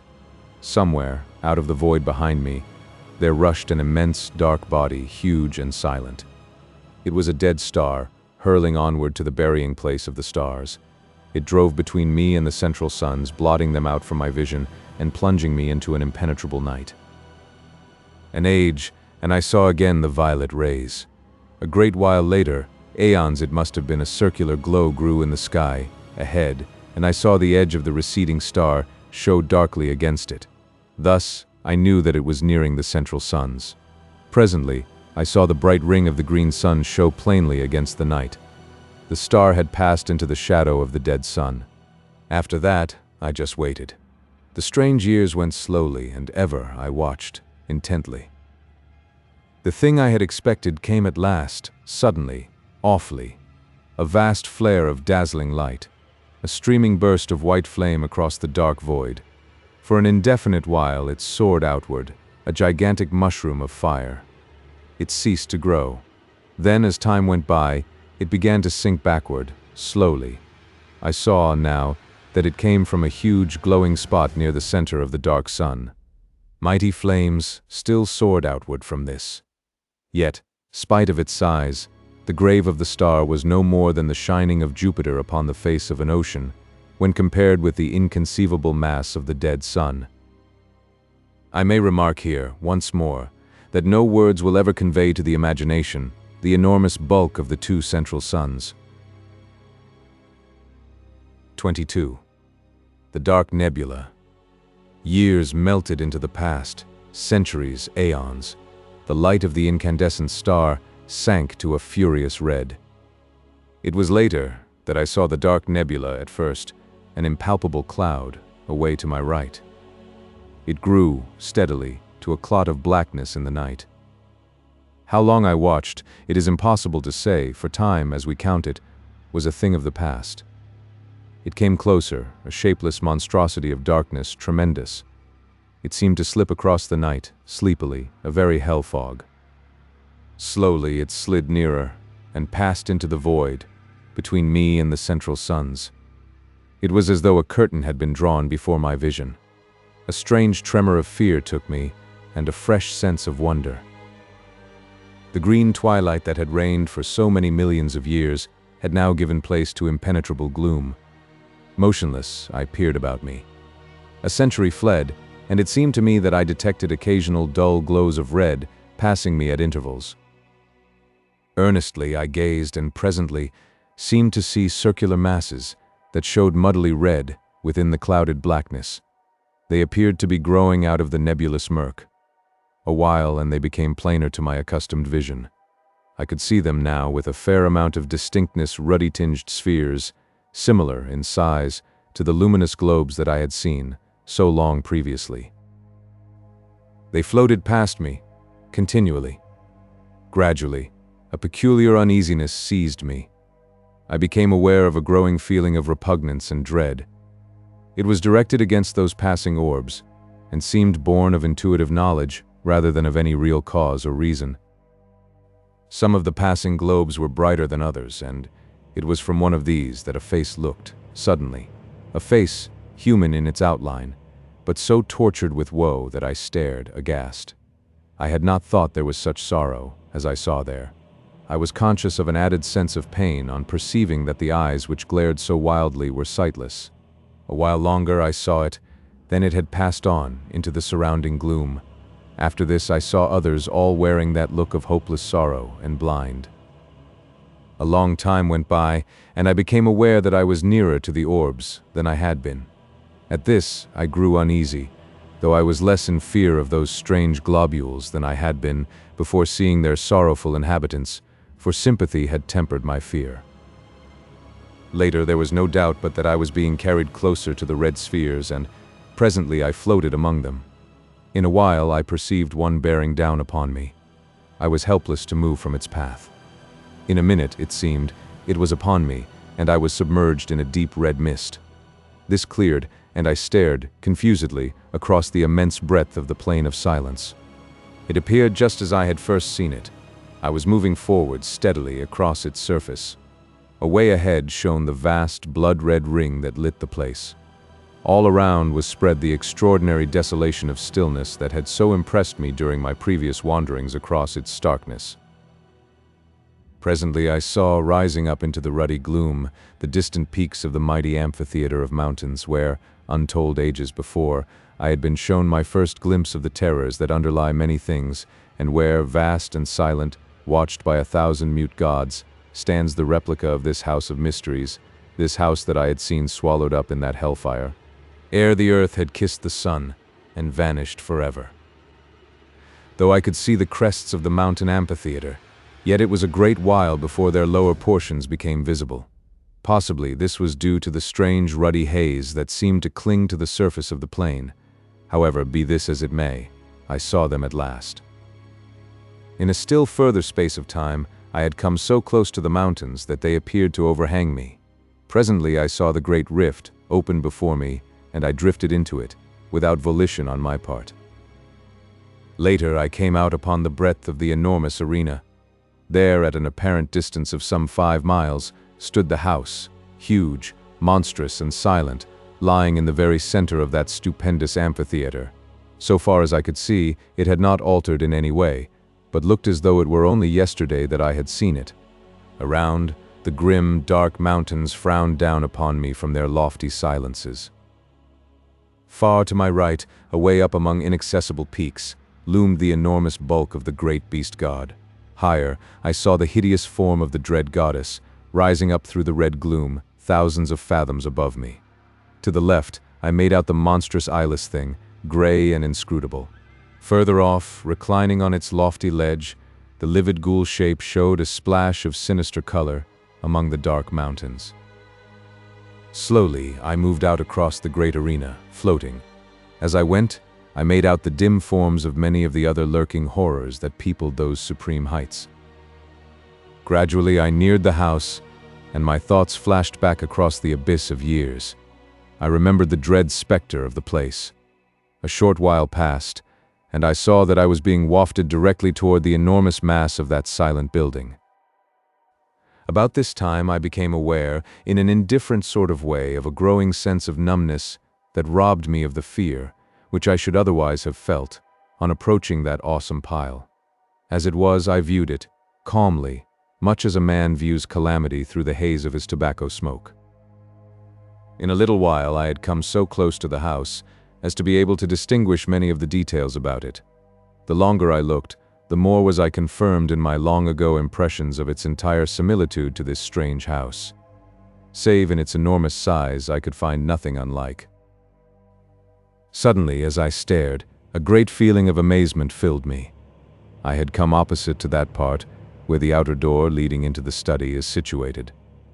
There, lying right across the threshold, lay a great length of coping stone, identical save in size and color, with the piece I had dislodged in my fight with the pit creatures. I floated nearer, and my astonishment increased as I noted that the door was broken partly from its hinges, precisely in the manner that my study door had been forced inward by the assaults of the swine-things. The sight started a train of thoughts, and I began to trace, dimly, that the attack on this house might have a far deeper significance than I had, hitherto, imagined. I remembered how, long ago in the old Earth days, I had half suspected that, in some unexplainable manner, this house, in which I live, was en rapport, to use a recognized term, with that other tremendous structure, away in the midst of that incomparable plain. Now, however, it began to be borne upon me that I had but vaguely conceived what the realization of my suspicion meant. I began to understand, with a more than human clearness, that the attack I had repelled was, in some extraordinary manner, connected with an attack upon that strange edifice.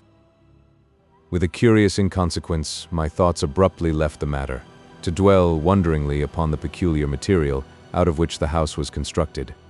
It was, as I have mentioned earlier, of a deep green color. Yet, now that I had come so close to it, I perceived that it fluctuated at times, though slightly glowing and fading, much as do the fumes of phosphorus when rubbed upon the hand in the dark. Presently my attention was distracted from this by coming to the great entrance. Here, for the first time, I was afraid, for all in a moment the huge doors swung back, and I drifted in between them, helplessly. Inside, all was blackness, impalpable. In an instant, I had crossed the threshold, and the great doors closed, silently, shutting me in that lightless place. For a while I seemed to hang, motionless, suspended amid the darkness. Then, I became conscious that I was moving again, where, I could not tell. Suddenly, far down beneath me, I seemed to hear a murmurous noise of swine laughter. It sank away, and the succeeding silence appeared clogged with horror. Then a door opened somewhere ahead. A white haze of light filtered through, and I floated slowly into a room that seemed strangely familiar. All at once there came a bewildering, screaming noise that deafened me. I saw a blurred vista of visions, flaming before my sight. My senses were dazed, through the space of an eternal moment. Then, my power of seeing came back to me. The dizzy, hazy feeling passed, and I saw clearly. 23. Pepper. I was seated in my chair, back again in this old study. My glance wandered round the room. For a minute it had a strange, quivery appearance, unreal and unsubstantial. This disappeared, and I saw that nothing was altered in any way. I looked toward the end window. The blind was up. I rose to my feet, shakily. As I did so, a slight noise in the direction of the door attracted my attention. I glanced toward it. For a short instant, it appeared to me that it was being closed, gently. I stared, and saw that I must have been mistaken. It seemed closely shut. With a succession of efforts, I trod my way to the window and looked out. The sun was just rising, lighting up the tangled wilderness of gardens. For perhaps a minute I stood and stared. I passed my hand confusedly across my forehead. Presently, amid the chaos of my senses, a sudden thought came to me. I turned quickly and called to Pepper. There was no answer, and I stumbled across the room in a quick access of fear. As I went, I tried to frame his name, but my lips were numb. I reached the table and stooped down to him, with a catching at my heart. He was lying in the shadow of the table, and I had not been able to see him distinctly from the window. Now, as I stooped, I took my breath, shortly. There was no Pepper. Instead, I was reaching toward an elongated little heap of gray, ash-like dust. I must have remained in that half-stooped position for some minutes. I was dazed, stunned. Pepper had really passed into the land of shadows. 24. The footsteps in the garden. Pepper is dead. Even now, at times, I seem scarcely able to realize that this is so. It is many weeks since I came back from that strange and terrible journey through space and time. Sometimes, in my sleep, I dream about it, and go through in imagination the whole of that fearsome happening. When I wake, my thoughts dwell upon it.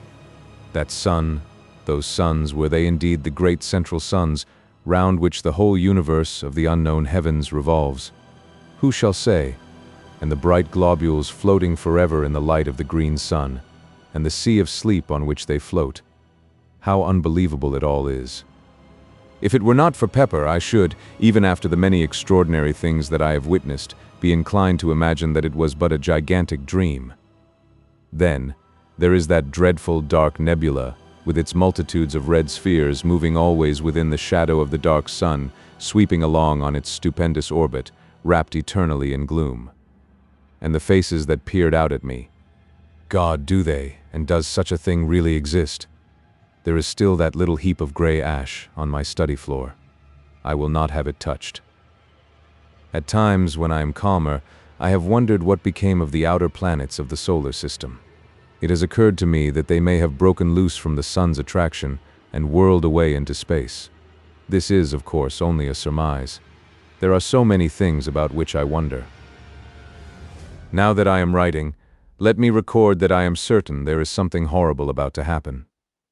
Last night, a thing occurred which has filled me with an even greater terror than did the pit fear. I will write it down now, and if anything more happens, endeavor to make a note of it at once. I have a feeling that there is more in this last affair than in all those others. I am shaky and nervous, even now as I write. Somehow I think death is not very far away.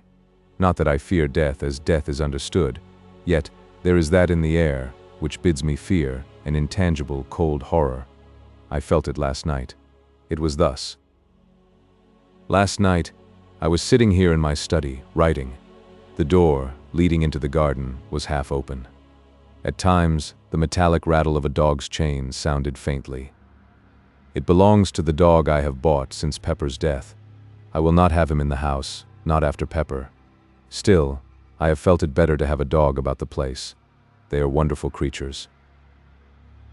I was much engrossed in my work, and the time passed quickly. Suddenly I heard a soft noise on the path. Outside in the garden, pad, pad, pad it went, with a stealthy, curious sound. I sat upright, with a quick movement, and looked out through the open door. Again the noise came, pad, pad, pad. It appeared to be approaching. With a slight feeling of nervousness, I stared into the gardens, but the night hid everything. Then the dog gave a long howl, and I started. For a minute, perhaps, I peered intently, but could hear nothing. After a little, I picked up the pen which I had laid down and recommenced my work. The nervous feeling had gone, for I imagined that the sound I had heard was nothing more than the dog walking round his kennel, at the length of his chain. A quarter of an hour may have passed, then, all at once, the dog howled again, and with such a plaintively sorrowful note that I jumped to my feet, dropping my pen and inking the page on which I was at work. "Curse that dog," I muttered, noting what I had done. Then, even as I said the words, there sounded again that queer pad, pad, pad. It was horribly close, almost by the door, I thought. I knew now that it could not be the dog. His chain would not allow him to come so near. The dog's growl came again, and I noted, subconsciously, the taint of fear in it. Outside on the windowsill, I could see Tip, my sister's pet cat. As I looked, it sprang to its feet, its tail swelling visibly. For an instant it stood thus, seeming to stare fixedly at something in the direction of the door. Then, quickly, it began to back along the sill, until, reaching the wall at the end, it could go no further. There it stood, rigid as though frozen in an attitude of extraordinary terror. Frightened and puzzled, I seized a stick from the corner and went toward the door, silently, taking one of the candles with me. I had come to within a few paces of it when, suddenly, a peculiar sense of fear thrilled through me, a fear palpitant and real, whence I knew not, nor why. So great was the feeling of terror that I wasted no time, but retreated straightway, walking backward, and keeping my gaze fearfully on the door. I would have given much to rush at it, fling it to, and shoot the bolts, for I have had it repaired and strengthened, so that, now, it is far stronger than ever it has been. Like Tip, I continued my almost unconscious progress backward until the wall brought me up. At that, I started nervously and glanced round apprehensively. As I did so, my eyes dwelt momentarily on the rack of firearms, and I took a step toward them, but stopped, with a curious feeling that they would be needless. Outside, in the gardens, the dog moaned strangely. Suddenly, from the cat, there came a fierce, long screech. I glanced jerkily in its direction. Something, luminous and ghostly, encircled it and grew upon my vision.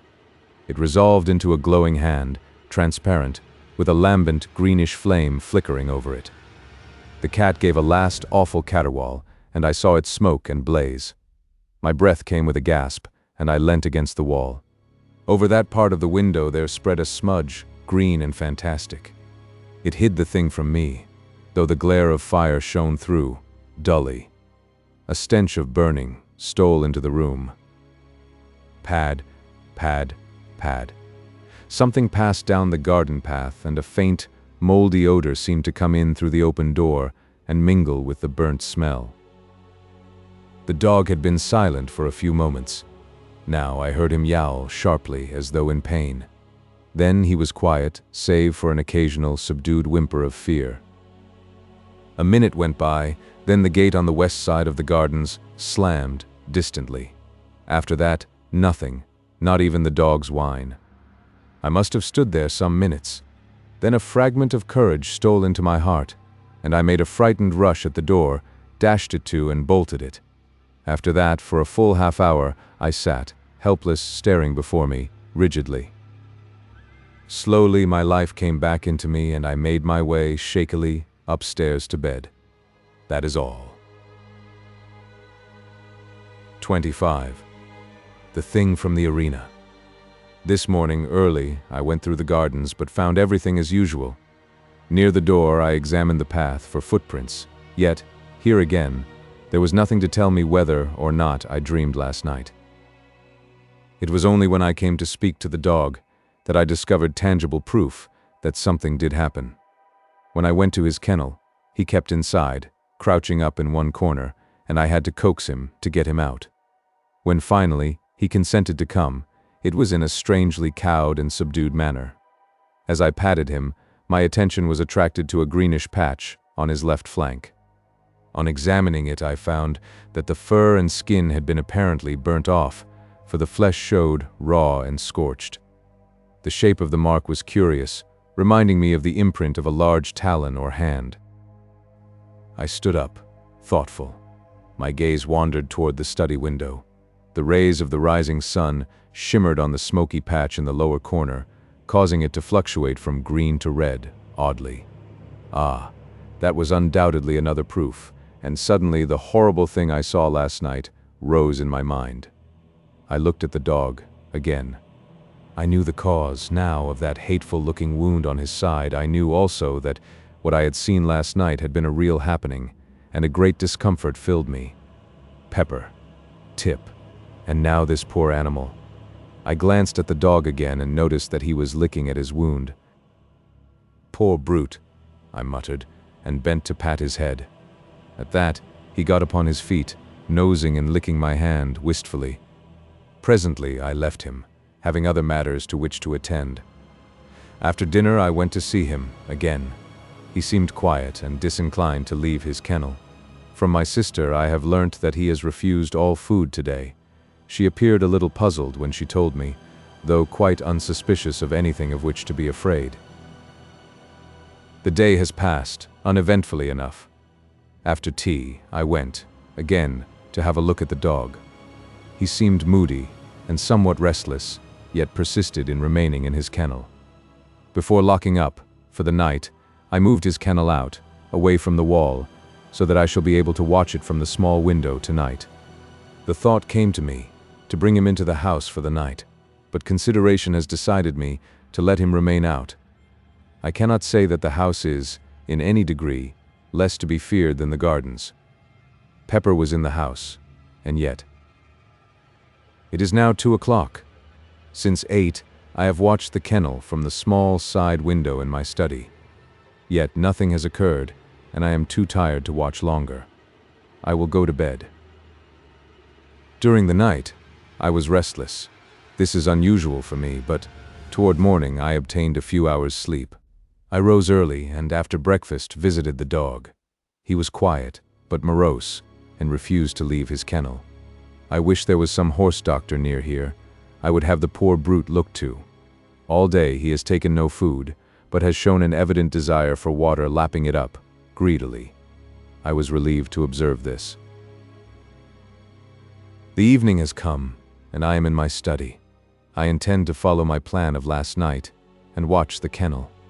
The door leading into the garden is bolted securely.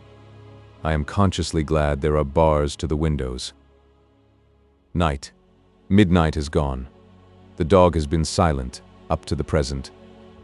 Through the side window on my left, I can make out, dimly, the outlines of the kennel.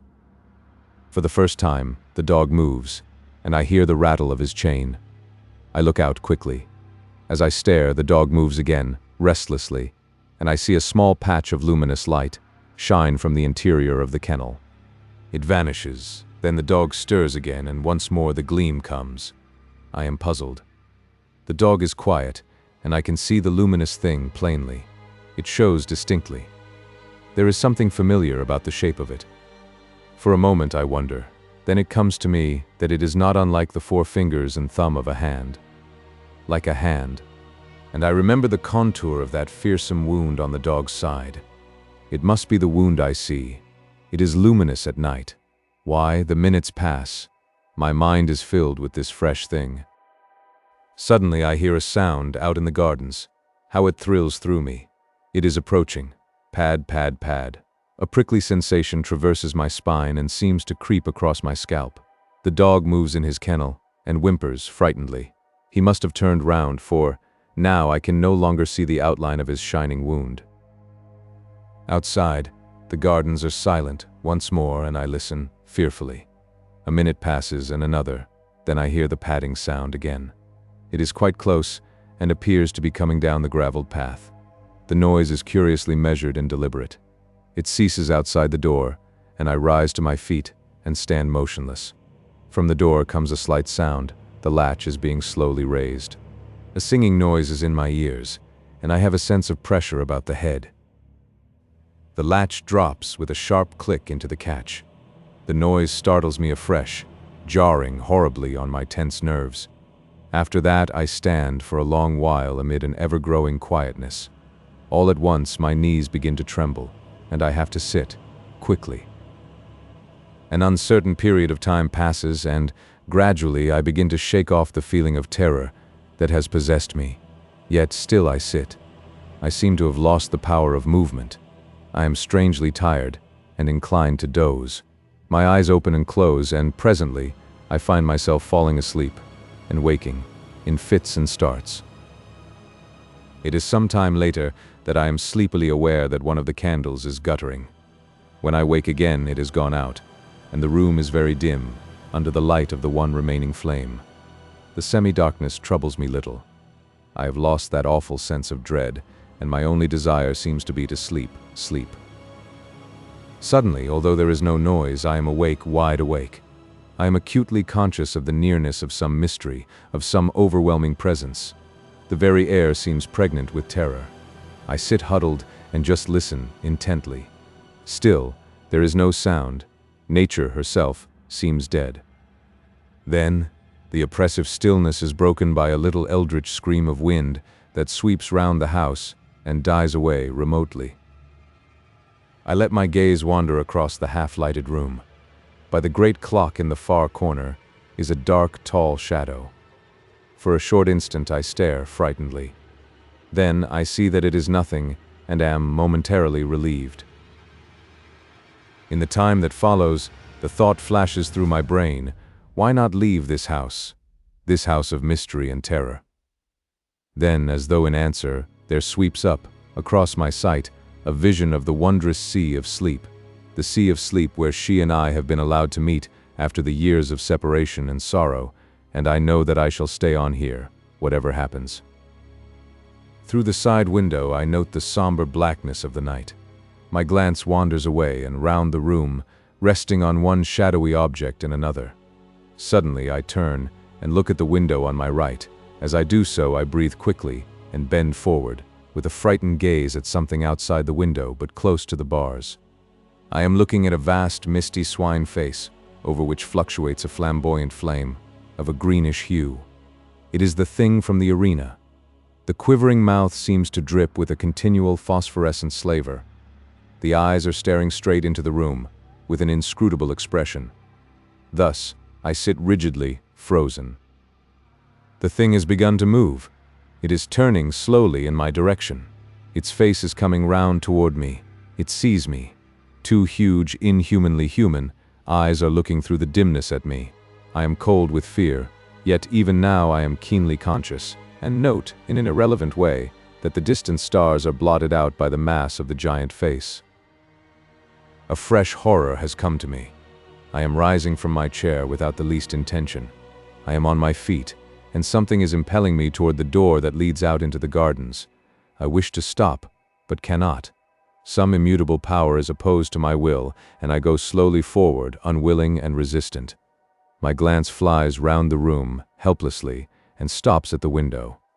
The great swine face has disappeared, and I hear again that stealthy pad, pad, pad.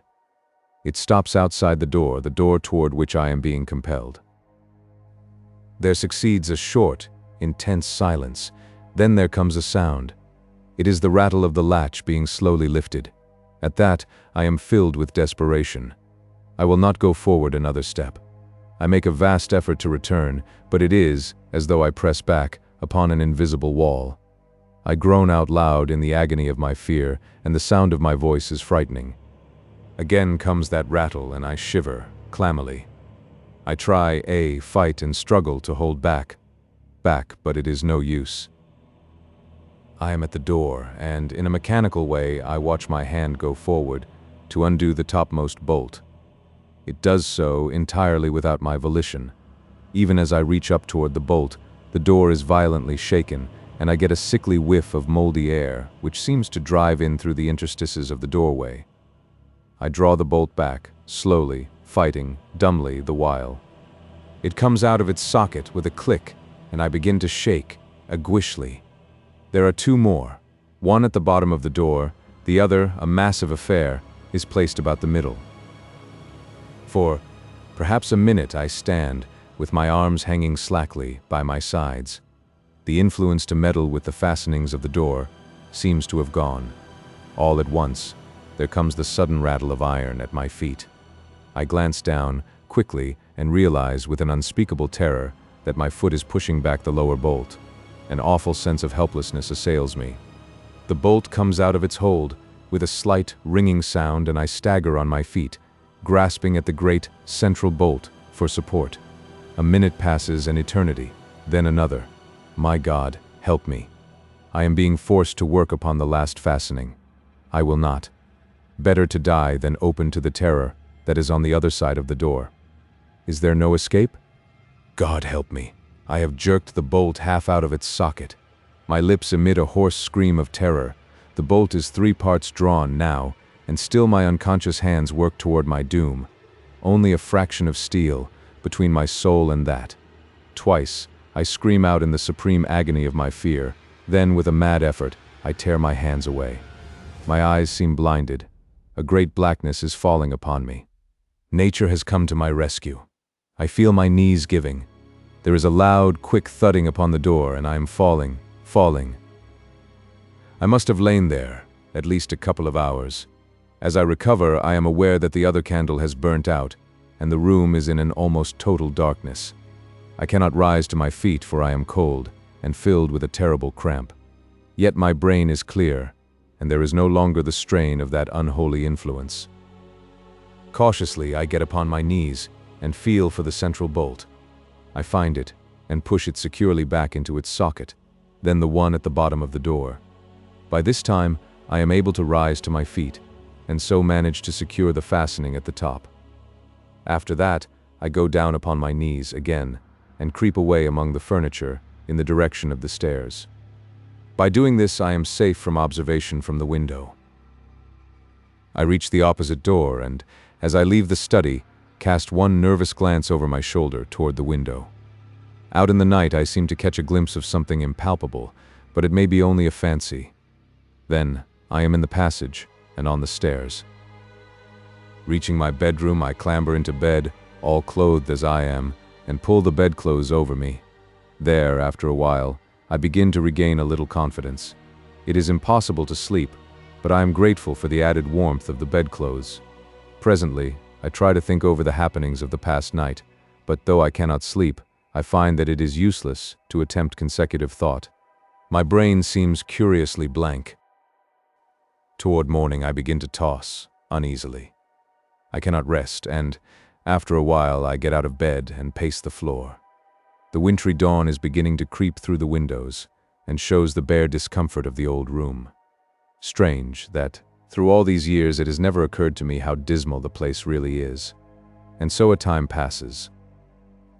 From somewhere downstairs, a sound comes up to me. I go to the bedroom door and listen. It is Mary, bustling about the great old kitchen, getting the breakfast ready. I feel little interest. I am not hungry. My thoughts, however, continue to dwell upon her. How little the weird happenings in this house seem to trouble her. Except in the incident of the pit creatures, she has seemed unconscious of anything unusual occurring. She is old, like myself, yet how little we have to do with one another. Is it because we have nothing in common, or only that, being old, we care less for society than quietness? These and other matters pass through my mind as I meditate, and help to distract my attention for a while from the oppressive thoughts of the night. After a time, I go to the window, and opening it, look out. The sun is now above the horizon, and the air, though cold, is sweet and crisp.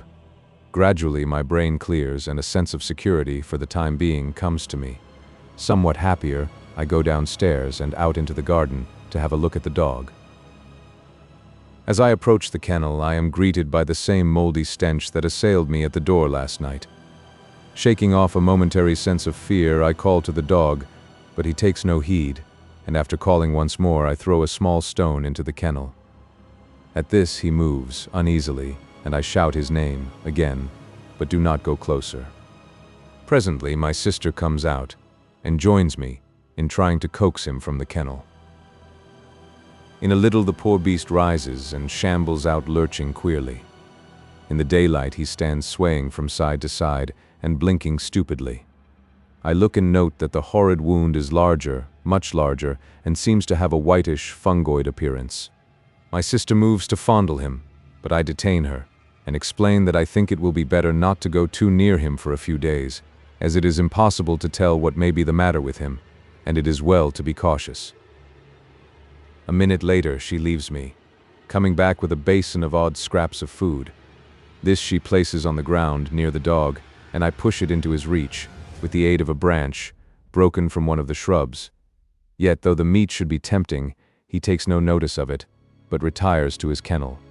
There is still water in his drinking vessel, so, after a few moments' talk, we go back to the house. I can see that my sister is much puzzled as to what is the matter with the animal, yet it would be madness, even to hint the truth to her. The day slips away uneventfully, and night comes on. I have determined to repeat my experiment of last night. I cannot say that it is wisdom, yet my mind is made up. Still, however, I have taken precautions, for I have driven stout nails in at the back of each of the 3 bolts that secure the door, opening from the study into the gardens. This will, at least, prevent a recurrence of the danger I ran last night. From 10 to about 2:30 I watch, but nothing occurs, and, finally, I stumble off to bed, where I am soon asleep. 26. The luminous speck. I awake suddenly. It is still dark. I turn over once or twice in my endeavors to sleep again, but I cannot sleep. My head is aching slightly, and by turns I am hot and cold. In a little I give up the attempt and stretch out my hand for the matches. I will light my candle and read a while. Perhaps I shall be able to sleep after a time. For a few moments I grope.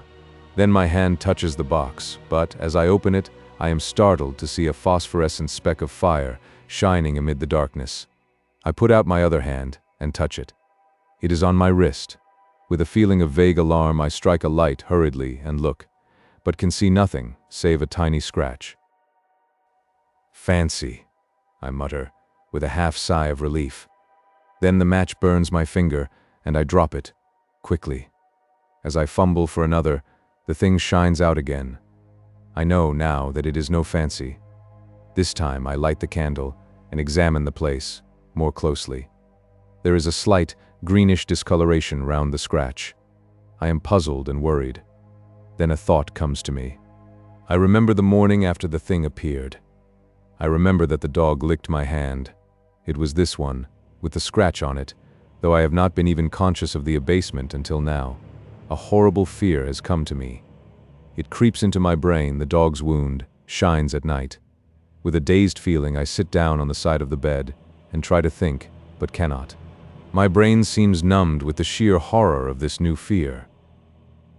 Time moves on, unheeded. Once I rouse up and try to persuade myself that I am mistaken, but it is no use. In my heart, I have no doubt. Hour after hour, I sit in the darkness and silence and shiver hopelessly. The day has come and gone, and it is night again. This morning early, I shot the dog and buried it, away among the bushes. My sister is startled and frightened, but I am desperate. Besides, it is better so. The foul growth had almost hidden its left side, and the place on my wrist has enlarged perceptibly. Several times I have caught myself muttering prayers, little things learnt as a child. God, Almighty God, help me. I shall go mad. 6 days, and I have eaten nothing. It is night. I am sitting in my chair. Ah, God. I wonder have any ever felt the horror of life that I have come to know. I am swathed in terror. I feel ever the burning of this dread growth. It has covered all my right arm and side, and is beginning to creep up my neck. Tomorrow, it will eat into my face. I shall become a terrible mass of living corruption. There is no escape. Yet, a thought has come to me, born of a sight of the gun rack, on the other side of the room. I have looked again with the strangest of feelings. The thought grows upon me. God, thou knowest, thou must know, that death is better, aye, better 1,000 times than this. This, Jesus, forgive me, but I cannot live, cannot. I dare not. I am beyond all help, there is nothing else left. It will, at least, spare me that final horror. I think I must have been dozing.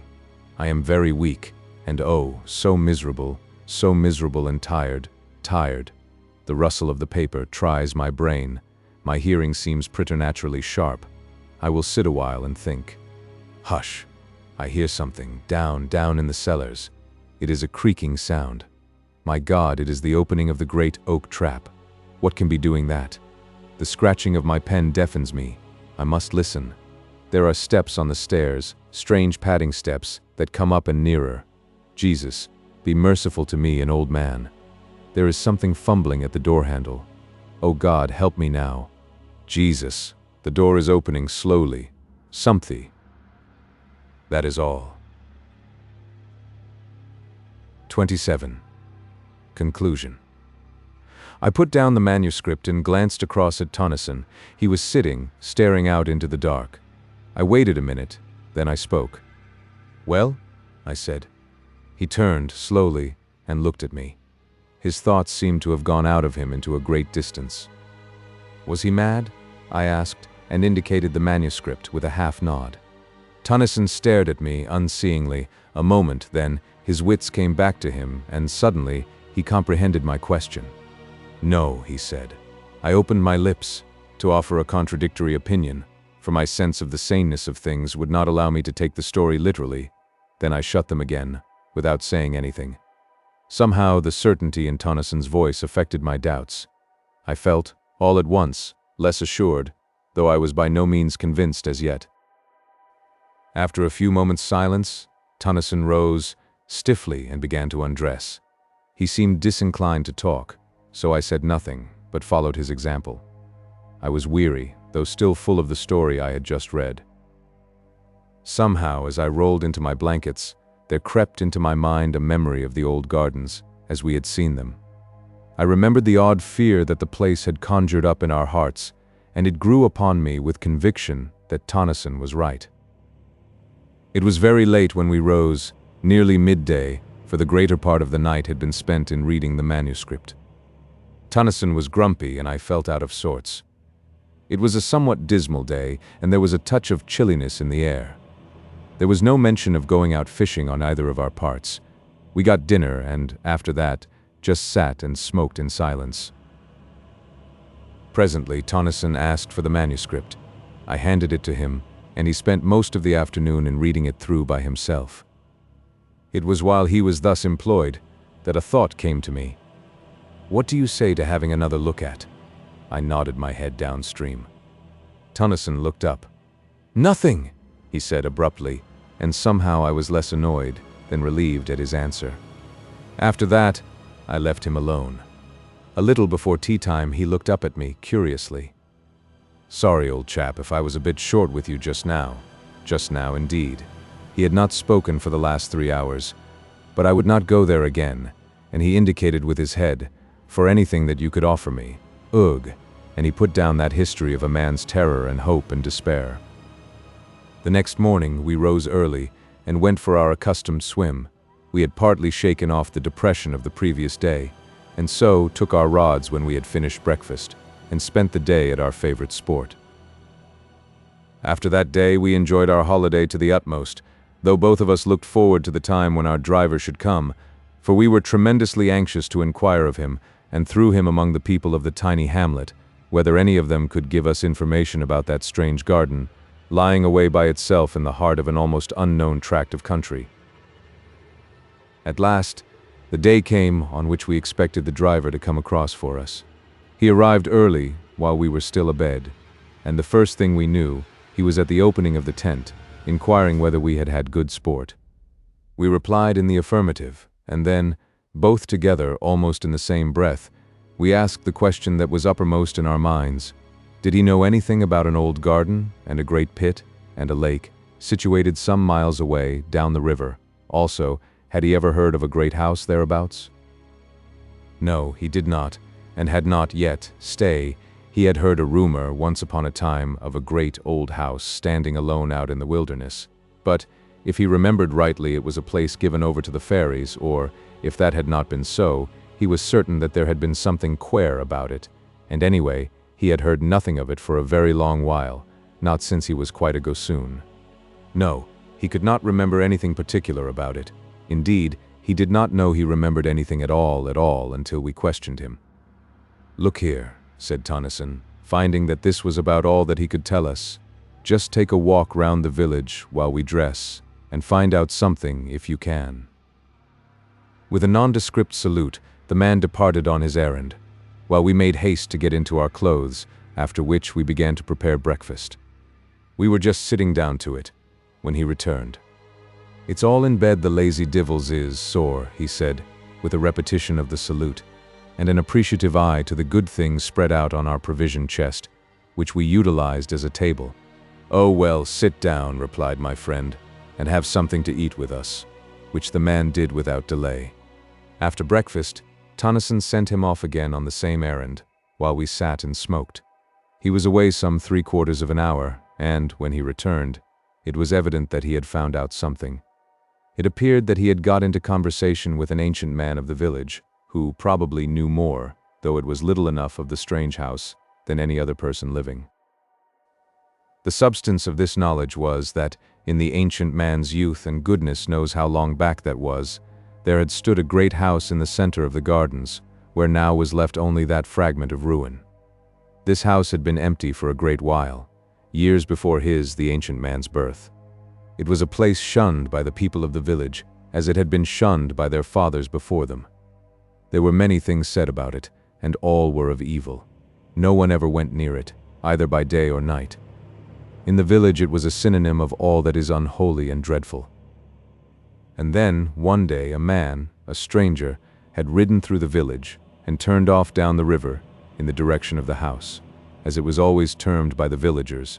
Some hours afterward he had ridden back, taking the track by which he had come, toward Ardrahan.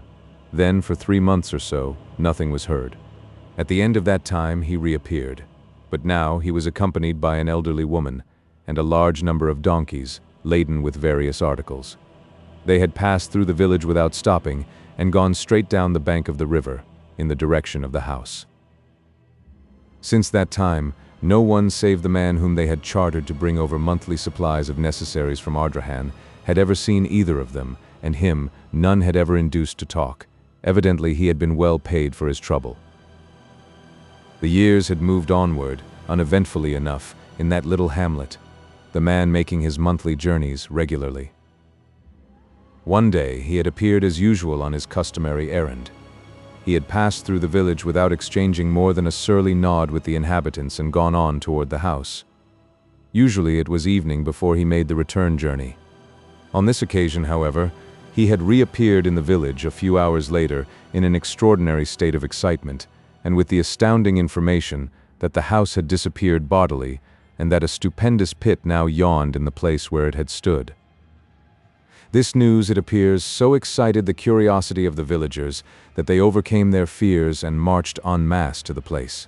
There they found everything, just as described by the carrier. This was all that we could learn of the author of the manuscript. Who he was, and whence he came, we shall never know. His identity is, as he seems to have desired, buried forever. That same day we left the lonely village of XXIII. We have never been there since.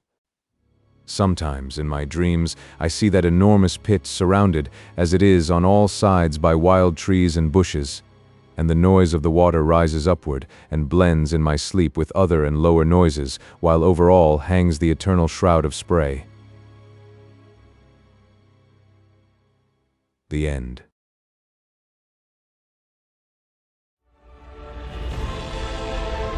A whole galaxy to go.